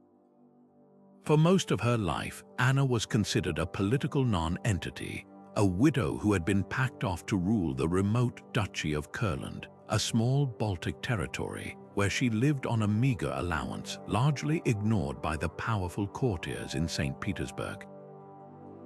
She was, in their eyes, the perfect candidate, a pliable, middle-aged woman with no powerful allies who could be easily controlled. This calculation was made in 1730 upon the sudden death of Peter the Great's grandson, the adolescent Tsar Peter II. The Russian Supreme Privy Council, a body of powerful aristocrats, saw a golden opportunity to claw back the autocratic powers that Peter the Great had wielded so absolutely. They offered Anna the crown, but with a catch. She had to sign a set of conditions that would effectively make her a constitutional monarch, a mere figurehead. The conditions stripped the empress of the power to declare war, make peace, levy taxes, spend state revenue, appoint senior officials, or punish nobles without the council's consent. The councillors believed they had engineered a perfect coup, replacing autocracy with an oligarchy ruled by themselves, with Anna as their decorative puppet. They could not have been more wrong. Anna arrived in Moscow, signed the conditions to the delight of the councillors, and then proceeded to execute one of the most stunning political reversals in Russian history. At a gathering of the broader nobility and military officers who were growing nervous about the council's power grab, she was publicly petitioned to reject the conditions and rule as an autocrat in the tradition of her uncle. With a theatrical flourish, she tore up the document and declared the conditions null and void. The Supreme Privy Council was dissolved, its leaders arrested and exiled. It was a breathtaking display of political instinct and raw courage. In one move, she had outmaneuvered the most powerful men in Russia, not through a long conspiracy, but by correctly reading the mood of the wider noble class and seizing a single, perfect moment. She understood that many nobles feared the tyranny of a small council far more than the autocracy of a single ruler, who might be more likely to distribute favors widely. Once her power was secure, Anna's reign settled into a pattern that has largely defined her historical reputation. She is often caricatured as a lazy, pleasure-seeking empress, content to let her government be run by a clique of her Kurland favorites, most notably her lover, Ernst Johann von Bayern. This cabal, known as the German Party for their Baltic origins, is portrayed as corrupt and exploitative, draining the Russian treasury for their own lavish pleasures, while the empress indulged in an endless round of balls, hunts, and crude practical jokes. Her court became infamous for its extravagance and a certain cruel humor, centering around a group of jesters who included impoverished aristocrats she forced to perform humiliating antics. The most famous of these was the construction of a full-sized palace made entirely of ice for the wedding of one of her jesters, a spectacle that seemed to symbolize the frozen, hollow grandeur of her rule. This popular image, however, is a gross oversimplification that obscures her genuine achievements. While it is true that she relied heavily on her advisors, particularly Bayern and the shrewd statesman Andrei Osterman, this was not a sign of weakness but of pragmatic delegation. Peter the Great had left the empire administratively exhausted and financially bankrupt from his constant wars and sweeping reforms. Anna's great, unheralded success was providing a decade of stability and consolidation. She understood that Russia needed a breather. Under her rule, the state bureaucracy began to function more predictably. She continued Peter's policy of promoting based on merit within the military and civil service, which helped to stabilize the government. She sanctioned the continuation of vital exploratory expeditions into Siberia and Central Asia, and her government took steps to improve the training of naval officers, laying groundwork for the future. Perhaps her most significant and overlooked contribution was her firm handling of the military. She avoided major foreign entanglements but successfully concluded a war against Poland that secured the election of a pro-Russian king and reaffirmed Russia's dominance in the region. More importantly, she firmly put down a series of dangerous revolts among the restive Bashkir and Cossack populations on the empire's southern frontiers, preventing these conflicts from exploding into a wider crisis. This maintenance of internal order and external security was the bedrock of her reign. She held the line. She ensured that the vast, unwieldy empire did not fracture into pieces after the political instability that followed Peter Great's death, providing the essential stability that would allow her successors to build upon the foundation she had helped to steady. Her story is ultimately one of historical overshadowing. She is trapped between the colossal figures of her uncle, Peter the Great, the revolutionary titan who forced Russia into the modern world, and her successor, Catherine the Great, the enlightened philosopher who expanded the empire and became a legend in her own right. Anna's reign lacks their transformative, dramatic sweep. There was no new capital city built, no stunning military conquests, no dazzling cultural renaissance. But this does not mean her rule was insignificant. By crushing the oligarchic ambitions of the Privy Council, she preserved the Russian autocracy as a centralized institution, ensuring that the next strong ruler would have the tools of power at their disposal. By providing a decade of relative peace and administrative continuity, she allowed the state to recover its strength. History may remember her for the Ice Palace and her German favorites, but a clearer view reveals a woman of unexpected political steel who stepped into a vortex of ambition and chaos, seized control with decisive courage, and performed the vital, thankless task of keeping the lights on, proving that sometimes simply holding the center is the most important victory of all. As we journey through the lives of these 30 remarkable rulers, from the sun-baked temples of Egypt to the misty highlands of Ethiopia, a series of powerful and interconnected patterns begin to emerge from the shadows, revealing not just isolated stories of exceptional women, but a hidden architecture of female power and its systematic dismantling. The first and perhaps most striking pattern is the recurring context of crisis. Time and again, we see these women ascending to power not in times of peace and stability, but during periods of immense turmoil, succession disputes, military invasions, or the sudden death of a male heir.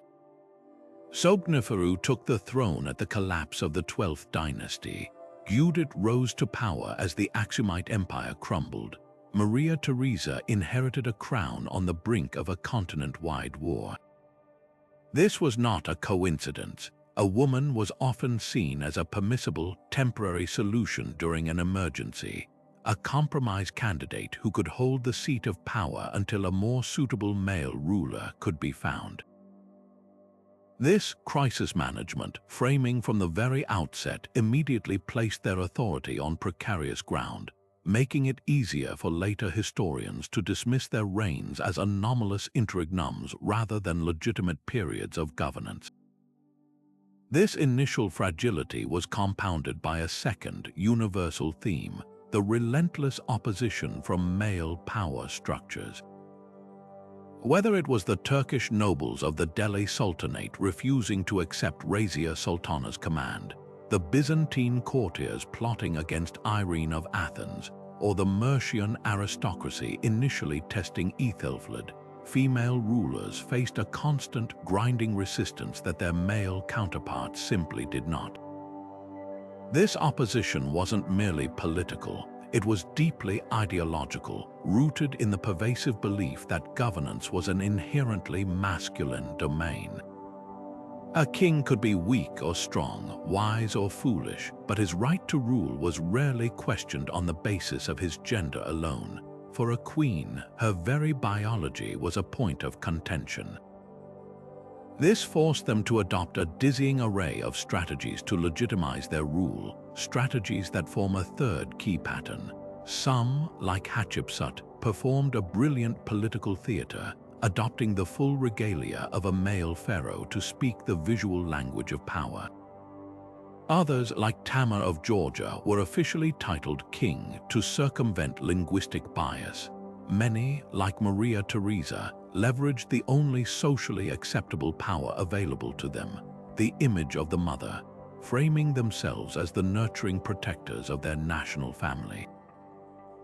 This leads us to the fourth and most insidious pattern, the methods of their subsequent erasure. The historical vanishing of these queens was rarely an accident of time, it was often a deliberate act. We see this most vividly in the defacement of Hatshepsut's monuments, a targeted campaign to chisel her name from the king lists. But the tools of erasure were often more subtle and just as effective. For some, like the Mongol regent Turajin Khotun, it was character assassination Persian and Chinese chroniclers painting her as a manipulative witch controlled by a sinister advisor, a trope designed to dismiss her political acumen as mere feminine trickery. For others, like Arroka of Leon, it was a focus on their personal lives, chroniclers obsessed over her marital conflicts and alleged love affairs, using her sexuality to explain away political setbacks and thus ignore her shrewd statecraft. And for many, like the countless queens who ruled as regents, it was simply a matter of categorization, labeling them as caretakers or placeholders in the historical record, effectively downgrading their sovereign authority to a temporary administrative role and ensuring they were remembered as a footnote in the biography of the male heir they were raising.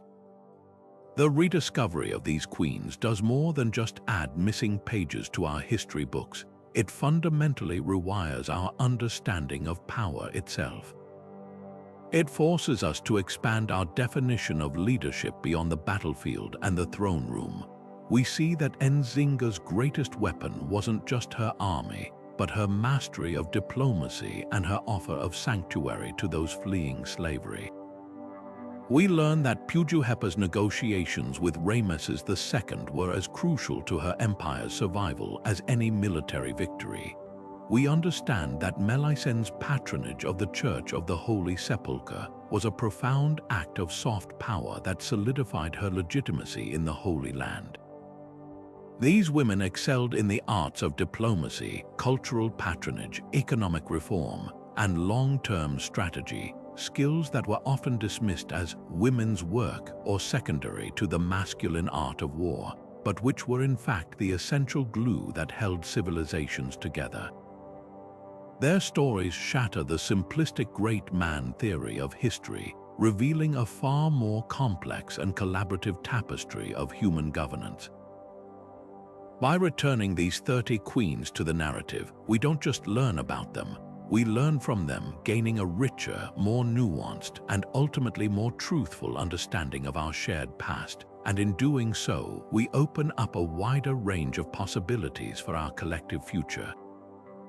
The stories of these 30 remarkable women form more than just a collection of fascinating biographies. They weave together a powerful and sobering lesson about history itself. For centuries, our understanding of the past has been like a tapestry with half its threads pulled out, leaving a fractured and incomplete picture of how power truly worked and who was allowed to wield it. We have been taught to see history as a grand procession of kings, emperors, and conquerors, a story where women were supporting characters at best and more often simply absent. But as we have journeyed from the deserts of Egypt to the rainforests of Angola, from the steppes of Mongolia to the courts of medieval Europe, we have discovered a different reality, one where queens built empires, commanded armies, brokered peace, and steered the course of civilizations, only to be systematically written out of the record. This erasure is not a simple oversight. It is a profound distortion that has limited our imagination for what leadership can look like and who is capable of it. By restoring these queens to their rightful place in the narrative, we do more than just correct a factual error. We engage in an act of justice. We return agency to those who were denied it, and we credit brilliance where it was deliberately obscured. We see that Hatshepsut was not an anomaly but a pharaoh of immense capability whose legacy was vandalized by a stepson threatened by her success. We understand that Nzinga of Ndongo was not a local rebel but a master strategist who fought a global empire to a standstill for 40 years. We learn that the Mongol Empire was held together not only by the might of Genghis Khan's grandsons, but by the political genius of a regent like Turajin Khatan. Each rediscovery is a rebuttal to the idea that women were merely passive observers of history. They were its architects, its engineers, and its defiant protectors. This reclamation also fundamentally expands our definition of power itself.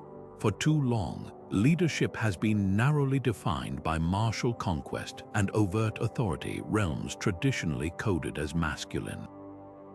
The lives of these queens reveal a much broader and more nuanced toolkit. Yes, some, like Ethelfled of Mercia, were brilliant military commanders, but others, like Puduhepa of the Hittites, wielded immense influence through diplomacy and law. Some, like Melisende of Jerusalem, used cultural patronage and religious devotion to stabilize a fragile kingdom, while others, like Isabel of Brazil, leveraged their moral conviction to enact sweeping social change, even at the cost of their own throne. Their stories teach us that effective governance is not a monolith. It is a multifaceted endeavor that requires intelligence, empathy, resilience, and a deep understanding of human nature qualities that know no gender.